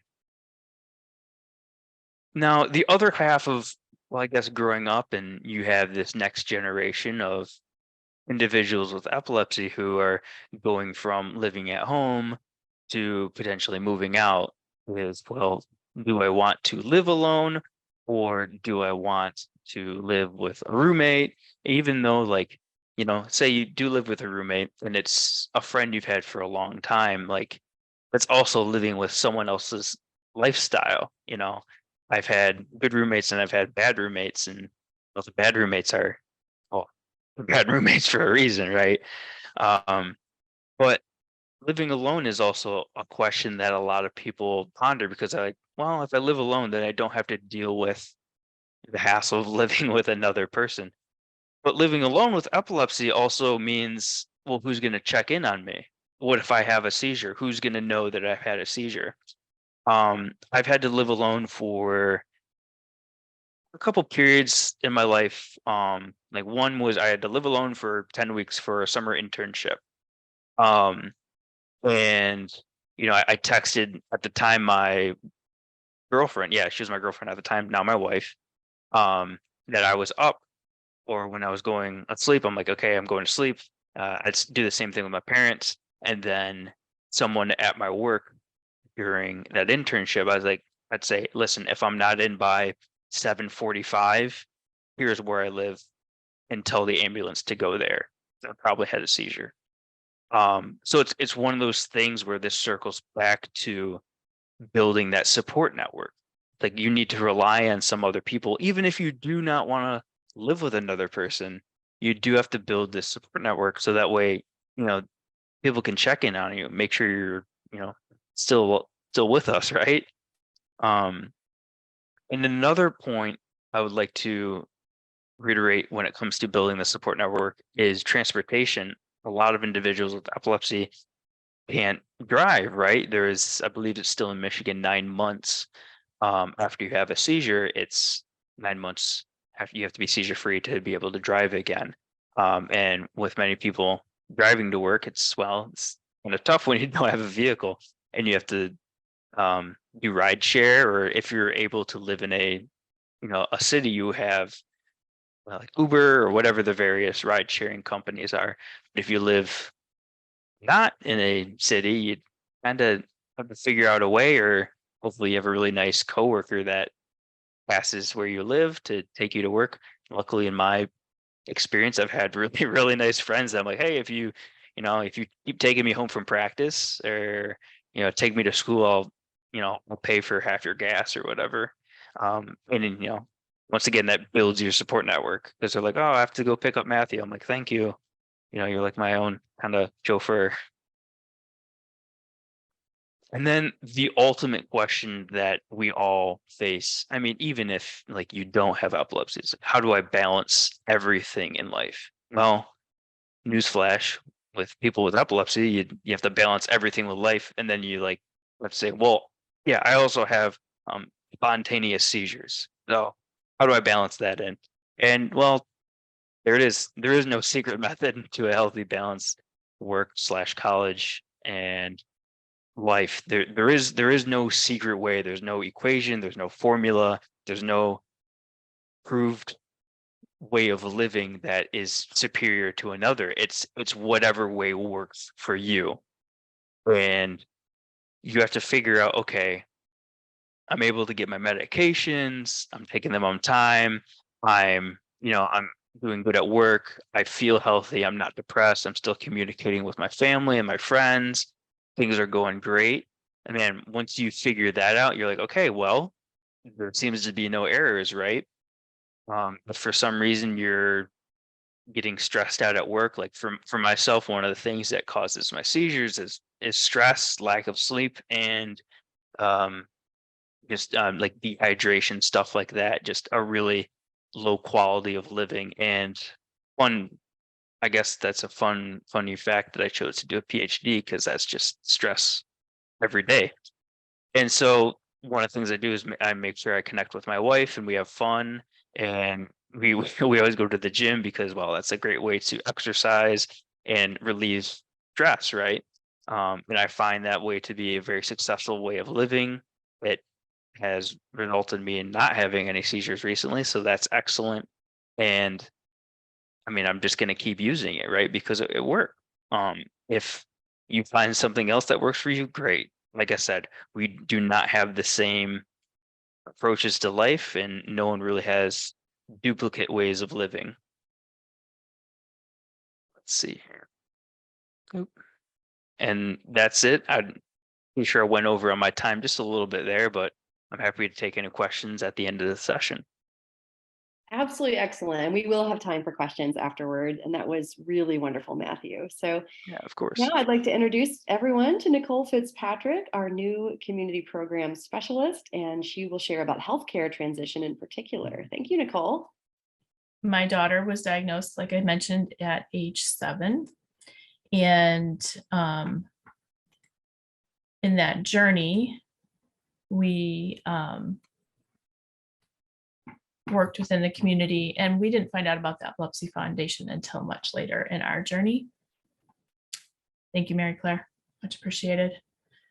So I hope you find the information and reference material that we provide today useful. So change is an event, but a transition is the process that we go through in response to the change. Much of the information that I pulled from today is from an organization that's called Got Transition, and they have a family toolkit for pediatric to adult healthcare transition.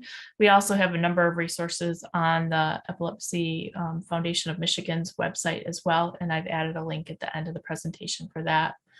The toolkit that I referenced was developed for families to use during pediatric to adult healthcare transition, and includes resources for parents, caregivers, as well as the youth and young adults. So parents are familiar with the many transition that children experience as they grow, their first steps, their first words, the first day of school, last day of high school, etc. But what about the last visit to the pediatrician or the first visit to an adult doctor? I think this is a transition for every child, but most specifically becomes so important to plan for when we have a child with complex care. And so many parents and youth do not consider this transition until it is suddenly upon them. And this can be even more true, as I mentioned, for children with special health care needs. So just a little bit of planning. I think it aligns nicely for a lot of the things we talked about today with giving children that self-esteem and the independence and helping them grow and learn how to manage this on their own. It's a crucial process and ensures a seamless shift from pediatric to adult focused healthcare. Again, promoting that independence, improved health outcomes, and overall well-being as they navigate the challenges of adulthood. Next slide, please. So what is transition planning? It refers to a coordinated process that helps individuals prepare to smoothly transition from one life stage to another, just in simplest of terms. And again, for the purpose of today, we're going to focus on that healthcare transition. Next slide, please. So why healthcare transition planning, or that HCT? Kids go to school to gain an education and prepare for transition to adulthood, but they are not taught about what's involved to manage their healthcare. When we intentionally focus on age and ability to age-appropriate discussions, we are giving them the life skills necessary to manage their health and care going forward. They also learn other valuable life skills along the way, such as autonomy and self-management. Transitioning empowers young adults to take more control over their healthcare decisions and self-management. Learning to manage appointments, medications, and treatment plans on their own fosters independence and responsibility, skills crucial for adult life. I'm going to pause for just a moment, and I want to say that these are all as to their abilities. So when I talk about this, keeping in mind that Not everybody's transition process is the same, and not everybody has the same end goal for transition. So just keeping that in mind, these are just talking in terms of general use. The next area here is mental and emotional health. Youth with complex medical needs often face unique emotional and psychological challenges. Transitioning allows them to access or to address their evolving mental health needs, such as adjusting to changing life circumstances, managing stress, and building coping mechanisms. Continuity of care. As youth with complex medical needs approach adulthood, a well-planned transition ensures continuity of care, allowing them to smoothly move from the pediatric setting to an adult-focused healthcare environment. This helps prevent disruptions in their medical management and prevents gaps in their healthcare. Age-appropriate care. Pediatric healthcare focuses on the unique needs of children and adolescents. As youth with complex medical needs grow older, their medical needs and priorities change. Transitioning to adult healthcare allows them to receive age-appropriate care that addresses the specific medical, psychological, and social aspects of adulthood. Legal and ethical considerations. The legal framework around medical decision-making and consent changes as individuals reach the age of majority. A healthcare transition ensures that young adults understand their rights and responsibilities regarding medical decisions, consent, and privacy. Preventing health disparities. Without proper transition planning, youth with complex medical needs might face gaps in care, difficulty accessing appropriate medical services, and increased risk of health disparities. Transition programs can help bridge these gaps and ensure equitable access to healthcare. And then improved outcomes. Studies have shown that a well-executed healthcare transition leads to improved health outcomes for young adults with complex medical needs. They are more likely to receive appropriate medical care, adhere to treatment plans, and experience a better overall quality of life. In family support, transitioning isn't just about the young individual. It involves preparing and supporting their families. Effective transition programs help families understand their changing roles and responsibilities in the young person's healthcare journey. Next slide, please. So transition planning should ideally be phased over time and can start as early as age 12. The next few slides will provide some highlights of what to explore across these tween and teen years. These timelines are also covered in more detail in that toolkit that I mentioned earlier, and links will be provided. Next slide, please. Again, please note these are all suggested timelines and not in any way made to say that they have to happen in this time frame. It's all very dependent on your children. You know your children best, for sure. But ages 12 to 13, we can start this transition process by helping your child to learn more about their health condition, medications, and allergies. Encourage them to ask questions during their medical appointments. When preparing for appointments, help your child create a list of their questions and then encourage them to ask those during the appointments. Ask your child's doctor if and at what age they no longer care for young adults, so they can be prepared for that. Next slide, please. Age 14 to 15, talk to your child about their health, healthcare, and family medical history. Both you and your child can take their Got Transitions website. They have a transition readiness assessment, one for parents and one for youth, and discuss this together and with the doctor. Talk to your child about their health insurance and provide them with a card for them to carry and present at appointments. Usually at this age is around the time that they're in high school. They're already carrying an ID for high school typically. So having them carry their medical card as well, their insurance card. Talk about seizure action plans. Hopefully you've been talking about that as we talked earlier, and ways your child can create allies to help in case of emergency. I know it didn't happen right away, but throughout my daughter's high school, she did start in every class to ensure that there was someone in the class with her, a peer that knew about her epilepsy and could help her in the case of emergency. Encourage your child to help you make a doctor's appointment and order prescription refills, either by phone, online, or through an app.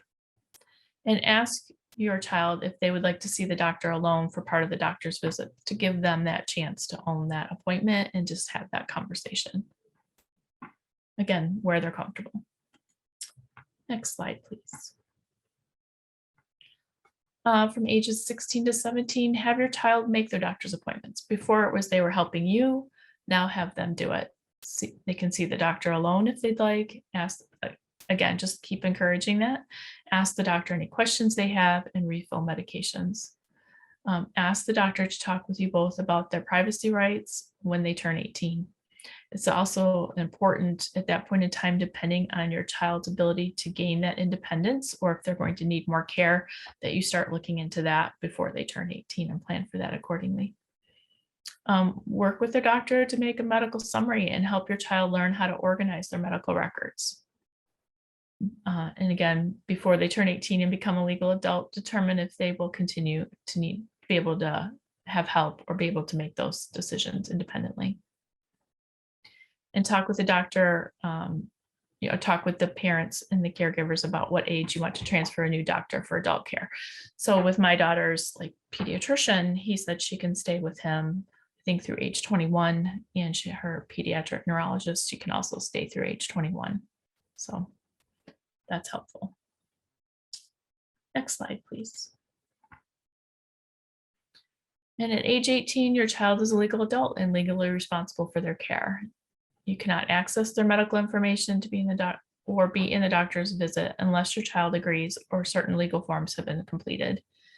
If you need local resources on supported decision-making, Family Voices can help with that. We also saw the shared decision-making. We have those resources on the Epilepsy, the foundation website. It's also at Children's Special Healthcare Services. And continuing in that evolution of encouraging your young adult to make their doctor's appointments, make sure they have all that information, they know how to contact them, that they're using the portals if they have them. And then again, the whole carrying their card with them for their medical and their insurance. Next slide, please. So as parents and caregivers, again, they grow up so fast. And remember, your goal is to shift from being a primary caregiver to an advisory role. And this can be challenging for many reasons. We've spent a long time learning all the ins and outs and taking care of them, but beginning early to help your child through this transition gives them confidence, and will also give you the confidence that they're ready and that they're able to sufficiently and be able to transition into this role for themselves. And letting go isn't a sink or swim. It doesn't mean abandoning your child. That's why, again, this transition process is so important and starting early. I didn't have this information or knowledge to do that as early as I would have liked, and I know that it would have been very helpful. But I have followed a lot of these steps when I did find it, and helping my daughter move and transition now into her second year of college. Next slide, please. So when we think about our children as adults, what do we want for them? We want them to be happy, to be as independent as possible, to live and be included in their community, to have friends and relationships, and to be healthy. And having the knowledge and confidence to make the choices about their own lives and their own healthcare. The healthcare transition for youth with complex medical needs is a crucial process and ensures a seamless shift from pediatric to adult-focused healthcare, promoting independence, improved health outcomes, and overall well-being as they navigate those areas of adulthood. So the next slide is a link of resources, which we will share with you. And that concludes what I have, but I do want to mention one additional thing. So the very last slide, page 14, or slide 14, in addition to the funding that we have for this training that we did today. Oh, and you don't have slide 14, do you? Sorry. In addition to the training that we did today, The Michigan Pediatric Epilepsy Project, which is one of the funders of this training, is also sponsoring a free program called Navigating Healthcare Training for Parents of Children with Epilepsy. There are 2 sessions scheduled coming up in September. One is 2 half days. Yes, and I will share that at the end as well. 2 half days on September 13th and 14th, and then September 30th, a Saturday, all day. So one option is that 13th and 14th half days each day, or a full day on September 30th. And we will share that information and how to register for those. Awesome. Thank you so much. So we now have some time for questions, and I have some questions for both Matthew and Nicole. So Matthew, you can rejoin us, and anybody can put your own questions in the chat. We would love to hear from you, or the Q&A feature rather. So thank you both. I think these are the kinds of questions that parents find themselves asking over time. And I'm sure that children and teens and young adults, I know they're asking these questions too. So everything you shared today was so important. I am curious, Matthew, when you think about your classes at Hope College during your undergraduate years, or maybe now in your graduate classes in Iowa, can you share some moments or some contexts where you were accommodated very well? I mean, we often talk about things where when they don't go well, but maybe you were accommodated well, or you felt especially respected in your epilepsy, and what made that the case? I love to lift up some things that educators do that are best practices. Yeah, definitely. So there's kind of 2 ways this goes. Is like when you introduce the idea of like, hey, talk about that you have epilepsy, and here's what to do in the event of a seizure. When you talk with like your professor or teacher, you're gonna have either one of 2 responses. One being, okay, thanks, and the other one being like, thank you, tell me more, like a more enthusiastic response. And the professors that gave that more enthusiastic response would more or less routinely check in with me, like, hey, how you doing? How are things? Have you like had any like seizures in my class? I'm like, no, I think you'd notice. And another way is through accommodations. I was able to receive, I think, time and a half on some of my examinations because when I was having the absence seizures, I'd just like stare off blankly and then like forget, like, okay, like, wait, how did I get here? And so having that for my examinations allowed me to complete them on time, which was very beneficial. Yeah, I'm sure. So yeah, those are 2 quick examples of kind of how me reaching out, expressing like, hey, this is what's going on, and then them coming back and helping me and checking in on me, kind of showed that there are actions that can be taken to help someone with epilepsy. Yes. Well, that's really wonderful. Thank you for sharing that. And Mhm. Nicole, I really want to bring the same question to you for your daughter. Were there some moments in high school in particular where she felt especially supported and cared well for? Yeah, thank you. That's a great question. So I think meeting with the teachers and having that conversation facilitated by the school nurse was very helpful. And she felt supported in that way. And getting the extra time for some of her tests, she did have a 504 plan in place, which did give her a little bit of extra time for taking some of those tests, which then that also carried over into the SAT when she was getting ready to take the SAT, which was wonderful. Although she said, she didn't want to be in there that long taking that test, but it was nice to have that extra time to be able to do that. And then the buddy system, coming up with that buddy system in the class and making sure that the teacher knew who their buddy was. So if she did need help, that they knew who they could call on. So those were all ways that she was able to help navigate that environment. I love that. Thank you so much. Matthew, I wonder if you might give us a little bit of an example for some of the teens who may be joining us, or who may be seeing this later on a recording. As they get older, they will begin to take on more responsibility for their epilepsy, and that's going to continue beyond high school, well into the young adult years too. So when you think about those times in your life, what did they look like for you? Things like taking care of your medications, coming up with questions for your doctors, working on managing stress and building rhythms of good and intentional sleep. So as teens are getting older, how would you encourage them to care for themselves more intentionally? I'd love to hear that. Yeah, well, you kind of just take it step by step. Obviously, like any questions I had, I'd quick ask my parents, like, hey, I'm having this issue with this prescription at this new location. Why is this the case? And then my parents are like, oh yeah, I remember we kind of ran into that same problem. You have to call the doctor again, and they'll like write you a new prescription. And so that's like a quick fix. Or when scheduling appointments and dealing with insurance, luckily we live in a very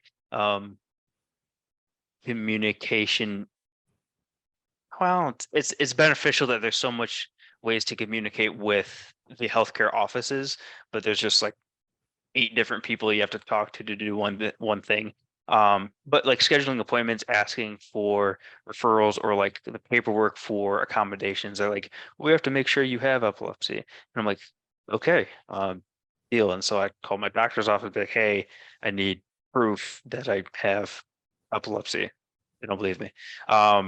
So yeah, like doing things like that, and it's just like you just kind of grow into it. It's a step-by-step process, like I said, and you know, go back to people that took care of you in the beginning when you have questions, because they know best.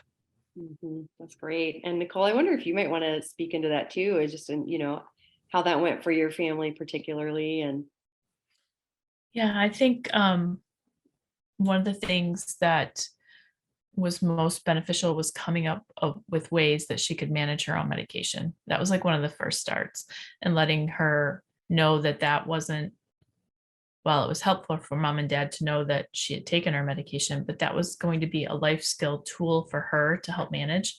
And this was an outcome of a situation that we encountered, where at Christmas time, when life was so busy and we were doing all the things, it was like 12:30 at night, and we couldn't remember if we'd given her medication or not. And so it was that panic moment of, what do we do? And so we started to come up with a new way, but then also helping her to transition that into her own and managing that on her own.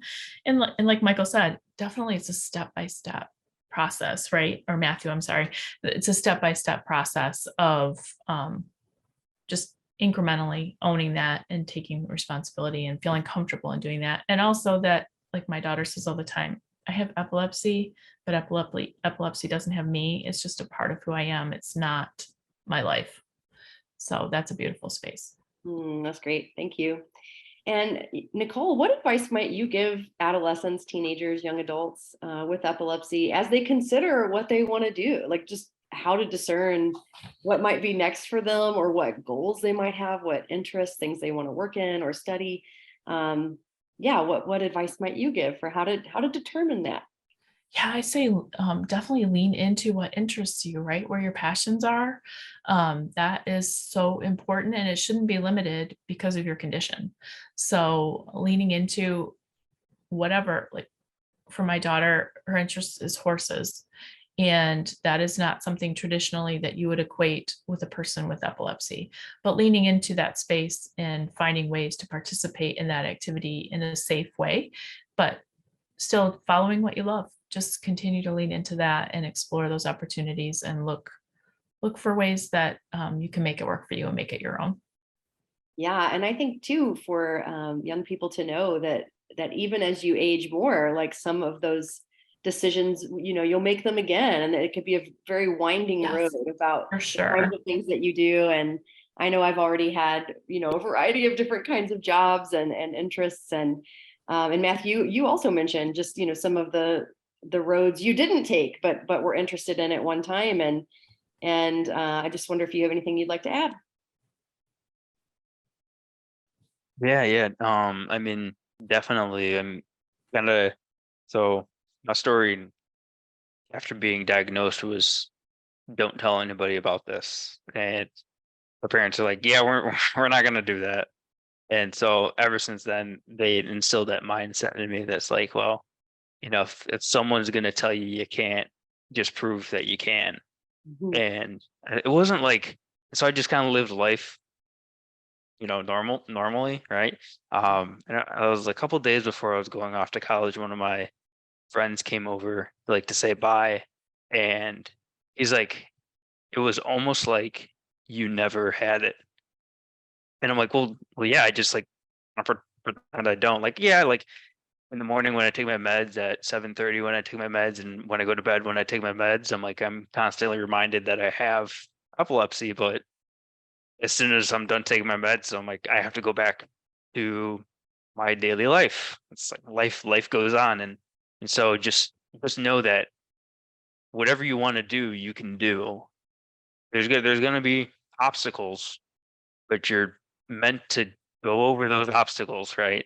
And the best way to go over any obstacle is to have that support network that I'm talking about. And I'm just saying, like, your friends and your family, but it's like you can choose who you're surrounded with, and surround the people that are there to pick you up when you fall down, right? Like it's that simple. Yeah, I think that's absolutely incredible. And that's something we all need. We all need that, and we get to practice and we get to invite people into that all the time, which I think is wonderful. Another question, how can peer support groups and be a part of that network, and how can that create a smoother transition for teens and young adults? I know we have support groups for teens and for young adults at the Epilepsy Foundation of Michigan. Just wonder if anybody wants to chime in about that. It can be either of you.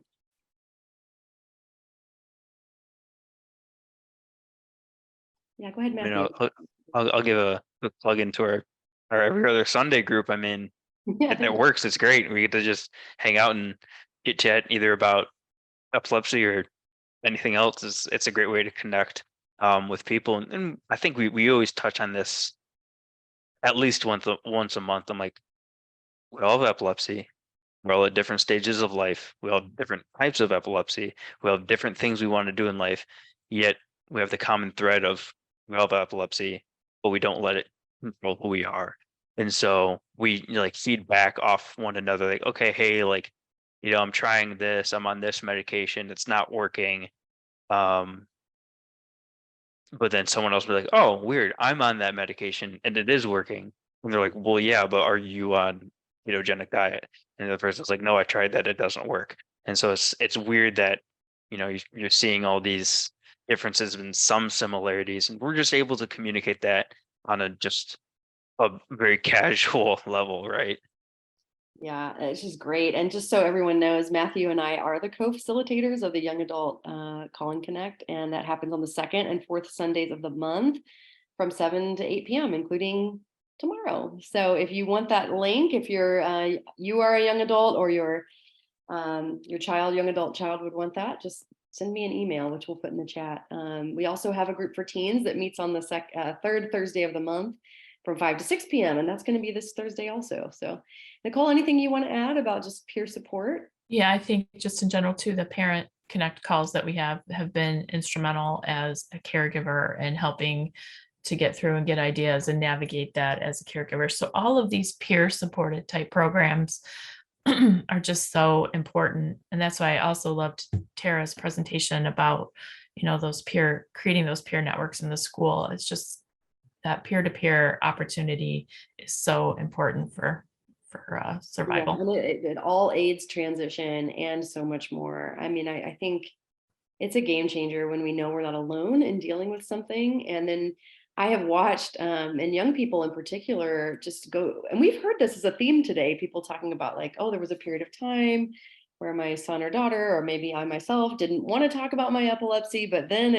I really internalized this and I felt empowered, and I wanted to talk about it and be an advocate all the time, right?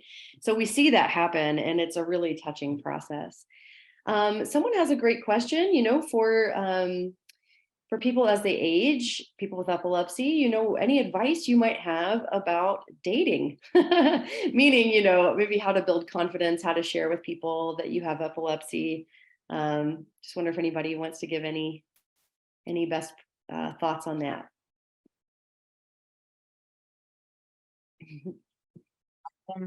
I mean, it was, oh, I had like 3 girlfriends, and it was pretty evident that I had epilepsy because I was like that guy. I'm like, yeah, I have epilepsy. And then when I met my wife at college, she didn't know right away that I had epilepsy. But then I think one time, like, she saw me take medication. I'm like, oh yeah, that's for my epilepsy. Or like, I think I just straight up said, yeah, I have epilepsy. Or someone told her, I don't know. Something happened and it didn't phase her. She's like, okay, but you can do a bunch of other things. I'm like, yeah, I can. And so obviously that showed me I was with the right person. She's also listening to this right now. So hi, Michaela. I love Hi, you. Michaela. I'm saying hi too. Shout out. She's wonderful. I've had the chance. But yeah, and so like it's one of those, a relationship. I mean, it's a relationship. It's a convergence between 2 people, right? And if someone like freaks out that you have epilepsy, I think that's a sign. Yeah, that's good. Nicole, do you have any thoughts on that? Yeah, I think it's Matthew, I'm so glad to hear your views on that for sure, because you've lived it. I've only watched my daughter live it a little bit throughout high school. She hasn't dated anyone in college yet, but knowing when to share that. But I think it carries over into all personal relationships, into your friendships, into who, like you said, who's that community of people that you bring around you. If you tell somebody you have epilepsy and they freak out, they're probably not your people. And we all, the thing I like to normalize about this is we all experience that. We all have something in our lives, and not everybody is for us, no matter who we are. So I just always encourage her to be mindful of the people you bring around you, but I do encourage her to share, and she has shared. And so that's good. I think you have to build that community and find that safe space. Yeah, know your people and surround yourself with them all the time, and that we're also learning all the time, right? I mean, the people that we come to know, whether it's in a dating situation or a friendship situation or a community situation, I say this often, everybody has needs that are unique to themselves. Yes. And we can normalize that, right? I think one of the best things about disability community and disability culture is the normalization about that, because it is normal. It's literally an everyday experience, and that we can practice caring for each other in particular ways. And I think, chronic illness or not, everybody's longing to live in that way. And I think too often we feel isolated, or like we're not seen as in all that we have and all that we need. So I think that's really touching. Very true. There's a question about medication, and the question is about Keppra. So a person's son is 8 and on Keppra, and wondering if it's possible as he grows, will the meds increase or decrease as he gets older? And while I don't know that, specifically, I do know typically when a person ages, the medication has to be reevaluated in a variety of ways, and that might involve an increase or a decrease based on how that medication is being metabolized in the body. And that does change with age for many people. So excellent question. Okay, we have time for maybe just a couple more questions. If you have one, you can put that into the chat. And I also love that Shannon has placed in the chat all of our Call and Connect groups. We have 5 of them. And if you're a parent, if you are a teen, if you are a young adult, if you're an adult with epilepsy, and if you're an older adult with epilepsy, you can join any of those. So I'm wondering, this is kind of a general question, and I've asked a lot of people this today because I think it's a wonderful way to close up a session. But what advice or encouragement if you could just give people one thing, and I know it's not just one thing, but some encouragement about supporting adolescents and young adults, like what might be that thing you'd want to speak to? I think I'll just go ahead and jump in for a minute.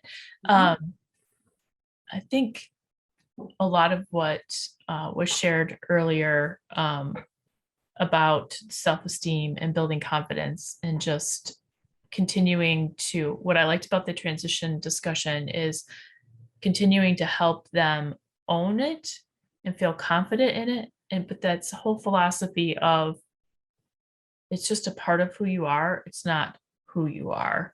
And so building a life around whatever keeps them safe and what they enjoy. Pursue your dreams. Short and simple.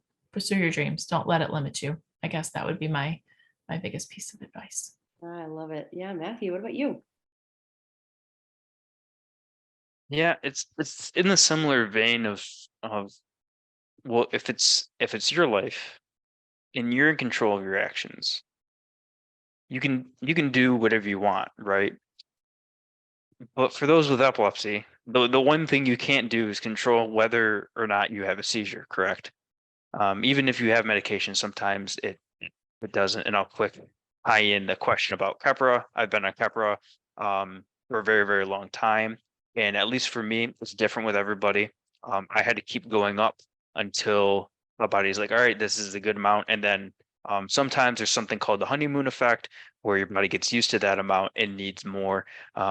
So I'll just add that in there. So for me, it's like, okay, like life was going good.